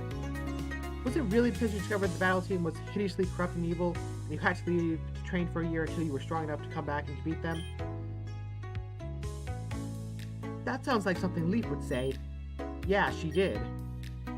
So people are talking about why I left. Well, I suppose that's no surprise.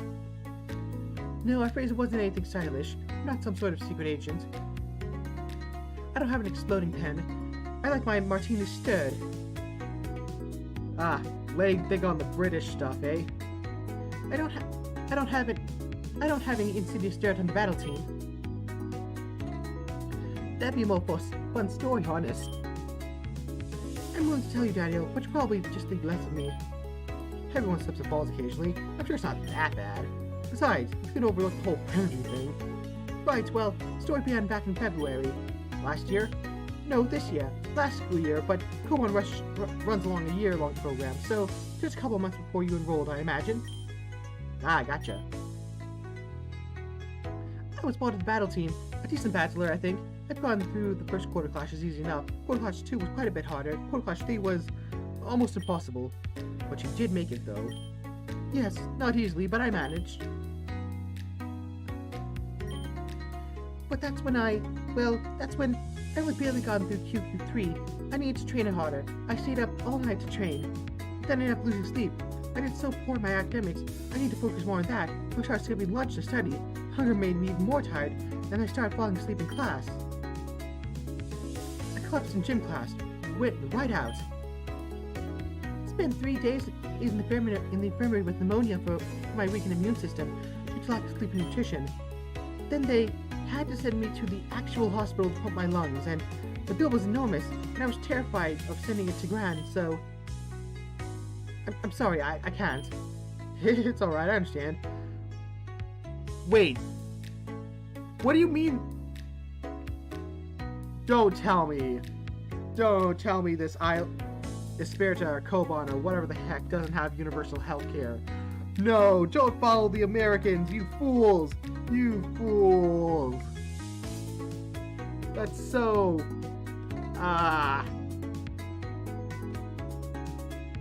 You don't need to explain anything, you can stop now. No, I started this. I should see through to the end, shouldn't I? Well, after that, I was nervous wreck when it came to actually show up for the fourth quarter clashes. And all I could think about was my gym challenge gala and how I failed that. I had every advantage, but Hope will still beat me handily. I couldn't bear to go through that embarrassment again. I couldn't let everyone down again like that. So I did exactly what I was afraid of. I let everyone down anyway. I just ran away. I hid in Koban, renting out a small fund with my pocket change, and taking knowledge jobs anywhere that would hire me. I'm sorry. I never intended to come back. When I heard the music from the stadium, and here's what the memories rushed back into me, and I couldn't help but think that maybe I had another chance. Of course, I may have slightly overlooked the fact that I couldn't possibly afford a second chance. Dean Drain was exceedingly generous for letting me re-enroll, even after the deadline. He often makes exceptions like that, but he can't just waive away my entire tuition fee. Well, like you said, something will come up. I suppose that's all we can do for now. Keep the faith, right?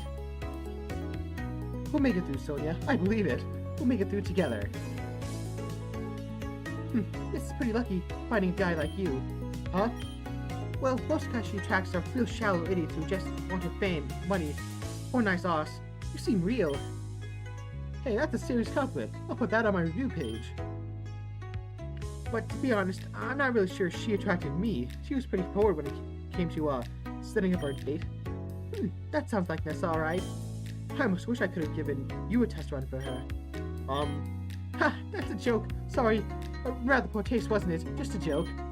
It's been a while since I've had anyone to talk to like this. Well, what about Janine, Ressa, Nessa, Raihan? Well, I'm endlessly glad Nessa and Raihan are here with me, of course. But the conversation with them up didn't have to dance around the topic of me leaving last year. For good reason, of course.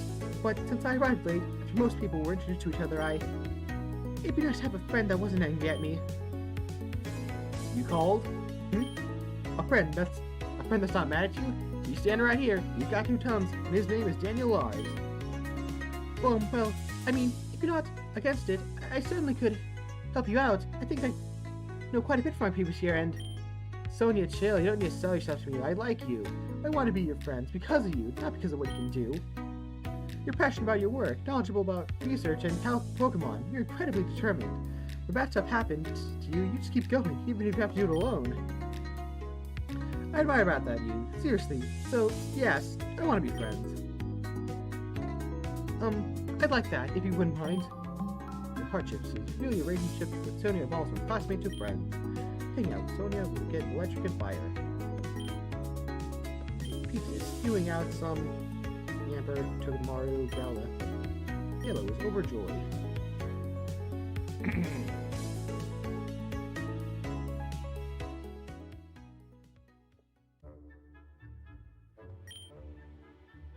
Okay, who am I yapping to today?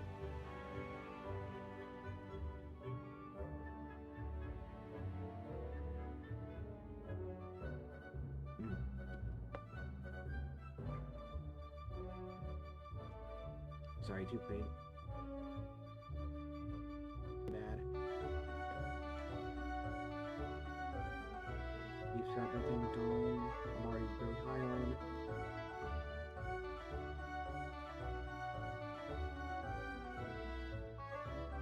I am right there with Nate.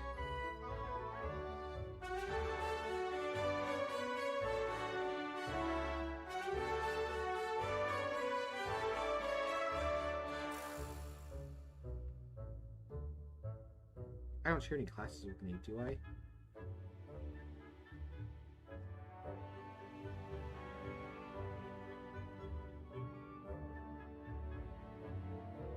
Yeah, sure, Nate. Would you like to take Nate? Yep. Just out here, you do. Neat. I can think I'm drifting off to sleep.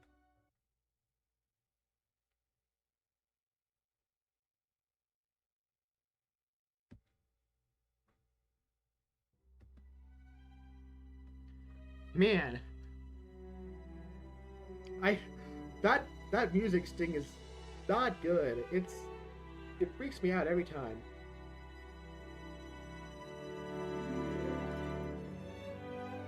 Good morning, everybody. I hope you all brought your best battling Pokemon. Remember how I said we were going to do something special class today? Yes, what is it? Oh God, he's smiling. Daniel, he's smiling. I'd like to invite you to battle me.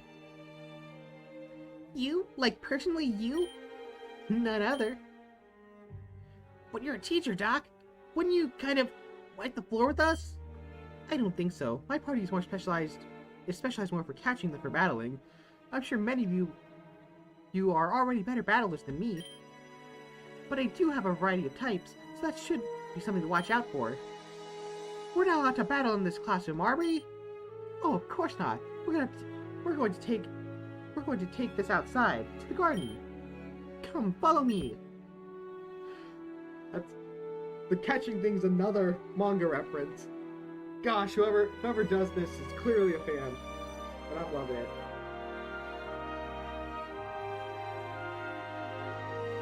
One by one, the other students challenge Prince Cherry. She's a good trainer, but not uneven. She loses almost as often as she wins. Still, she's clearly having fun. The difference between her sweating and jumping all over the garden as she delivers a practical lecture on battle techniques. The difference between this and Sam's try lectures is quite clear. Phew, that's pretty tiring. Not done yet, though. What about you, Daniel? You want to battle too? I heard you've gotten a pretty special Pikachu. Wouldn't mind looking at it. Looks like he wants to battle you too. Let's do it.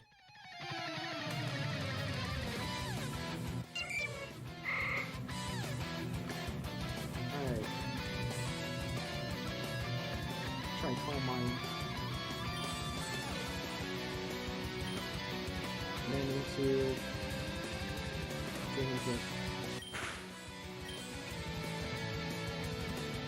into another Dream Fist.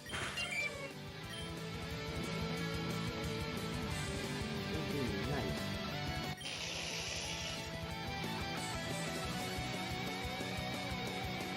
Nice fighting. Ah, he's poisoned. That's gonna be a problem. But I am faster. Rotom. Rotom's ghost. Yep, it's still a ghost. Now, didn't use it. Uh-oh. Come on, you got this. Nah. Alright. Play. You're up next.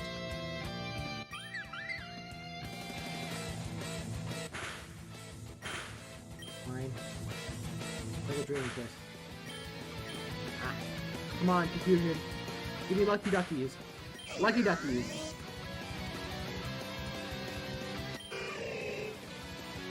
Oh man, I really wish my...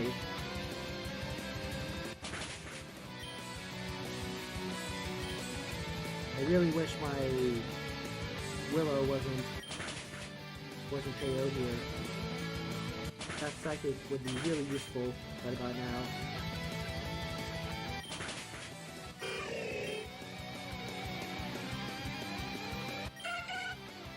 Two.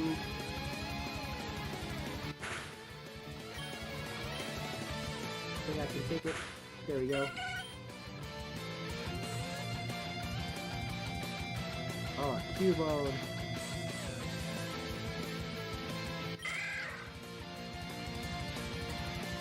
I'll switch to Peach because you asked to, but yeah, there you go. And Ray. Give him the old Magical Leaf. Another Magical Leaf. Down they go.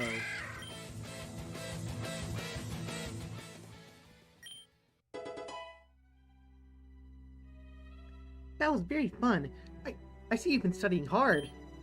Thanks, you're a good battler too. I was really surprised you had so many types on your team. It comes in handy in my line of work. When trying to capture Pokemon, you want at least one Pokemon that can weather your opponent's elemental moves. In case the wild Pokemon burst out of your Pokeball several times. It helps have a wide variety of elemental resistances in that case. Makes sense. Great battle, Daniel. Excuse me. Well, Mr. Oak, would you like to battle me next? Are you going back to your own class after this week? Well, yes, I am. I suppose you miss your grandfather. Something like that.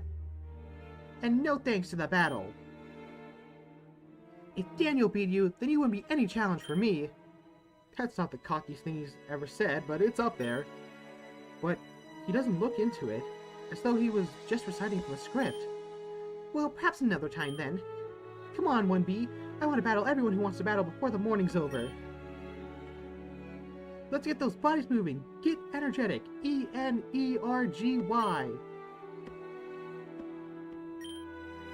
Oh, now I get it.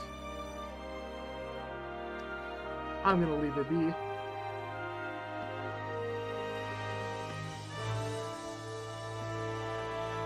Class wraps up shortly. Everyone heads directly from the garden to the first elective class. Professor Jerry stays behind, somewhat melancholic on her face. Only one more class.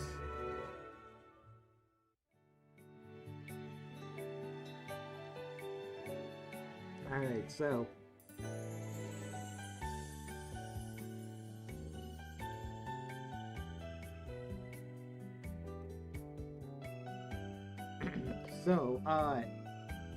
Doc's birthday is going to be tomorrow.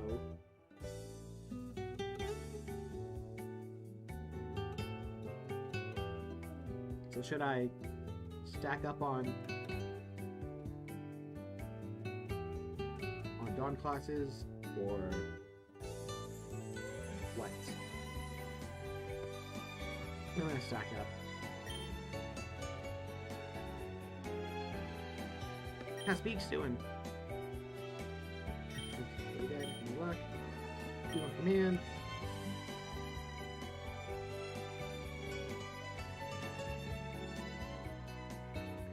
Beauty itself is a form of power. The power to influence other feelings, to touch their hearts, to change how they think and behave. In battle, fairy-type Pokemon can infatuate others with moves like Attract and Ardent Gaze. Some are so alluring that their cute charm ability infatuates at a touch. Surely you see this Surely you see the power in this. Would you wish to attack someone who looks at you like this? Infatuated Pokemon spend half their turns gazing fondly at their beloved, which means less time spent attacking. Valerie has infatuated at least a third of the class. Classmates all drink these things. 2, 4, 5. Neat.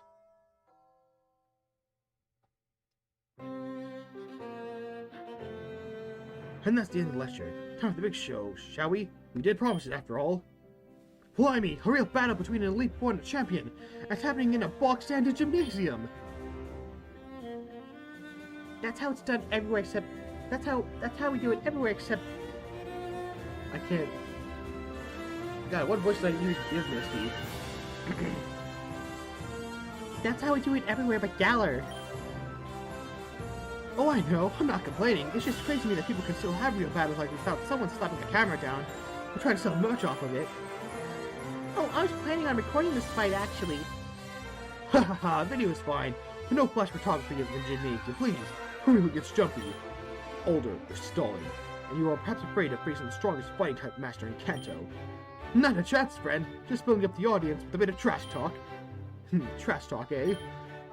Well, I'm given to understand your skills are subpar. Furthermore, your moves are sluggish and unpracticed.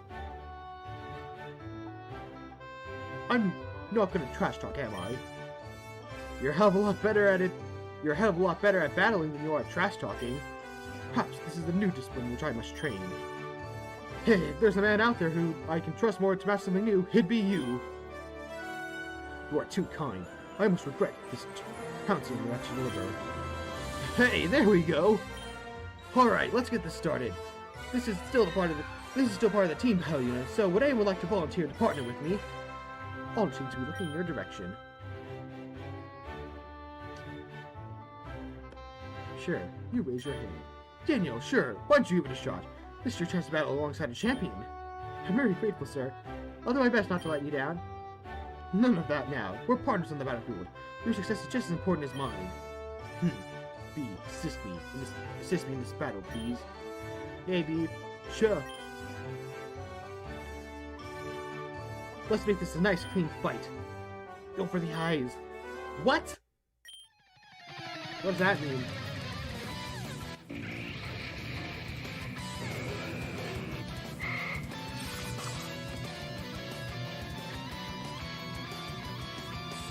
Should I get off 3 Quiver Dances? Wow!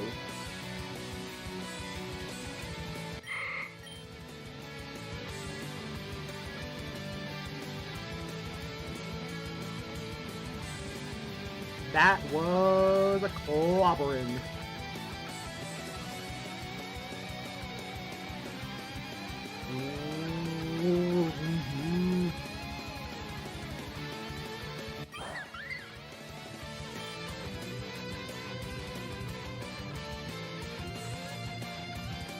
Okay, let's try Ardent Gaze, I guess.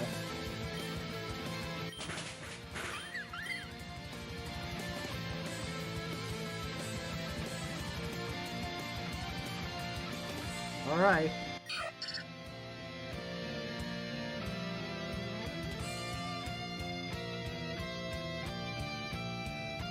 Bug Buzz, I guess. And Life Dew. Oh, wow. Wow!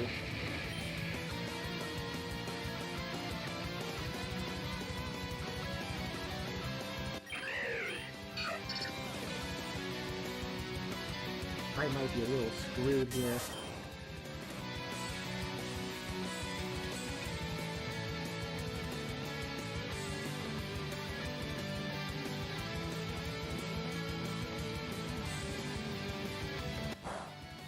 Ha! Neat.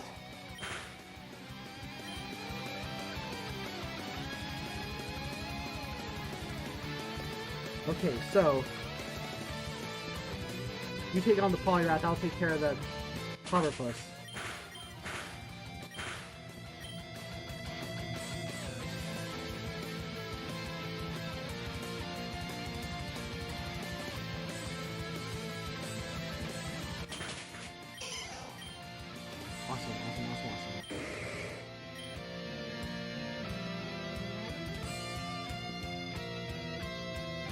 find it funny that he knew not to get off that third.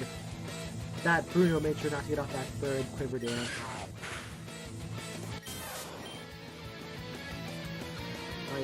Alright, leg it. You're up. Charizard's will.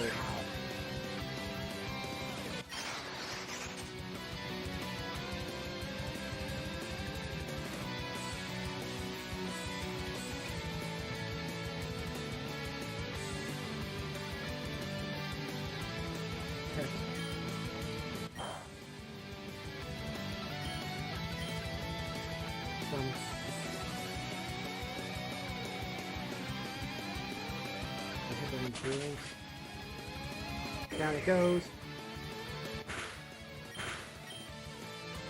And then this part. Note to self, I should have gone for the Braviary first.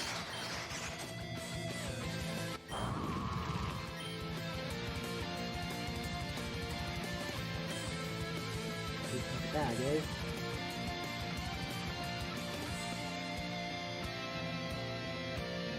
That is blocking fire.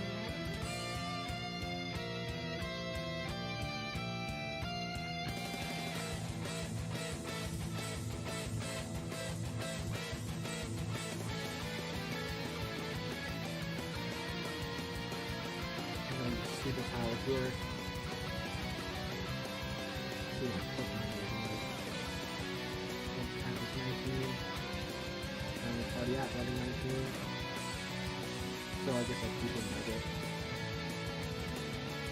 I'll smash that. Machop. Oh man. Older hard carried me. You win. As expected, my worthy teammate, Sir Bruno, I apologize. There's nothing to apologize for. With further training, it will be me who has the honor of partnering with you. Stand proud, you are strong. Can't let a little graspiness get in there, because that's graspiness is more for Alder. Thank you, sir. I'm afraid that a compliment from me wouldn't seem as impactful as one from Bruno, but you did real good, Daniel. Keep battling at that. I don't see any reason why you couldn't become a champion. Thanks. Thank you very much. You earned it, kid. Well done. This class file's out. Alders. Yep. Yeah, Bruno knew to not do that.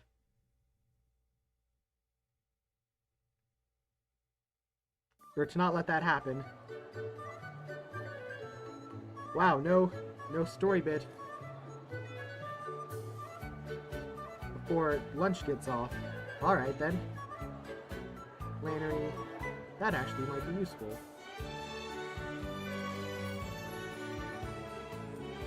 Ah, man.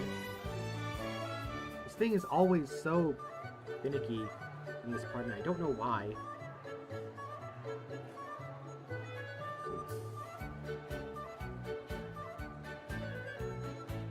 Rock types, which I don't really need to worry about right now.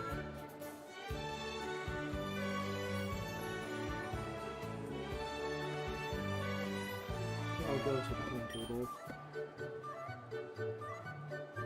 Hello, Flannery. Hiya, I've been talking to Flannery recently. Did you hear what she said? Talk about Flannery. You learned some new information about Flannery. You feel like you understand her better now. How much does that actually give me? Where's... And there she is. Ah, that's a pretty decent amount.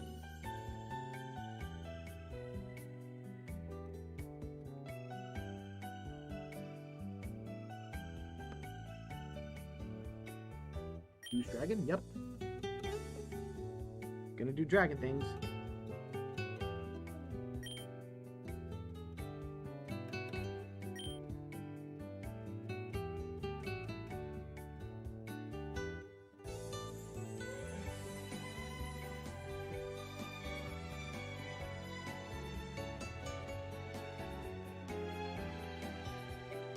Draconic breath weapons vary in typing, power, and function. Some dragons use them to hunt, others to attract mates, others to cook their meat, and so forth. All breath weapons, however, share a common origin.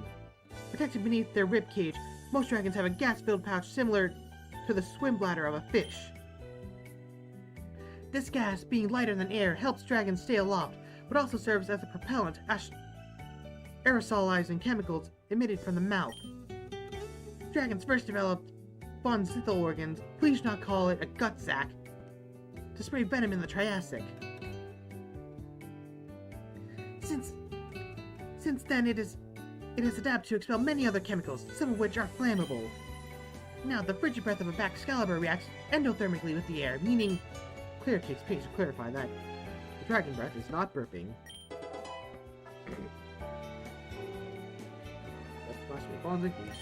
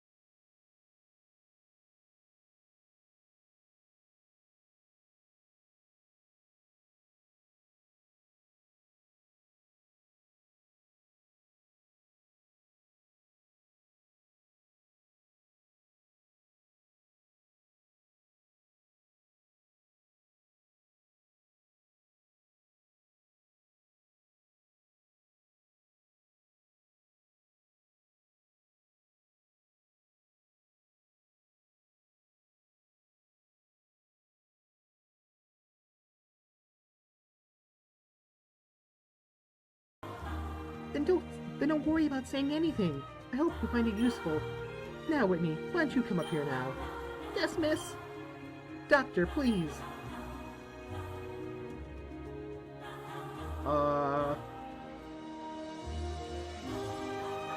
See here, female. What am I gonna name this? What am I gonna name?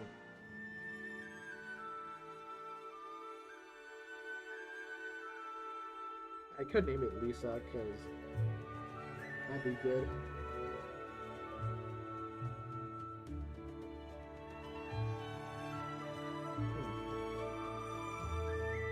Yeah, that's the best I got, Lisa.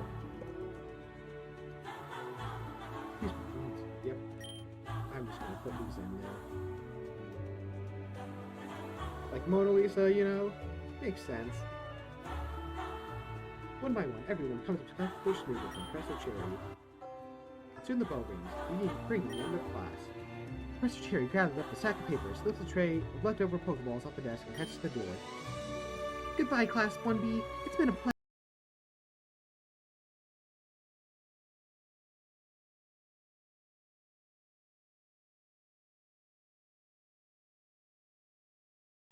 She's scared for you, and for what comes next. We'll be fine, Doctor. You've shown us the way. We'll figure out this ourselves from now on. And just in case we can't, you're only one classroom away. Oh, Captain!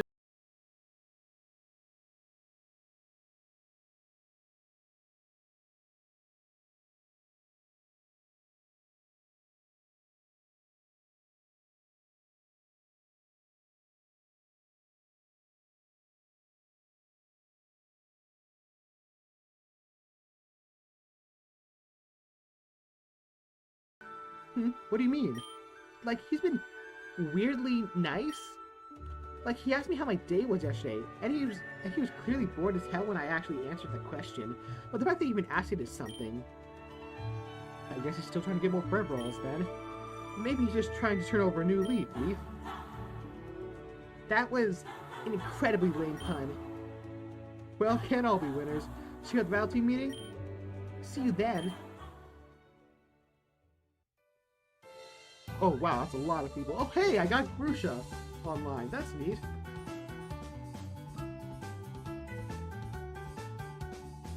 Actually, that raises another concern. Is my list still accurate in like the sense that I don't have more? Let's see here. Well, I would. My next one is Jasmine anyway, so. Jasmine made Fairy Raihan, Misty, Siren, Dawn, Blue,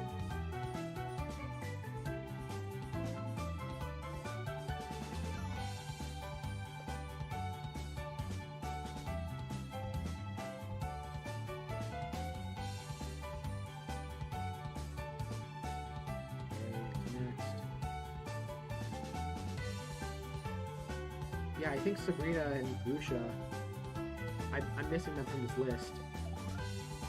And the obvious spot to put them is between Faye and Raihan. Because like right now my order is Jasmine, Nate, Faye, Raihan, Misty, Skyla, Hilda, Blue, Tia, Whitney, Dawn.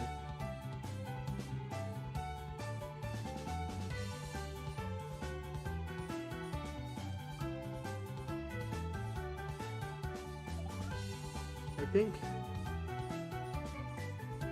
probably do Sabrina and Grusha. Yeah, to separate out the Gen 8ers a little more.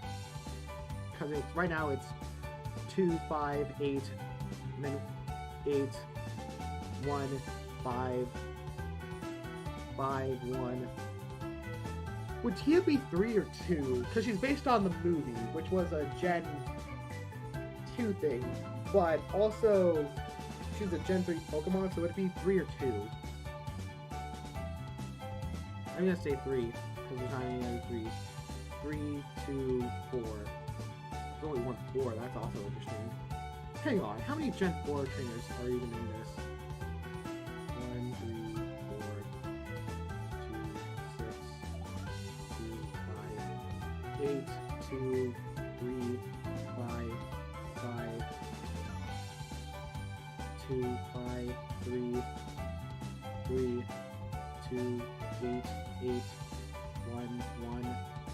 Yeah, yellow's 1, 3, 1. Well, no, Gene 2. Gene is a 2. 8, 4, 5, 1, 1, 6, 9. Wow, it's really just Gardenia and Dawn for Gen 4. That's, I mean,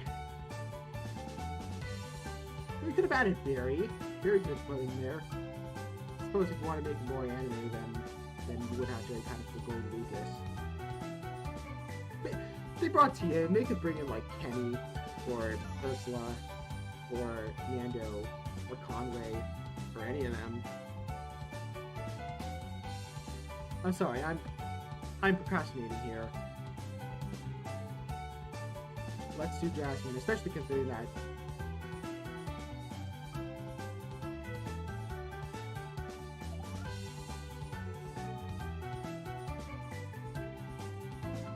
probably heal my Pokemon first.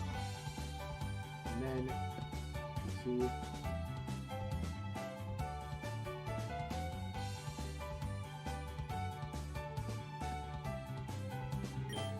Take out Leggett, put in Hilbert. Can't use that because I'm not in the normal type class.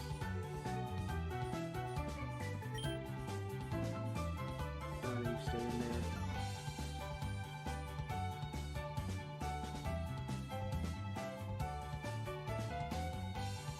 And Jasmine.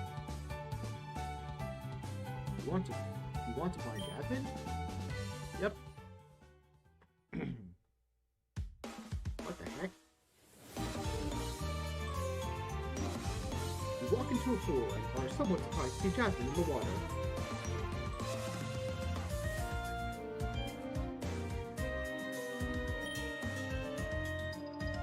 She appears to be deep in relaxation, as her eyes are closed and she doesn't seem close to you, though she's still standing.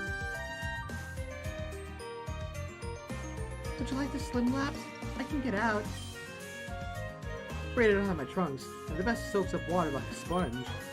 Oh, Daniel, you should have called out. I'd have dressed you much sooner. You look like you're having fun. Sit down next to the pool. Go for a swim or meditating? More so the latter. The water's nice and cool. I feel as though I weigh less in it. I can relax for a while. They do the same thing for elderly Pokemon, you know? It's a bit embarrassing, isn't it? Whatever you need to get through the day, what works for an old Mabostiff? I don't know why it wouldn't work for humans. Mabostiff? Who? Ah, that's why I don't know it. A Paldean Pokemon. Dark-type dog. I see. Well, I suppose I should be getting out. If not too much trouble, I might ask you to give me a hand. No problem. Thank you. Now let me just... You watch Jack the tire test with practice race. You never imagine that even those small arm movements exhaust her, save for the slight tightening of the lips. There, you're up again.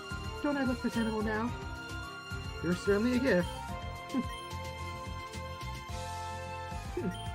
Something wrong? Nothing overly so, but it takes a while for my body to adapt to the new pressure after getting out of the water. I'm not sure I'd even be able to tell the difference. I wonder. You look inquisitive.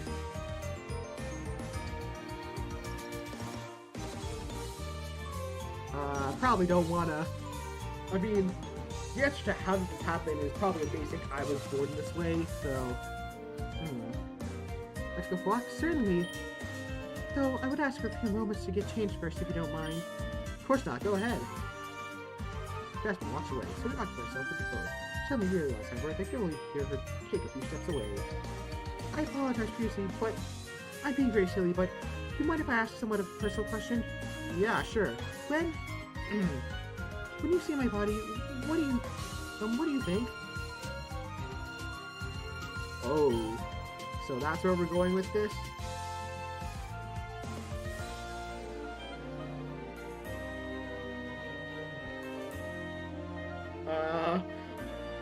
I'm not gonna...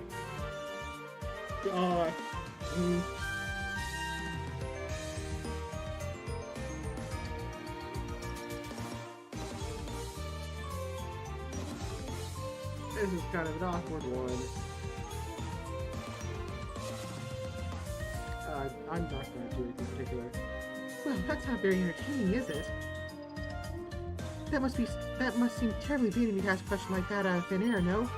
I think I get it. Oh? You're probably having a difficult time getting a straight answer out of anyone, don't you? Yes, I must confess that's very true. Very observant of you, Daniel. I'm sure you can imagine why, given my various circumstances. People seem sometimes act with more tact than I need or want. And you thought that because my friend knew that, well, that I had to give you a straight answer. I'm afraid you're quite right. Put like that, it does seem rather mercenary to me, doesn't it? Nah, I get where you're coming from. You're good off crushing, right? And if there's someone like me around who can't help but answer honesty, I can see why you want to use me. No offense taken.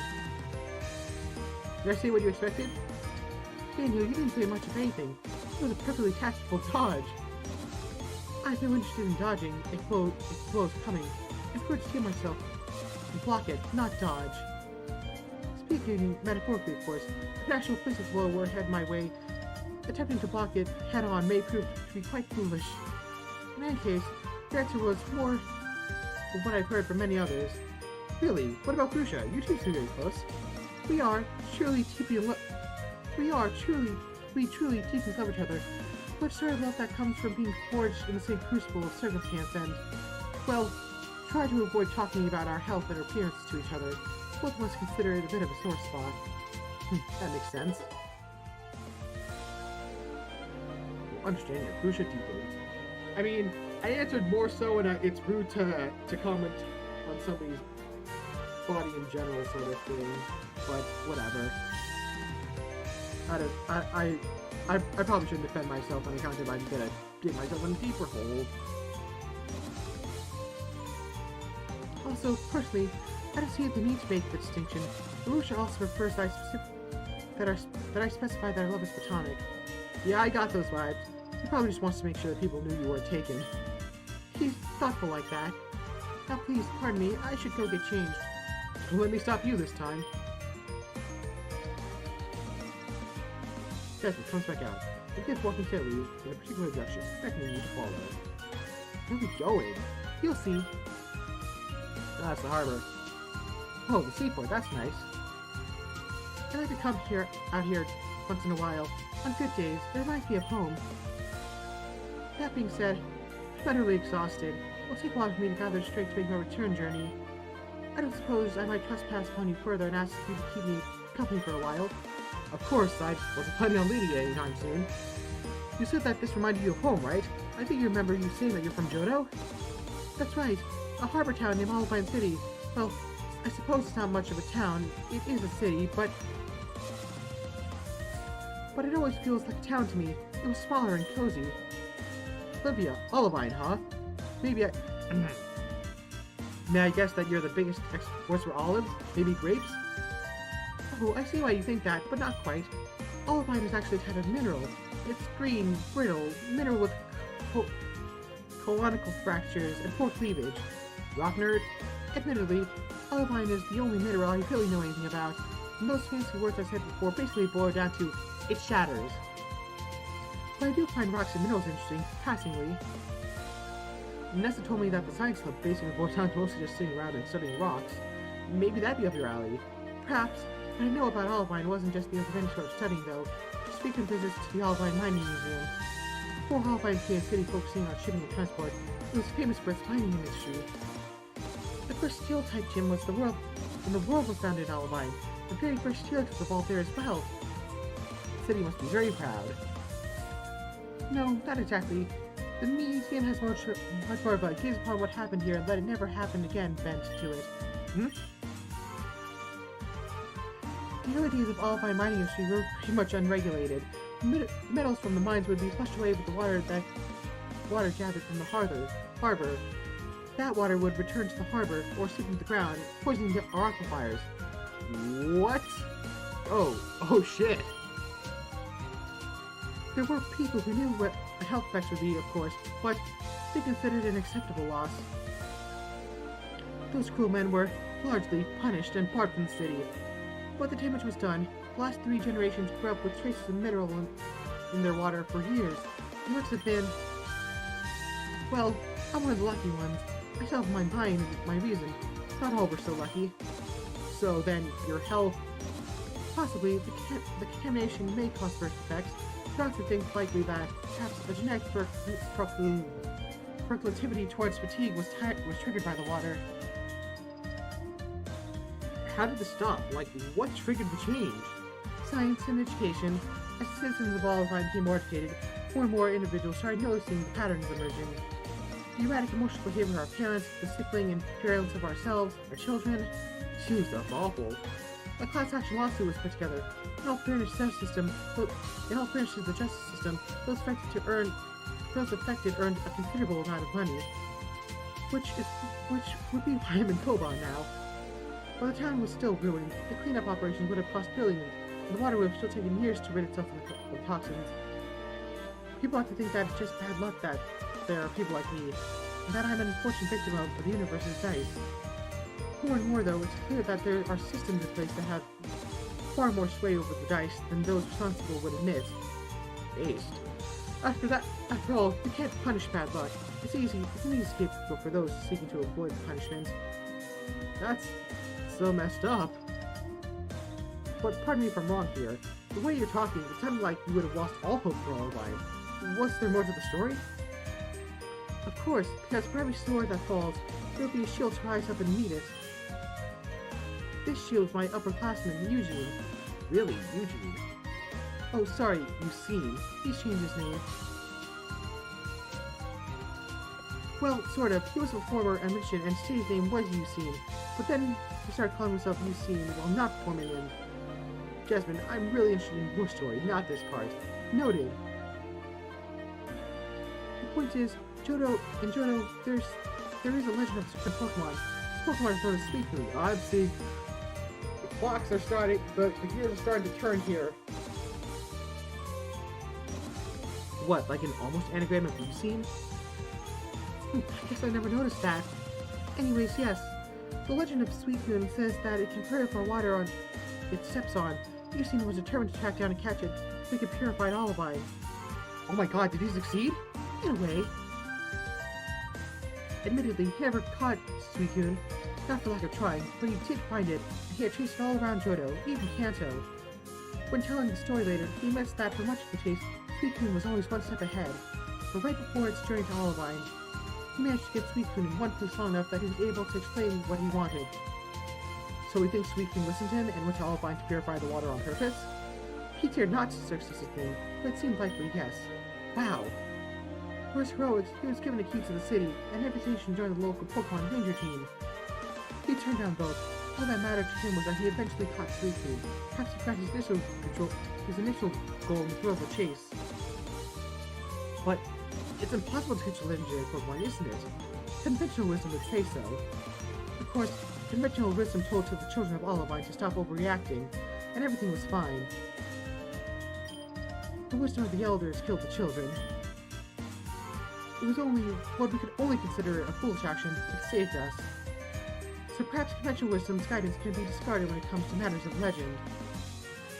Seriously, I'd never imagined something like that would happen. After that big fight in Hoenn, many people think of legendary Pokemon as threats. And of course, there are those who, for thousands of years, have seen them as gods. I think the truth possibly lies somewhere in between. I think they're largely helpers, when they feel like it. Not something we can rely on to pull us out of our messes, but not something we have to spend every waking moment on our knees to, watching over our shoulders for. Just helpers, sometimes. Like people. Exactly, like people.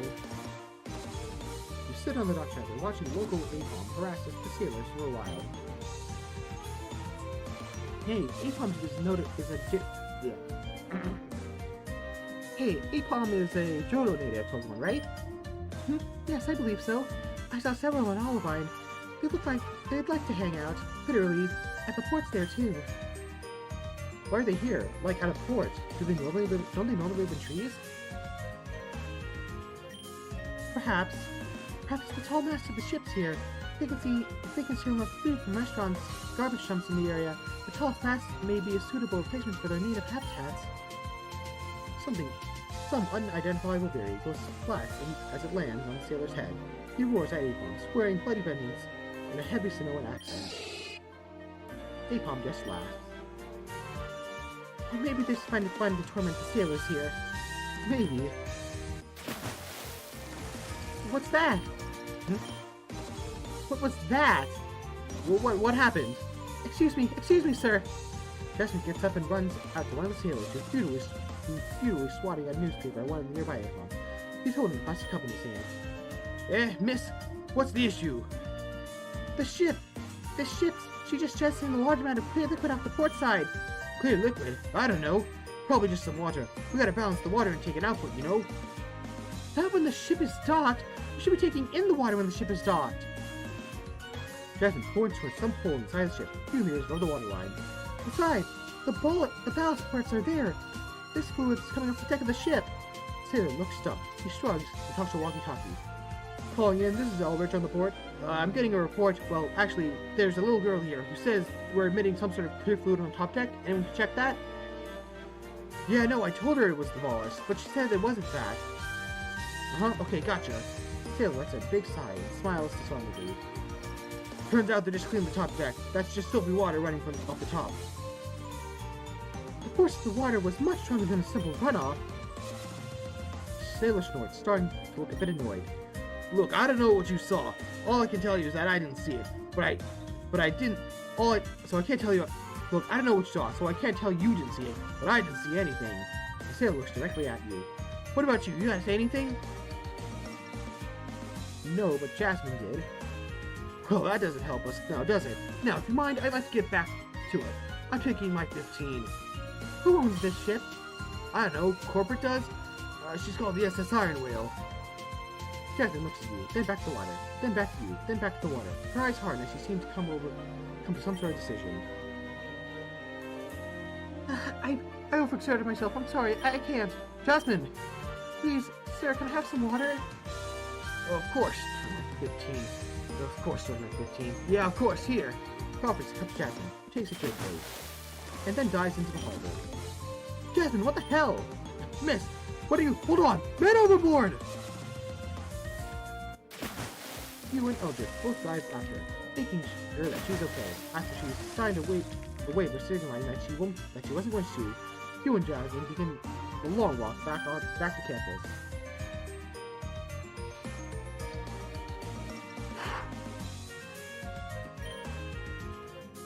After getting soaking wet for no good reason, you're not in the best of moods. Jasmine, however, seems to be humming merrily, despite the fact that she's relying very heavily on your shoulders for support. It'd be cool if I knew what that was about. This cup, the plastic cup with the sailor's germs on it, the very same. Tell me you're not going to drink from it. I'm right. I don't think anyone should drink from it. So you got a sample of that ballast water, and what are you going to do with it? The first thing I'm going to do is refrigerate it. We should keep tons of popsicles in our room, so the freezer's a bit full, but there should probably be some in the fridge.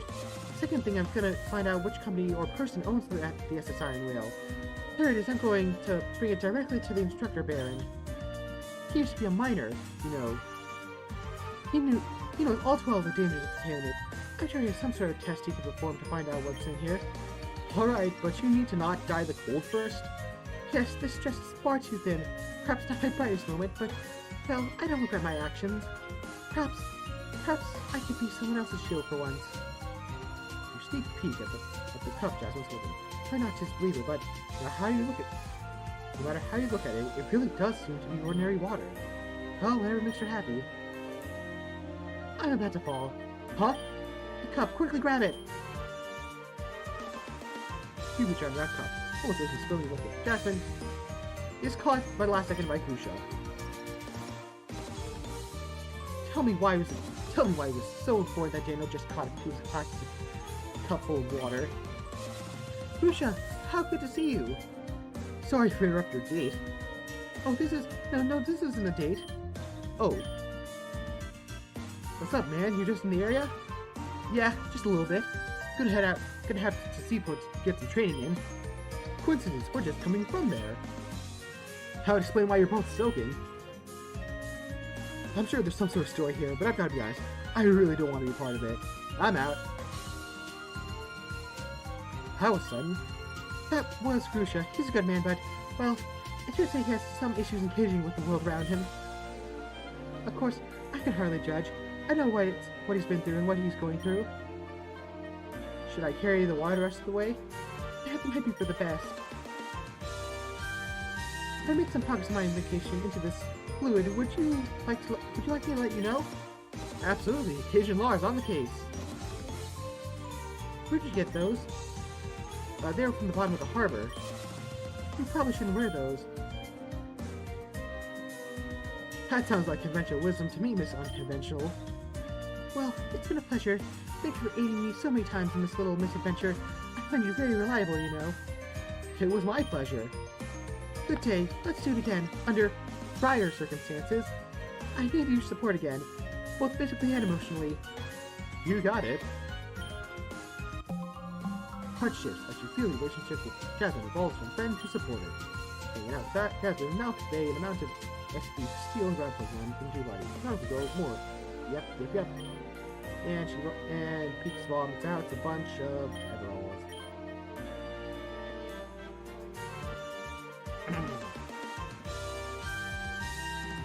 Battle Club time? Good.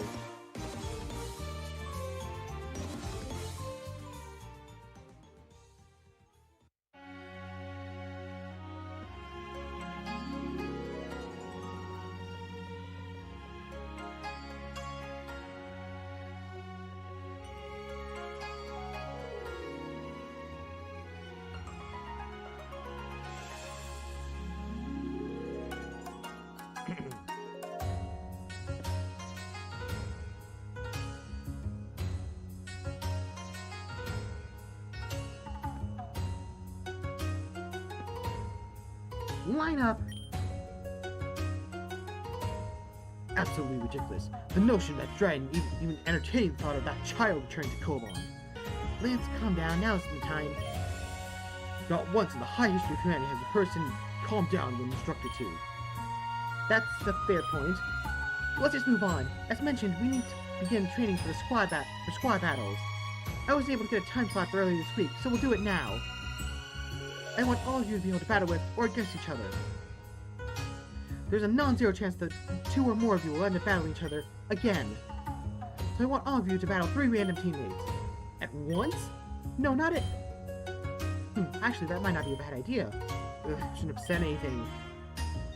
I'll go easy on you. It's optional. I heard those quotation marks. I have no idea what you mean. Alright, everyone, enough playing around. Let's start the allotment. Daniel, you're up first. Looks like your opponents are Hilbert, Bay, and Leaf. This should be good. Give him one for me, would you? You're worthy opponents. I have no objections. Though it is amusing we'll be doing each other twice today. Awesome! I think I've been helping you out in battle a bit too long, Daniel. I think it's about time you mind who's the best battler in Dorm 25, Daniel. Why do you say that twice? Blue? What's... Blue? That's your key to butt in. Guess he's distracted. And now the big question. Think you can take 3 of your own teammates at once in a 3v3 battle? No?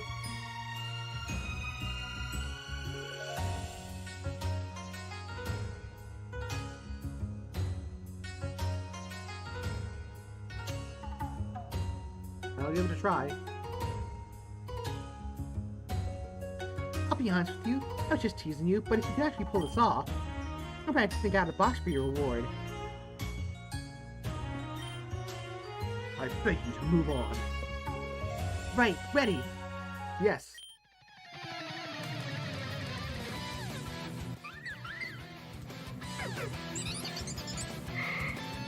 Okay.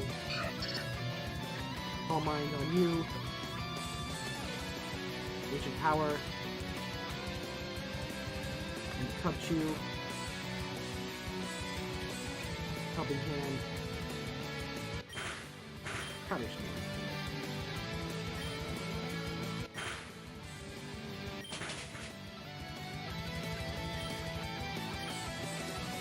Ah, man.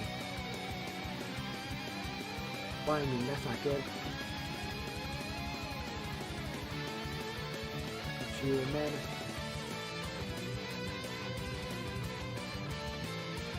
I'll magically leave the heart to the up tile.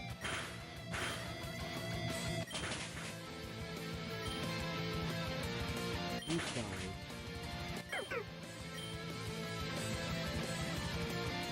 Well, 12. Natural gift. Yeah, no, we're not learning natural gift. That's a terrible move.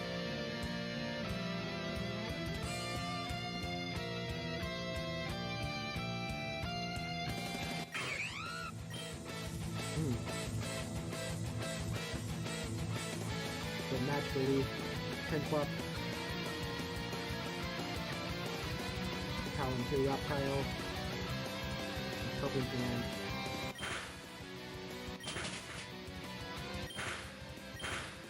Oof. That's rough.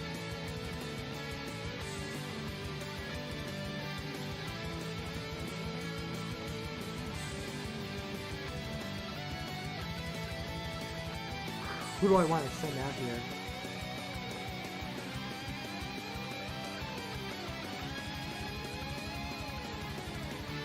I'll send you out. Naturally, Prince up. Stay back. Imperial up tile. Drain Kiss. Covers.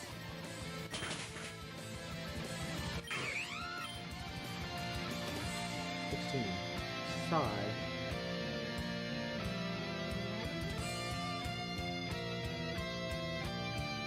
Good move.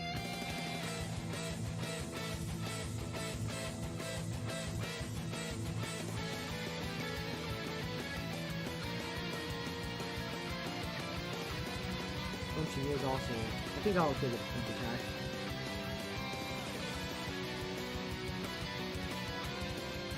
Alright.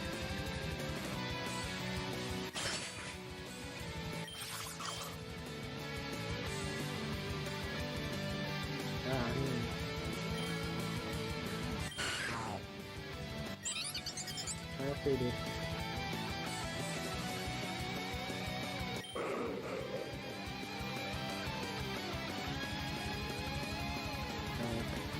Stone Edge. Headbutt the Hitmoncop and then kiss the Grandpa. East Bacon on Herbert. Ah, man.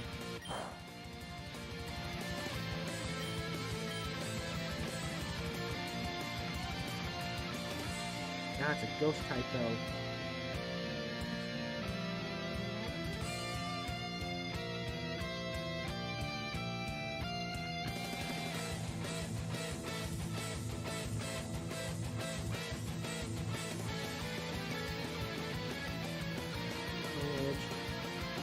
Need the Drain Kiss to go off. No! Oh, this is super not good.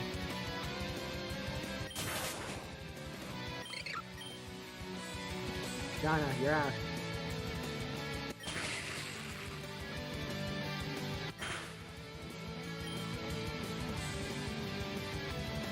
Electro Ball, the Hone Edge.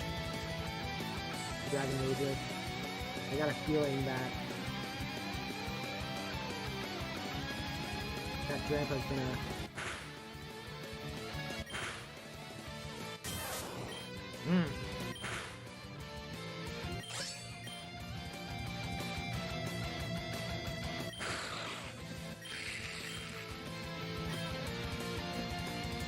God. Yeah, this was a terrible idea on my part.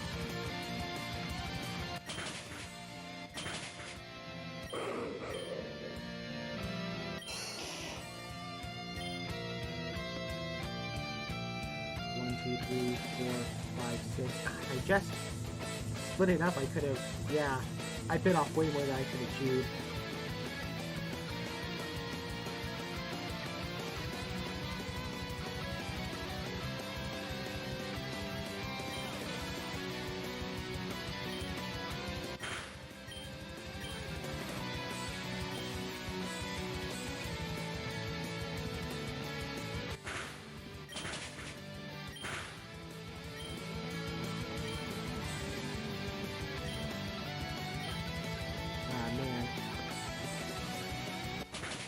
Yeah. I got clobbered. Not much to do, I suppose.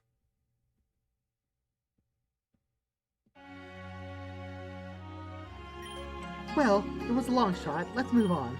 Ugh. I'll assign you to some other groups now. Lance, please teach the trainers who just battled their memorable moves. Of course. Let's just instill the way. Daniel, you know the routine.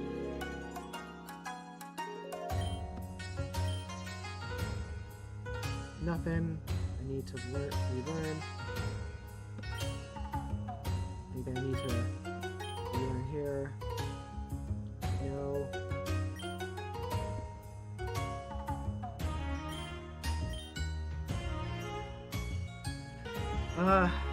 Fire shield. Yeah, it's not gonna be useful. Finding it. Well, I guess magic leaf is a little more useful. Imagine it's not gonna be a whole lot, considering.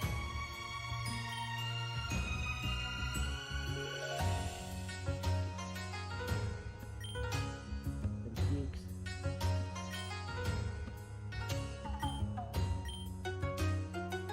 Yeah, I guess there's nothing. Are you certain? Very well. Here's out here in a hurry. Alright, now it's time to move on to the general training. Focus especially hard on your battlefield awareness. In squad battles, opponents can come from any direction. You can't always guarantee yourself a fair fight. Of course, that doesn't mean that doesn't mean you need to give your opponents a fair fight either. Give a drop on your opponents. You've already won. Those of you taking my dad's class should know that. Anyway, in order to make you appreciate your normal awareness of the battlefield, we're going to be doing some scrum battles with blindfolds on. What? I'll know if you're peeking, so don't. What follows an hours of running into people, walls, Pokemon at top speed. It's only a miracle that your nose doesn't end up broken.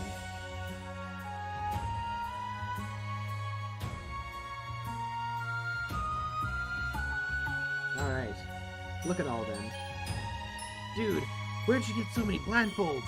I'm not gonna think too hard about that. I mean, it's just a piece of cloth, really.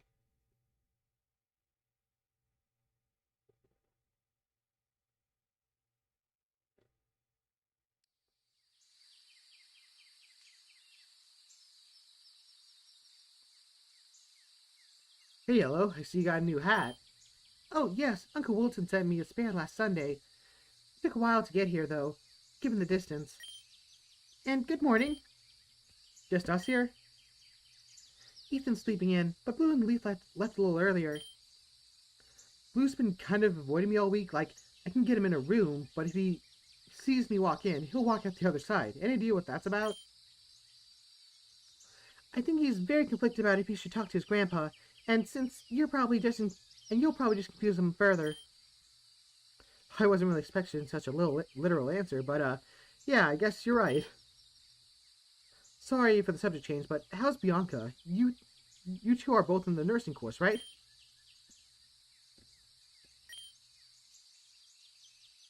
I think this party today will be very good for her. She does so much for everyone else, but when she needs help, who's there to help her? Me. Oh, that's right. She did say you talked to her. She appreciated that.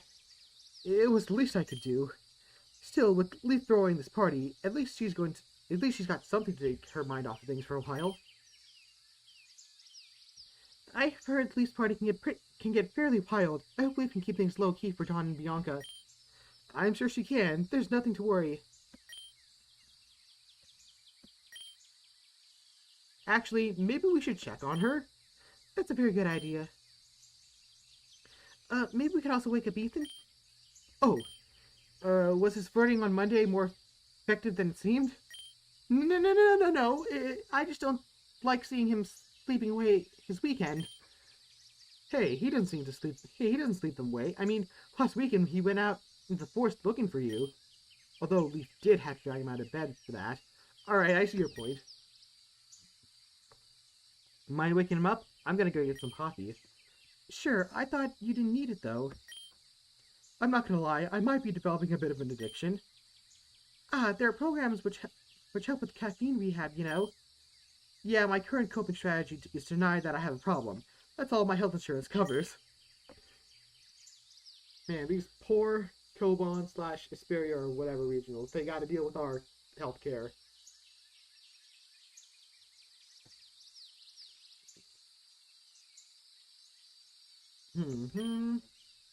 Hey Peach, want a sip of coffee? Maybe you like it, I hear it energizes you. Sip. Are you slowly becoming Ryan Reynolds? Or maybe you'll just have a spiritual experience. You doing okay, buddy? Oh, that was a good reaction then. You too. Yep. I can't, get Ethan up. What do you mean? Well, I can hear him snoring in the room, but, I guess I'm not knocking on his door hard enough. You can go and just shake him a bit. No, I definitely couldn't. What if he's naked? That's a benefit. He's a handsome guy. Don't make fun of me. I'm shy. Besides, you shouldn't walk in someone's room without permission, even if they're not naked. Why are you whispering the word naked? Don't say it loudly. It's embarrassing. What, naked? Stop. Dude, it's a perfectly normal word. People use it to describe, like, non-GMO fruit. Besides, if we were talking about people, I mean, people get naked, you know? In fact, there's nothing embarrassing about it. Sometimes people get naked for business, like sometimes people get naked for pleasure. I said stop saying naked! Did somebody say naked? You good? She's dead, Jim. Damn. I was really starting to like her. Yeah, and we were gonna have to spend the rest of our lives on the run from Blue now. So, no difference for me. He's really not that bad, dude. I know. So, you were just waiting to come in at the appropriate comedic timing? Yeah. Kind of impressed by your commitment. Thanks, man. Maybe I should be a comedian when I graduate. Really? You're on the battle team. I guess I just assumed you wanted to become a Pokemon trainer? I wouldn't say I don't. It's still on the table. Got my whole life ahead of me, after all. Anyways, I'm gonna put my clothes back on. Don't go anywhere. I want to come with you, too. Sounds good. Nice trunks, by the way. Yeah, you too. Yellow, you doing alright down there? Oh, she actually fell asleep, huh? You, Yellow, and Ethan walk across campus to the battle hall, where, apparently, Leaf is setting up Dawn's party. Wonder what Loaf said to get access to the battle hall for a birthday party of all things. Given how guilty Janine feels about the whole Dawn battle fiasco, probably just, it's for Dawn. Probably. I haven't been here since the quarter clashes. I hope it's a bit less scary without all those people in the stands screaming. I'm sure it'll be fine. Oh, speaking of fine, there's Leaf now. She does not look happy. I'm going to kill Trayden! That was a terrible... I did not get my voice right for that. You could try, but I'm pretty sure he could breast punch your entire family with his pinky, though. What happened? Gene Draymond seemed cool. Okay, so I guess it's technically not his fault, but I was playing this entire thing around the battle hall being open this weekend. I even asked ahead of time Lance and Lance and Janine, and they said they'd make sure that the battle hall will be unoccupied. But apparently today of all days, that purple-haired lawyer was such a... That purple-haired lawyer we saw at lunch on Tuesday needs the entire battle hall to herself. And when I complained, Brighton said that his hands were tied. His hands! That embraced fools like going out of fashion. Now he's listening to some fancy purple-haired woman in a suit. They even got a truck there. I wasn't supposed to see that, but I had Jigglypuff floating me up to a window. A truck? It looked like they were moving something out of it, or maybe into it. I'm not sure. I didn't stay for that long. Still, I put all this on to a party, and now Drain's completely stopped my efforts. My old roommates are gonna be so disappointed. And Dawn, she told me this really sad story about her 12th birthday. When I heard it, I practically burst into tears. I swore I wouldn't let anything ruin this one. Well, why should we let it? What do you mean? Is there any particular reason that the party has to be in the battle hall? I thought it'd be a full circle kind of moment for Dawn since she used to be a battle team member. Yeah, but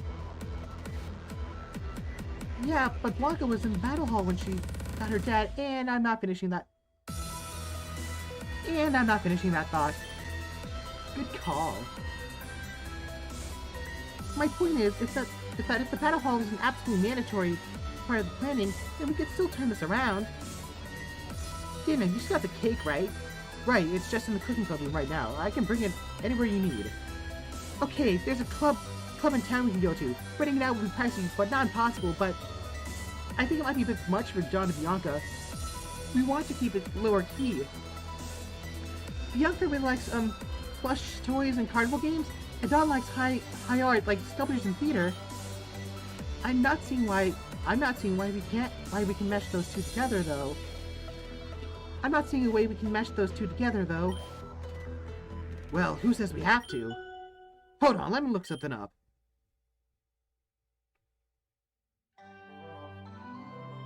Sweet, there's a theater nearby showing the goddess of 1,000 arms. It's this epic musical drama about a priest who climbs up a mountain, dealing with inner demons in the entire way. It's a psychological thriller. Sounds just artsy enough for daybreak, right? Yeah, that might work.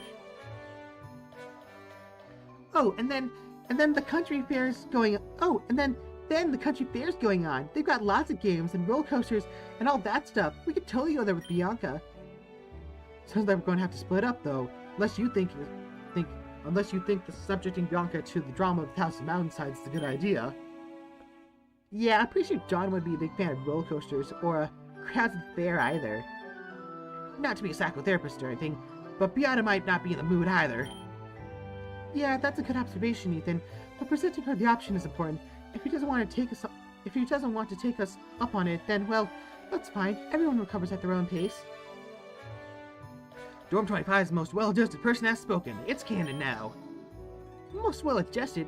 Excuse you. I'm dangerously obsessive about, like, a lot? Yes. I agree with you, but, ooh, I sure don't want to. Agreeing with the point that makes you look bad shows strength of character. Please, nothing can make me look bad. Oh, what about, like, a trash bag? Or just a regular bag of trash with, like, some holes ripped in it? That's high fashion on me, Ethan. Try a bit harder. Jean Drayton's clothes?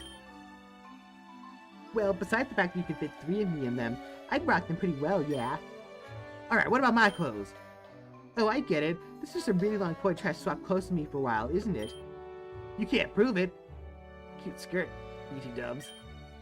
God, Ethan, you're so weird. And that's coming from me. Weirdness is often a correlation with uniqueness. Dorm 25 is, I think, a very unique dorm. It's better than being boring. Hell yeah it is. And now we, the least boring students in Koban, are going to throw 2 awesome parties for 2 girls who seriously need it. Preach, girlfriend. Okay, let's go over the details of the plan. I've already set out the invitations. My old dorm mates are coming. I figured John knows May from the Coordinator Club, and Hilda and Serena are just super nice anyway. If we're going to try to get Don some new friends, I figured that those 3 would be good options. They already want to help Bianca, so that's the best. And they already want to help Bianca, so that's the best of both worlds. And I also invited Sharon.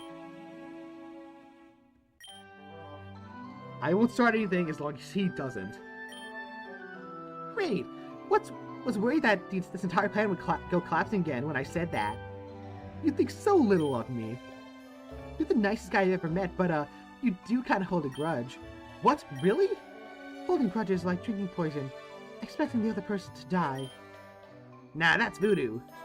I don't think I'm a vengeful guy. I mean, I even apologized to Blue on Thursday about the whole meteor shard thing. Great, that's progress. And now I get why he's so happy Thursday afternoon. I was wondering what had snapped him in, what snapped out of his funk. Now my voice is dying on me so badly right now.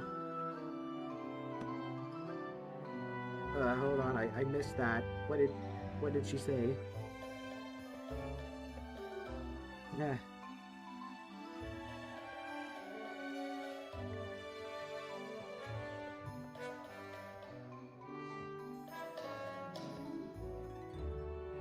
He was happy? How can you tell?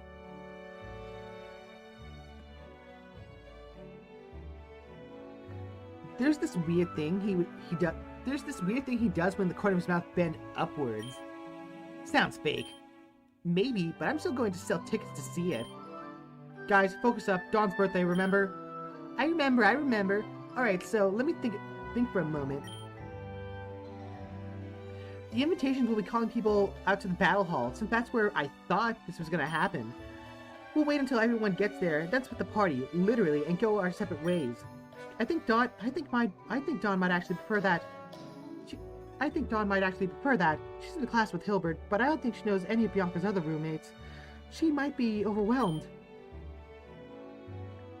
Dawn's group will go to the theater Ethan mentioned, and Bianca's group will go to the fair outside the city.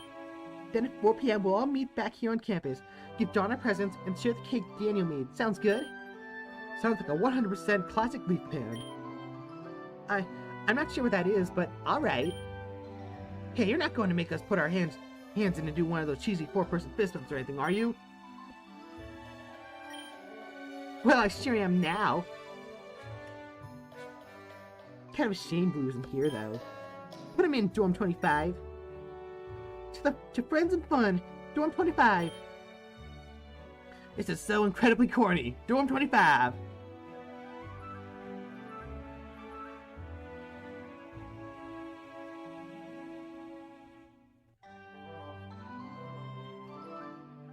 Inspirational message, Dorm 25. Wow, you're terrible at this. I love it. It's nice to be appreciated.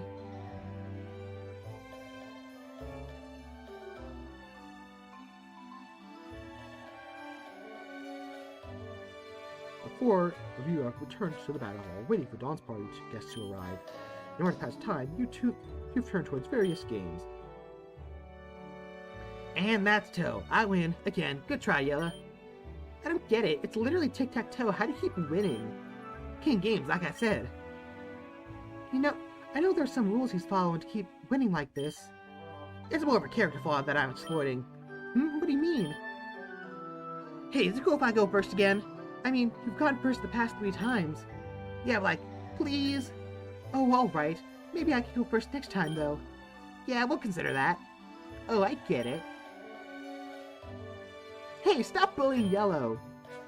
You were totally fine with it a couple seconds ago. Well, that's just because I wanted to know how you're doing it. Now I know you... So you... Hey, interrupted anything? Nope, just Ethan being a king of games. Cool.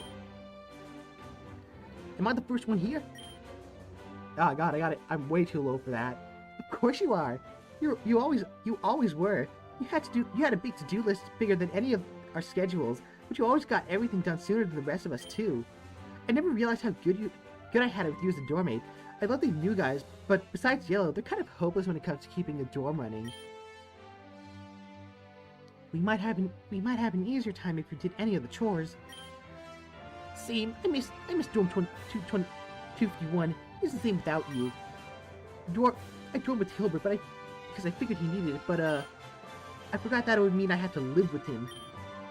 I don't know how you manage it, Daniel. At least I've learned a few tricks over the years. He's alright, just don't talk to him before 7. Put a little piece of rubber on the door to dampen the impact when he slams it. Oh, you figured out the rubber thing too? Yep, still got a bunch of them in case you need some extras, if he wears them out. It's more of a question of when he wears them out. Speaking of wearing them out, me, so glad you can make it. The Coordinators Club released its clutches upon you. A little bit. See, Liz, I told you it's a real party. Prior commitments, can't do anything about it. Well, Dawn did say that today was her big day. Alright, I believe you, but I'll expect to see you in the contest hall extra early on Monday. Yes, Liz. Thank you for throwing this party for Dawn, everyone. I think she'd really appreciate it. She told me about the story of her 12th birthday party, and well, frankly, I'm surprised she's even willing to have another. Suppose I can't help getting older, though. Shit, you okay?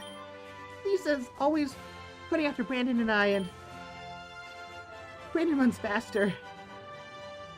No loyalty in matters of contests or battles, I guess. Bonjour. Buongiorno. Hola. I'm gonna assume it says konnichiwa, but I'm not 100% sure. Konnichiwa. Good to be back. Should I go back to the French voice? Because, like, the only people that know about it is me and Caleb, I believe. But also the thing that happened. And also it's killer on my voice.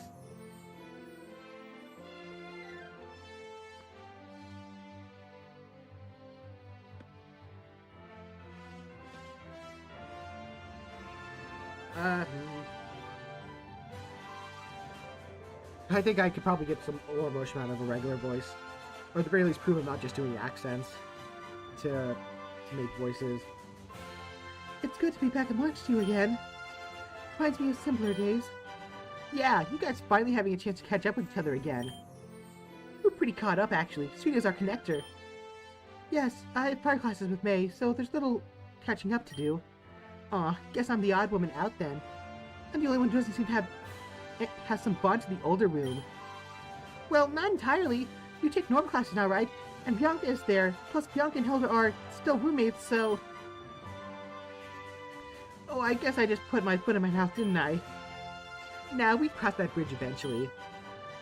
So, does anyone know if Bianca's planning on coming? It'd be really great if we were able to get the whole dorm together. But if she's, you know, not in the mood... She was still in bed when I left the dorm. She said she was planning on coming, but I mean, no one would blame her if she skipped out, you know? Don't mean to butt in, but, Yellow, Daniel... But are Yellow, Daniel, and I actually invited? Did he just get two people's names right in the same sentence? I mean, duh, you're... Come to think of it, Daniel made the cake, but you two didn't really do anything, did you? I'll be real with you, I didn't even have a present. Last time I saw Dawn, I was, healing Blue's Pokemon while she beat him over and over. She probably doesn't like me a whole lot. Don't be silly, Yellow. Everyone likes you. Besides, Daybreak's kind of starving for friends. She's not in any position to turn anyone down. Hi! It's almost funny in a cosmic sense. Dawn, the maid of honor. Happy birthday, sweetheart. Thank you. Thank you very much for putting this together. It really means a lot to me. I hope it wasn't too much trouble. For you, not at all. How's it feel, Dawn? A year older. Are gray hairs yet? Huh, nope. I'm sorry, I think there are a few places I don't know here. I know that you're in my homeroom, May, and I know you, Leaf, and Ethan from the battle team, but... Oh, of course, my name's Serena. A pleasure to make your acquaintance. I'm one of Leaf's former roommates. The fanciest girl you ever met. On the other side of the spectrum is... Hilda. Hilda's my name. I saw that shit you pulled in the battle hall during the quarter clashes. You must have lost, but that was a hell of a show. Good work. Ah, God. It's becoming a little bit Sonic the Hedgehog. No. And, Yellow, you probably recognize me. Oh, of course I do. Good to see you again. I'm glad I met you, too. Good to see me again. That's what she said. Of course it is. Come on, you're Yellow. Well, it looks like just about... Well, it looks like we're just all about here. I guess Bianca decided not to come then? Shit sucks, but not much we do about it. Guess she just needs more time. Come to think of it, didn't Hilbert said he'd be coming too? Besides, you said you also invited Sharon. In truth, that's rather brassy. Not my first pick. Not my first pick, but I see where you're coming from. They're friends. Can't imagine him being late to something without good reason. Oh, so you think... I don't know, but maybe we should all go check on Bianca. Just make sure you're cool with that, Dawn. It's your party after all. Oh, yes, absolutely. We should check on her. Bianca was your guys' 5th roommate, right, Hilda? Yep. Could be a shame if only 4 of you were here. Seeing sets incomplete. Gotta catch them all, you know. Roll credits. That's what something old TV show I used to watch said. Sounds catchy. I like it.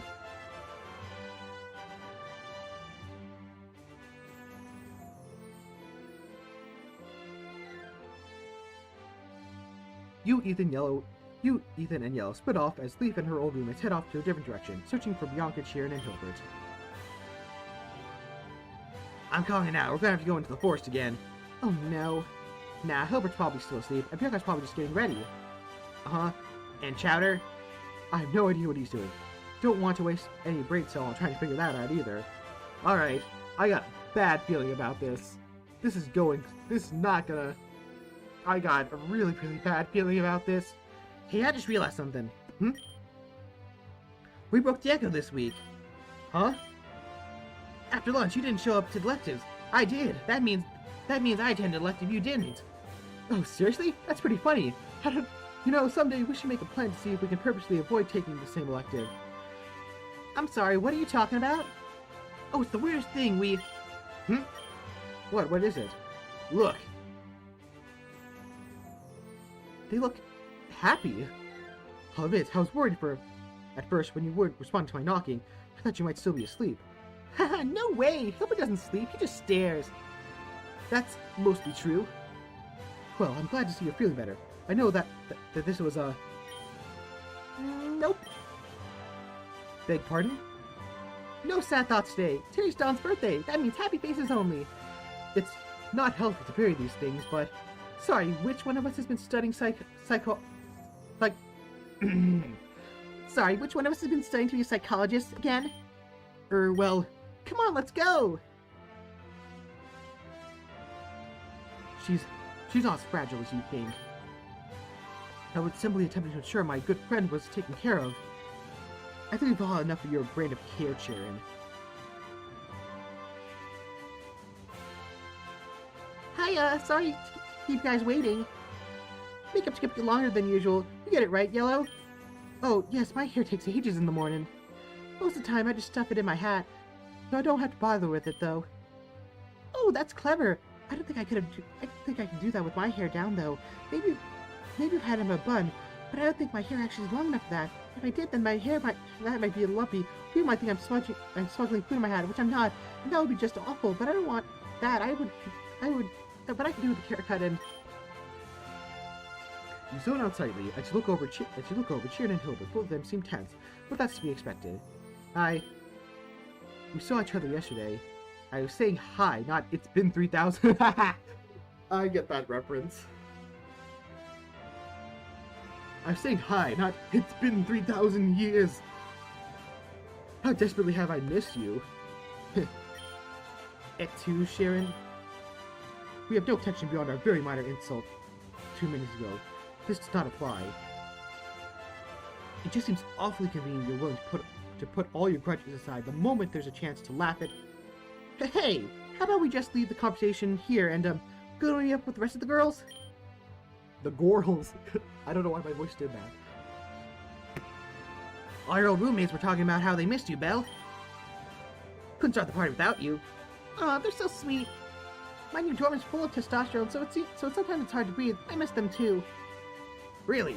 Hitchcock didn't strike me as the full testosterone kind. Why am I the one being made fun of here? Don't worry, Hillybert. Is that supposed to be a singy thing? Don't worry, Hilbert. I wasn't talking about you. Good. Wait, but then... I was talking about Bae. She's way manlier than you. I'm gonna go back to the dorms. Wait, no! If you leave, then I'll be so upset. Then my moment at the end, I won't be able to stop crying, and then the party will be absolutely ruined, and you're in the ice class will be super awkward, and everyone will hate me, and you and I won't be able to enjoy the social pressure, and so I'll shop, and no one will miss me, and you'll be all, and we'll know what it's like to be Sharon. Wow, she's firing wildly today, huh? Nobody's safe. Well, she's not wrong. Fine, you convinced me, alright.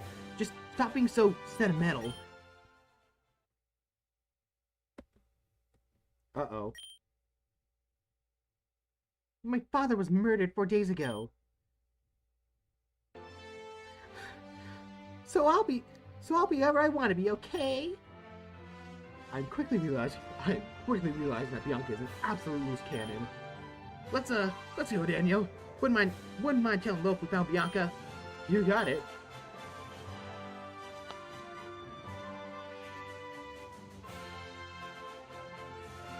We have time here.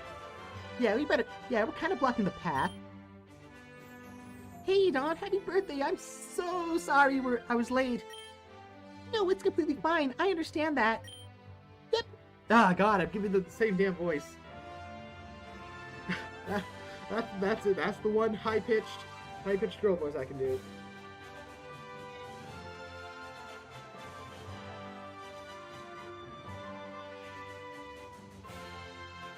Yep, makeup just took so long. Oh well, I'm here now.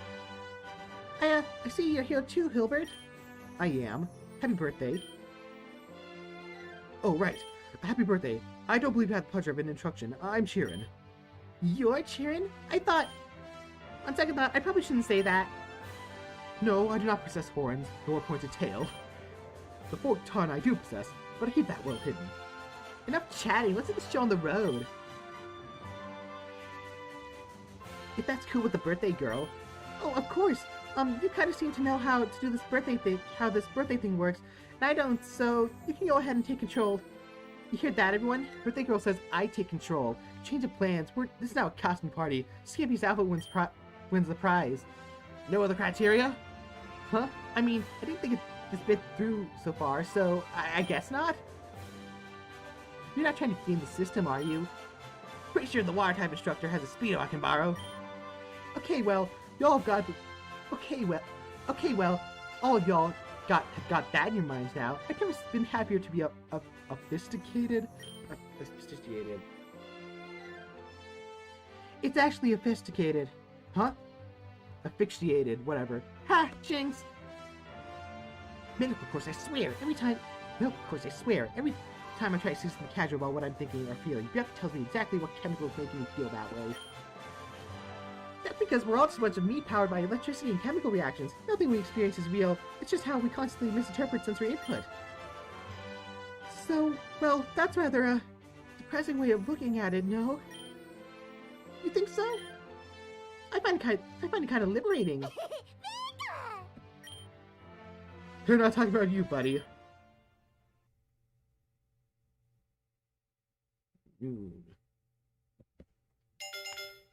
After explaining the plan to the partygoers, obtaining Dawn's consent, everyone agrees to follow Ethan's plan of splitting off and rejoining. Yellow, Ethan, Hilbert, Chirin, and Bianca will go to the fair. Leaf, May, Dawn, and Hilda and Trina will go to the theater. Which group would you like to go with? Gee, I wonder which group I'm gonna go with. I wonder which one. Is it the one with Bianca or the one with the character that I have as my profile pic right now? I wonder what I'm going to do. Yeah, theater. You walk with the girls to the theater. I'm surprised you all wanted to go to the theater. I didn't realize Koban had such a thriving drama community. Are you kidding? This school's practically built on drama. That's fantastic. And Sinnoh, I used to love watching this playwright's work. He penned a couple more, all sort of set in the same world. Let me see. There was The Red Chain. That was a good one. There was Moonlit Dance of Dreams. Most of his works are based on some form of Sinnohan mythology. I thought it was Sinnohese, but whatever. I know she takes a lot of inspiration from Sinnohan mythology in her sculpture. Is it Sinnohan or is it Sinnohese? I missed that. Oops. Hold up.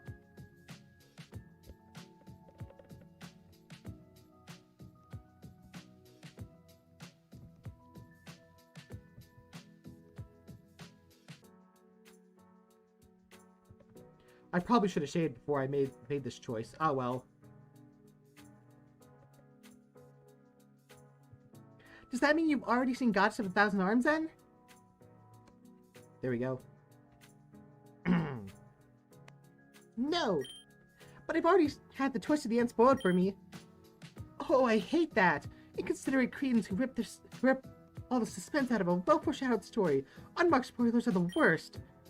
See, worst part is when they give you spoilers when you're watching the movie. Like, I don't care about what happened in the comics. I'm never gonna read them. I'm just gonna watch the movie. I want to see how the movie does it. I feel like you're speaking from experience. It was more of a problem when Hilbert was younger.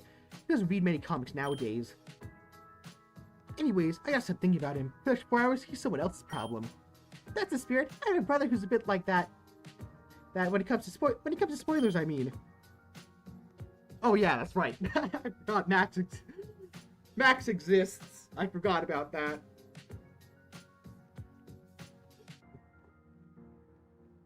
Chuck it up to that Oras design, I suppose. Oh, I think you mentioned him a while ago. Max, correct? Yeah, that's his name. He was a button, but he's kind of a bit insufferable about movies. He's impossible to surprise. and will always predict about what's happened, and will always predict about what's about to happen next in them. Worst part is, he's always right. Oh, but that's cute. It's sign of an active, engaged mind. I'm not saying it's not cute, and he's really super smart, much more of a science kid than I am. Just frustrating to watch movies with. Like this one time we were watching Volcarona vs. Rillaboom Raja, and he said in the opening 5 minutes that Volcarona would lose. And he was right, and I hated that. And not just because the writers totally ignored Volcarona's type advantage over Rillaboom Raja. I get that. I was watching Hot Wet Bikini Summer recently, and some jerk totally spoiled that the uptight teacher turns into the good guy in the end. Wait, haven't you watched that movie like 100 times? Sure, but I wasn't the only person in the cinema. And they were showing that movie in a cinema? I thought such a thing was only for adult video stores. Perhaps Koban's a bit more permissive nation than I had thought. What? No, you totally have the wrong idea. Rosa's in it. Whoops isn't that kind of movie, unfortunately. It's actually a great musical about letting loose of those who you think should be in whoop. Yeah. Golf balls in mouth. It's actually a great musical about letting. It's actually a great. Ugh. Come on, man.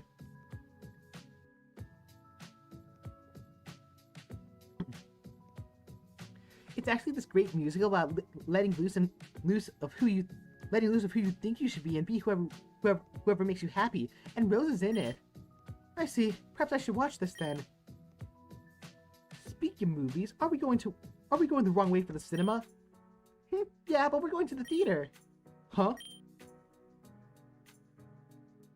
Okay, so like, I guess I don't know what the difference between a theater and a cinema is. Oh! So that's why you all were talking about movies. I'm really sorry, I messed up. I thought we were going to the theater, as in the place they put on plays, not the cinema where they show movies. Oh, now I get it! I didn't realize this is a point of confusion. I thought we were going to see a play. Let's be real. Even though... I'll be real. Even though this was my plan, I thought Gods was a movie. Yeah, same here. I didn't think it was a movie. Well, that's alright. We can go to the cinema instead. No, wait, girlfriend. You were really excited about this fancy schmancy play, right? It's your birthday, so we're doing it. Come hell or high water. Yeah, what Leaf said. Look, giving up what you want to do just because we aren't cultured enough to understand it. This is your date, Dawn. We're here to hang out with as a group again. We're mostly here for you. Who knows? Maybe we'll end up really liking this sort of thing. I have quite enjoyed plays I saw in Kalos. It would be fun, I believe, to see what plays born of Samoan culture might be like, as a point of contrast. Oh, okay, this sounds really... God. Why? Why is it 5 girls? My throat is killing me.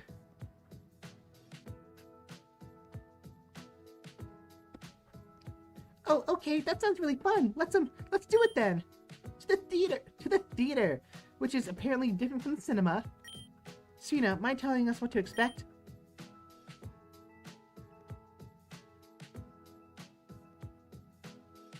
So that's what I remember from the musical I saw performed in Lumios. But how envious I am of you, Hilda. You must have been able to see musicals in their very birthplace.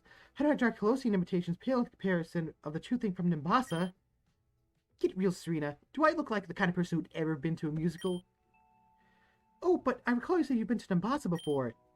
Yeah, to see football games. That's not where that would be.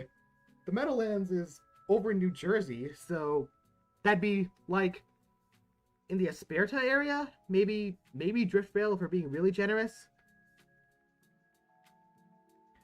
You mean to say you went to Nimbasa, passed up on the chance to watch a true Nimbasan musical, and saw a sporting event? Damn right, I'll do it again. Not that I've got anything against the theater, John. I'm just more of a fan of, stuff with action in it. Musicals can have action in it too, Yeah, like Les Mis. Yeah, like Les Mis. That one's got a ton of fighting and action and stuff. You've seen that, right, Serena? You simply haven't enjoyed the theater until you've seen its original Colossian. It's rather tiresome and overplayed. Excusez-moi. Ah, shit. Oh, brother, this guy again. Ha. Oh, brother, that's a good one. I see you. I see they truly are letting anyone in nowadays. What an unpleasant surprise to see you here again, Lars, clogged up one of my few havens of relaxation.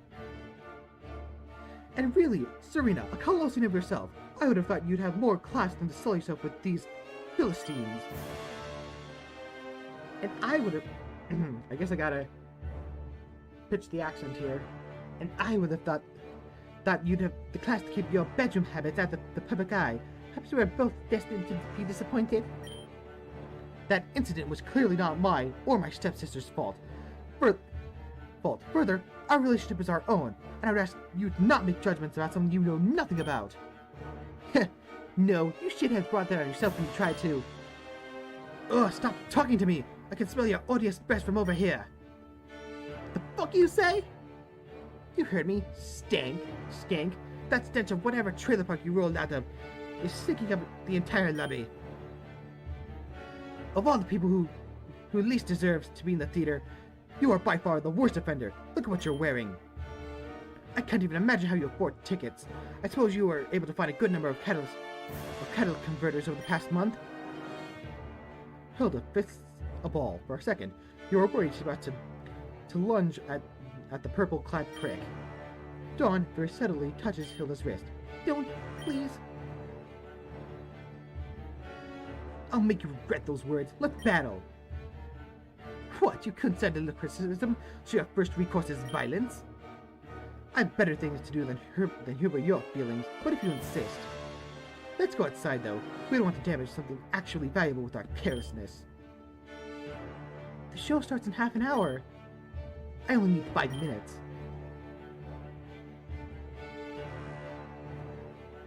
Yeah, that's pretty. Send out your Pokemon so we can get this over with quickly. It goes without saying, of course, the loser will have to forego their spot in the theater. Of course, but I'm not losing some pretentious stick up their asshole like you. So mouthy, clearly, no one has ever told you that vulgar women aren't attractive. Attractive? Where I come from, beauty is a reflection of one's personality, the impact they leave on people, the impact they leave on the people around them. Beauty is measured by the hearts you touch, and how much better the world is for you having lived it. If you're about to say beauty comes from the heart, a heart that loves and cares for others, I'm going to go crazy. Yeah? Where did that come from? Maybe you're happy to dress up your fancy clothes and look in your fancy mirror and tell yourself that you got it made. If no one else is looking at you, what the hell does it matter? You know what people did when you were pulled from the school? Oh, cheated probably. I can't imagine what. Nothing.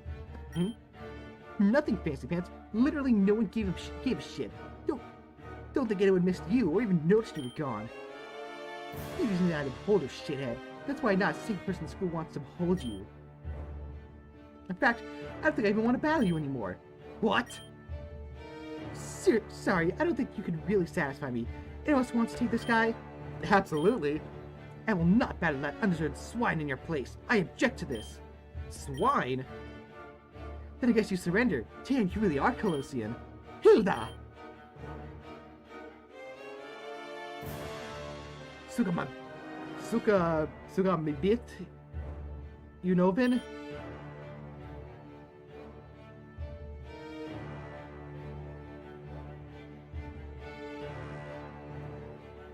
What? Was that French for suck my dick? Probably. You'd have to find it first. Besides, isn't that your sister's job? How dare you! I'll defeat this Esper freak, then you as well. Normally I enjoyed Pokemon battles, but I think I'm really gonna enjoy this one. God, I hope I don't get my butt handed to me.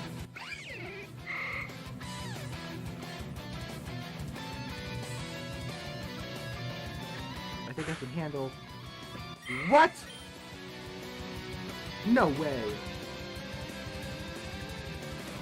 God, I hope I don't lose this, because I did not save for hours!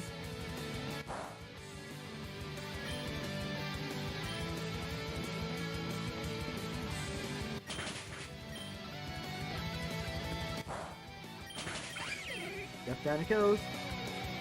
Sniper, uh-oh. Alright. Come on. Paralyzed. Darn.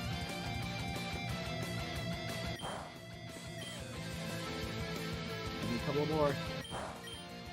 Come on!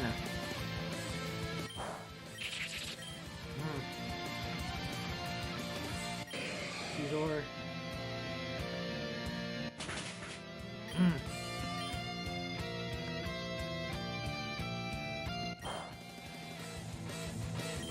Ugh, critical hit it, that still didn't do anything.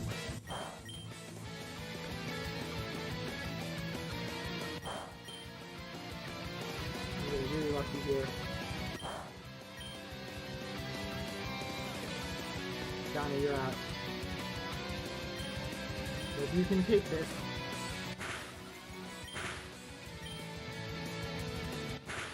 Ah! Nuts. Oops. I hope you got this.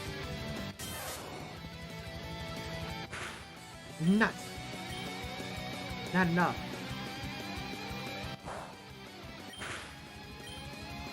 Come on. How fast is this thing? 5. That's nothing. I hope you can do this. There it goes. Sock. No!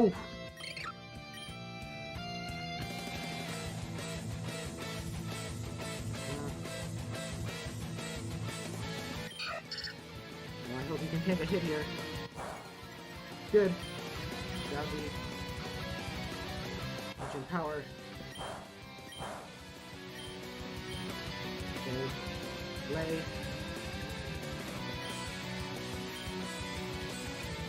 Match relief.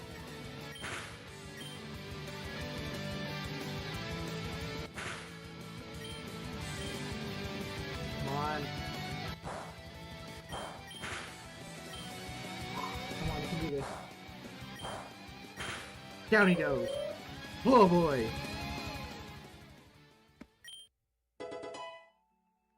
The girls were impressed.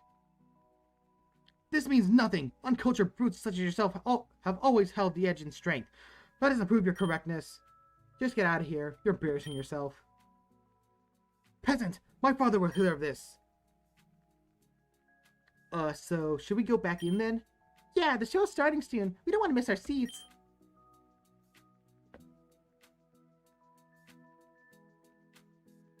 Actually, that purple-haired asshole did raise a good question. How did we pay for this? Do we pay after? Seriously, Daniel, I paid for you, like 10 minutes ago. Oh, thanks, I guess I didn't notice. Dork, you don't have to pretend to not notice if I do something for you. I'm happy to do it. Come on, let's go watch someone struggle through the metaphor for depression for 4 hours.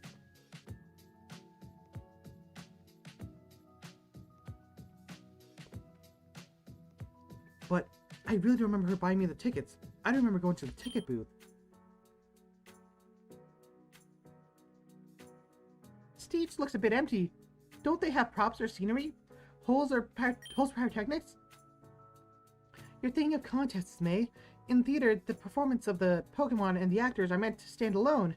The audience is expected to imagine what's happening, guided by the narrator and the music. You reflect to look at Lee, who presses her lips. Guess I'll be watching the fat lady sing on stage for 4 hours then. Not that fat, it looks like. Shouldn't the prima donna be a bit older? Wait a moment, I don't recognize her. Oh, hey, Misty. Oh, wow, that's Misty! Who? Well, we have ice class together. I didn't know she was a singer, though. You take a better look at Misty. She looks calm, composed, even seems to be enjoying herself. A far cry from the woman who slammed into you full tilt and then blamed you for it all those weeks ago. You'd catch me dead going up a mountain in that getup. The expression is, you would not catch me dead. normally, but if I was wearing that, I'd freeze to death. It's art. It's a metaphor. It shows how she's vulnerable and exposed. Exposed is right. The orchestra begins to play as the narrator's voice rings out, deep, firm, and unyielding. You could believe that it was the snowy mountain itself narrating the scene. This is Priestess. Just breathe. Why are you so nervous? Missy does not speak, though a little musical tune begins slowly escaping their throat. Other characters are introduced, and Misty, as the priestess, begins her long journey up the mountain. The mountain is treacherous. On cue, Misty stumbles, her voice jumping an octave higher in musical imitation of a scream. The mountain is treacherous, and the priest's faith wavers. She recalls her past, the faith her family had placed in her, the burden of pride. What the... Oh. That's just the Primarina. I hate that it took me this long to realize it's freaking Primarina. The burden of pride, the ecstasy of failure, the pain of success. I think he's just mixing together random words now. What? No way! I'm actually getting into this shit. This is seriously good. Shh, please, it's a great play. I agree, but please keep your silence down.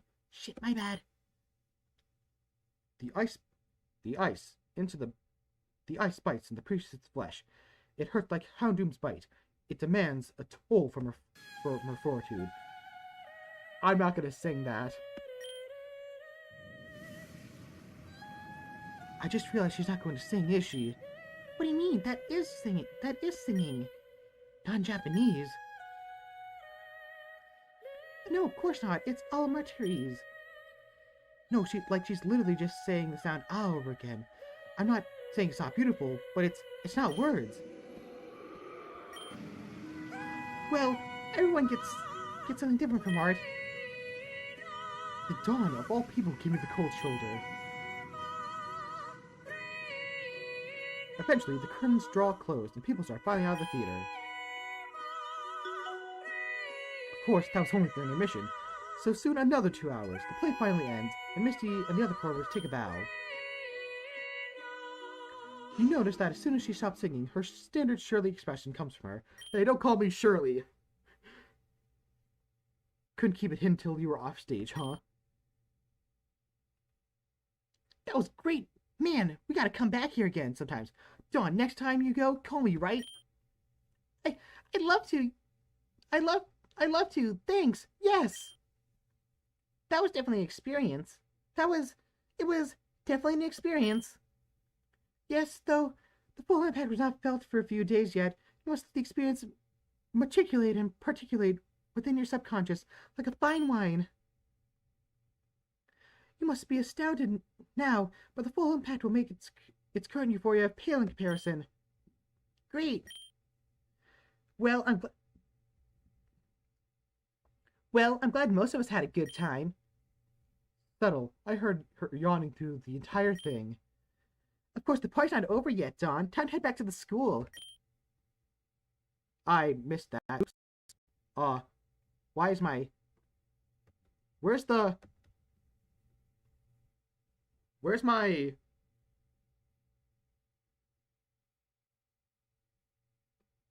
Where's the subtitles? Ah, there.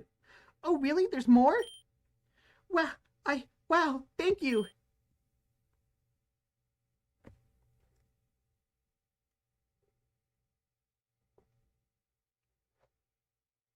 You and your companions rejoin with the other group as you make your way back to the campus grounds. Alright, let's do the damage. And what exactly are you implying by that? I'm just having a difficulty imagining you toning it down a notch. Well, prepare to be pleasantly surprised. You are. You walked in the most modestly decorated classroom, where simple school desks have been covered with tablecloths, and a moderate amount of streamers and balloons covering the ceiling. Hey, good job, Leaf. I just thought you were going to be like a fog machine, a disco ball, and a DJ setup here. But this is really nice. It's not overwhelming, it's comforting. And not a single Pokemon-themed decoration in sight. That can't have been easy. She was really thinking about Dawn here. Hardest part was just transferring all the stuff in the battle hall here in time. Team Drain helped, though. I guess he's been spared my wrath for now. Thank goodness. Leaf, thank you so much. This is fantastic. The decorations, the room, the theater. This is the best birthday I ever had. Then we need to raise your standards a bit. But I'm glad. What else do you do on birthdays? We give you presents, of course. Here, Dawn. Your hands are always bright and pink and... Your hands are always bright and pink after you leave Instructor Melody's classroom, so I knitted you some mittens. Oh, right. Carving ice sculptures must be a cold process. Should have thought of that. Oh, thank you. You knitted these? Yep. Tritonian wool. If you rub them together fast enough, they spark. That's so thoughtful. My turn. I want to get my new coordinator classmate a gift to help me in contests. So I'm not sure. So I'm sorry it's not handmade, but I didn't have enough time. Man, May hands Dawn a sky blue box. It's a makeup set. Pokemon safe too. You should use it on both you and your Pokemon. Oh, I heard that they were making these in Hoenn. I didn't know that. Dawn turns the box upside down, revealing the many inidentifiable figures at the bottom. The man is nude, sitting on the floor, covered by wisps.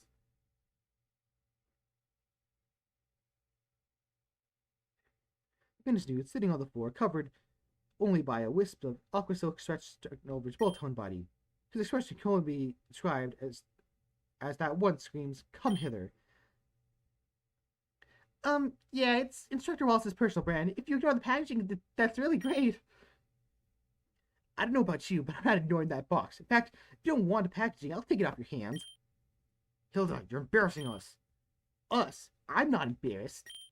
Whatever. Here's my gift. It's choice specs. What? Really?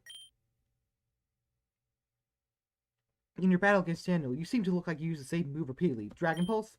Oh!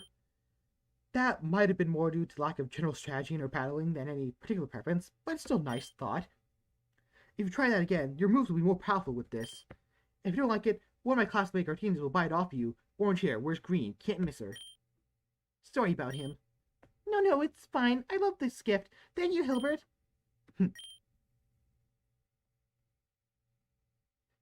Anyway, my gift isn't as fancy as his, but I hope you still like it.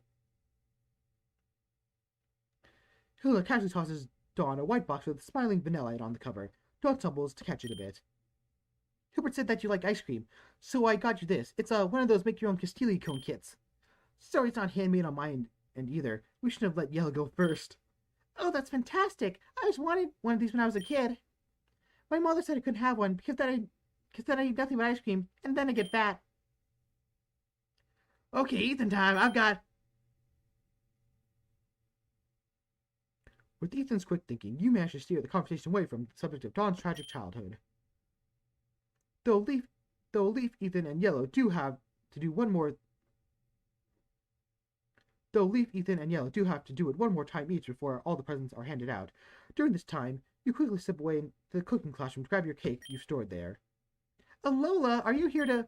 Sorry, just grabbing the cake. I'm making my way back to the party. No time to chat. See ya. Holy. This is so fantastic. Thank you, everyone. Thank you so much, everyone. The party's not over yet, though. Daniel, why don't you show John what you've got?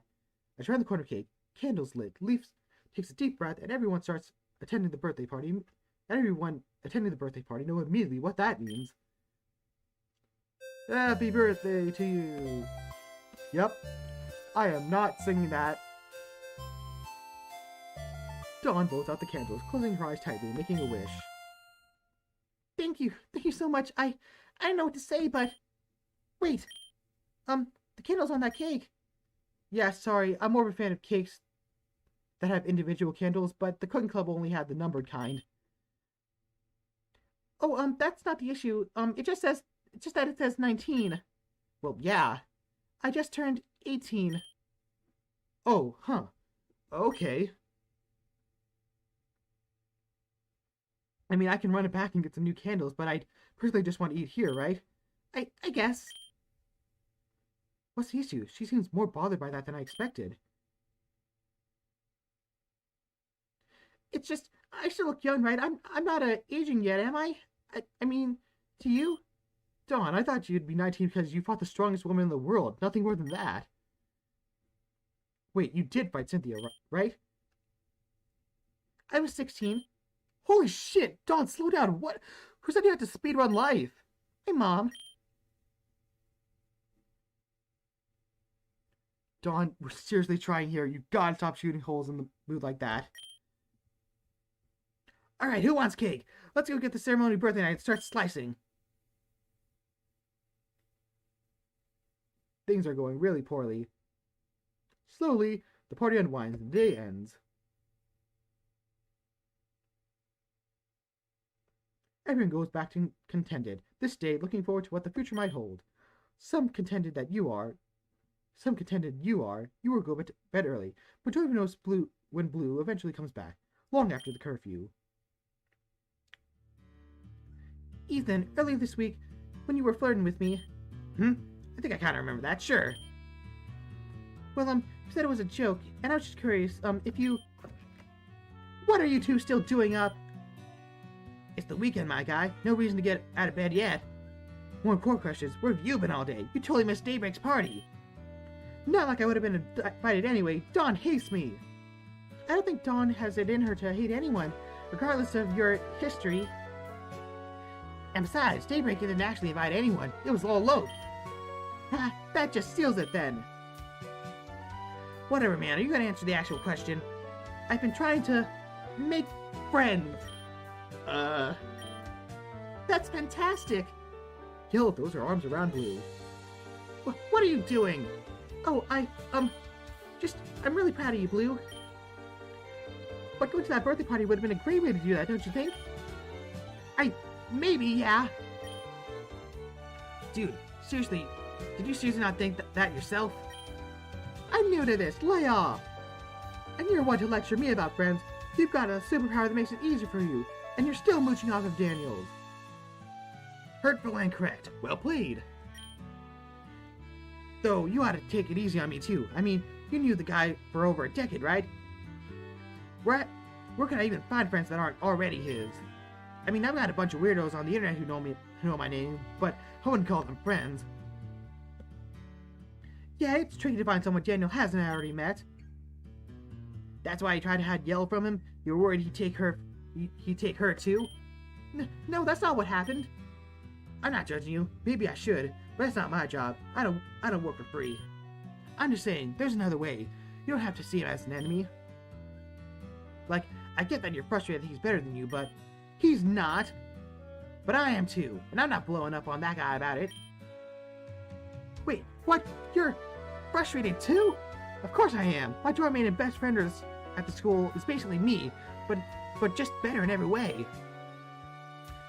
Well, I guess I got a better sense of fashion. Anyway, that frustrate anyone. I'm not a saint. But it's not like a guy brags about it or anything. All he ever does is try to help people. It's so annoying. Yell does the same thing. Do you seriously think she's annoying? Of course not. There you go then. Compared to Daniel and I, you're practically a stranger. I don't know why I'm even listening to you. Sometimes being so close to the problem, you can't tell what it actually is. It else keeps the issue at arm's reach. If you can avoid getting invested, it doesn't matter what happens. Though it's obviously too late for you. You're different than I thought you were. You're exactly who I thought you were. A small pimple, yup. Blinking out of its eyes. Oh, you can do that too, huh? Guess that explains all this. My bad, I thought we were getting somewhere. Wait, hold on, that wasn't... Whatever, man. After Nathaniel, I should have known no one would talk to me unless they wanted something. I guess that's why I'm waiting to find out what Daniels wants at this point. Blue, that was cruel. Wait, come on, Yellow, please. I had no idea I was gonna throw up those rocks. I don't even really get how it works. I just know that I need to talk to people and you can't keep doing this. I'm so tired, Blue, so tired. I'm trying so hard, Blue. I'm trying so hard to get you to show that you're a better person. And it's exhausting. Every inch of progress is something I had to fight for ages. And I hate fighting. But I didn't mean... I need you to try harder. I know there's good in you. I've seen it. But saving me one time doesn't mean I'm going to try to save you for the rest of your life. Doctors get sick too. Wait, I promise it wasn't just about getting stronger. I mean, yeah, that's what I've been trying to do all week, but that's what... But that's why I've been staying away from everyone in the storm. I screwed up with Daniel and... But... Blue... I don't care.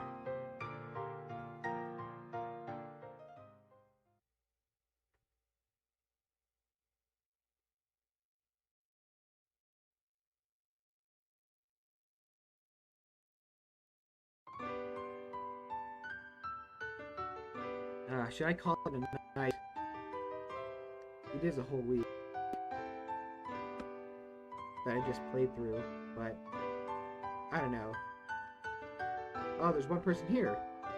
Neat. Suppose I should keep trudging through at least this Sunday, I suppose. Welcome back. How was your run? Alright. Rained a bit last night. I think so. The grass was really mushy.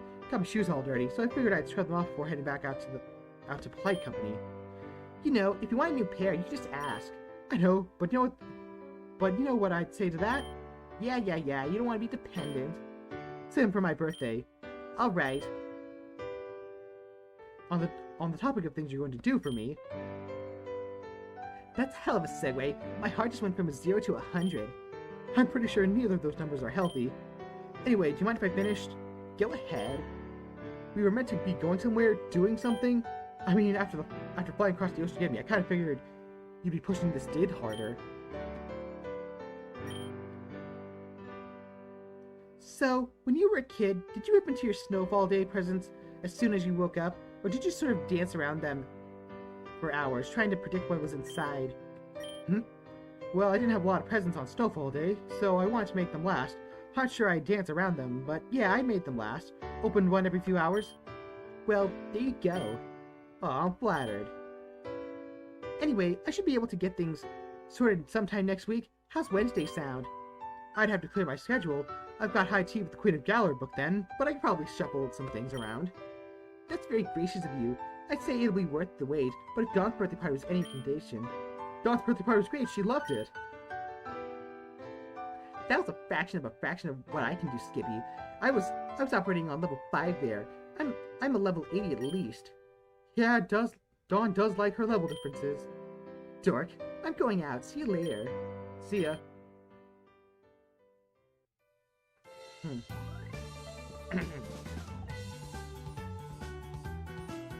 So. And they're gone. Well, then.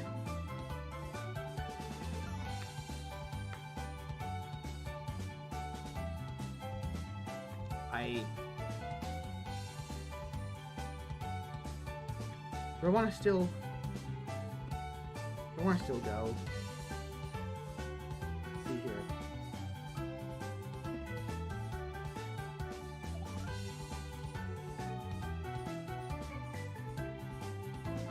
I do Nathan, Faye, then Sabrina, then Raihan, then Lucia, then Misty, then Skylar, and Blue. Here with me on. Yeah, I think I'm probably gonna call it a night here. We've gone for how many hours? About 7. Barely not 7. And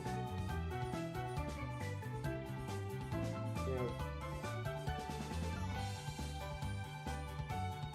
we just did Dawn's birthday, which I mean I was trying to go through all my backlog of characters I needed to yap to and get the level up thing for, and I barely made a dent in it, but I think I'm happy with the Dawn's birthday party thing, so, you know, probably a good place to end off. So, thank you all for tuning in if you did. and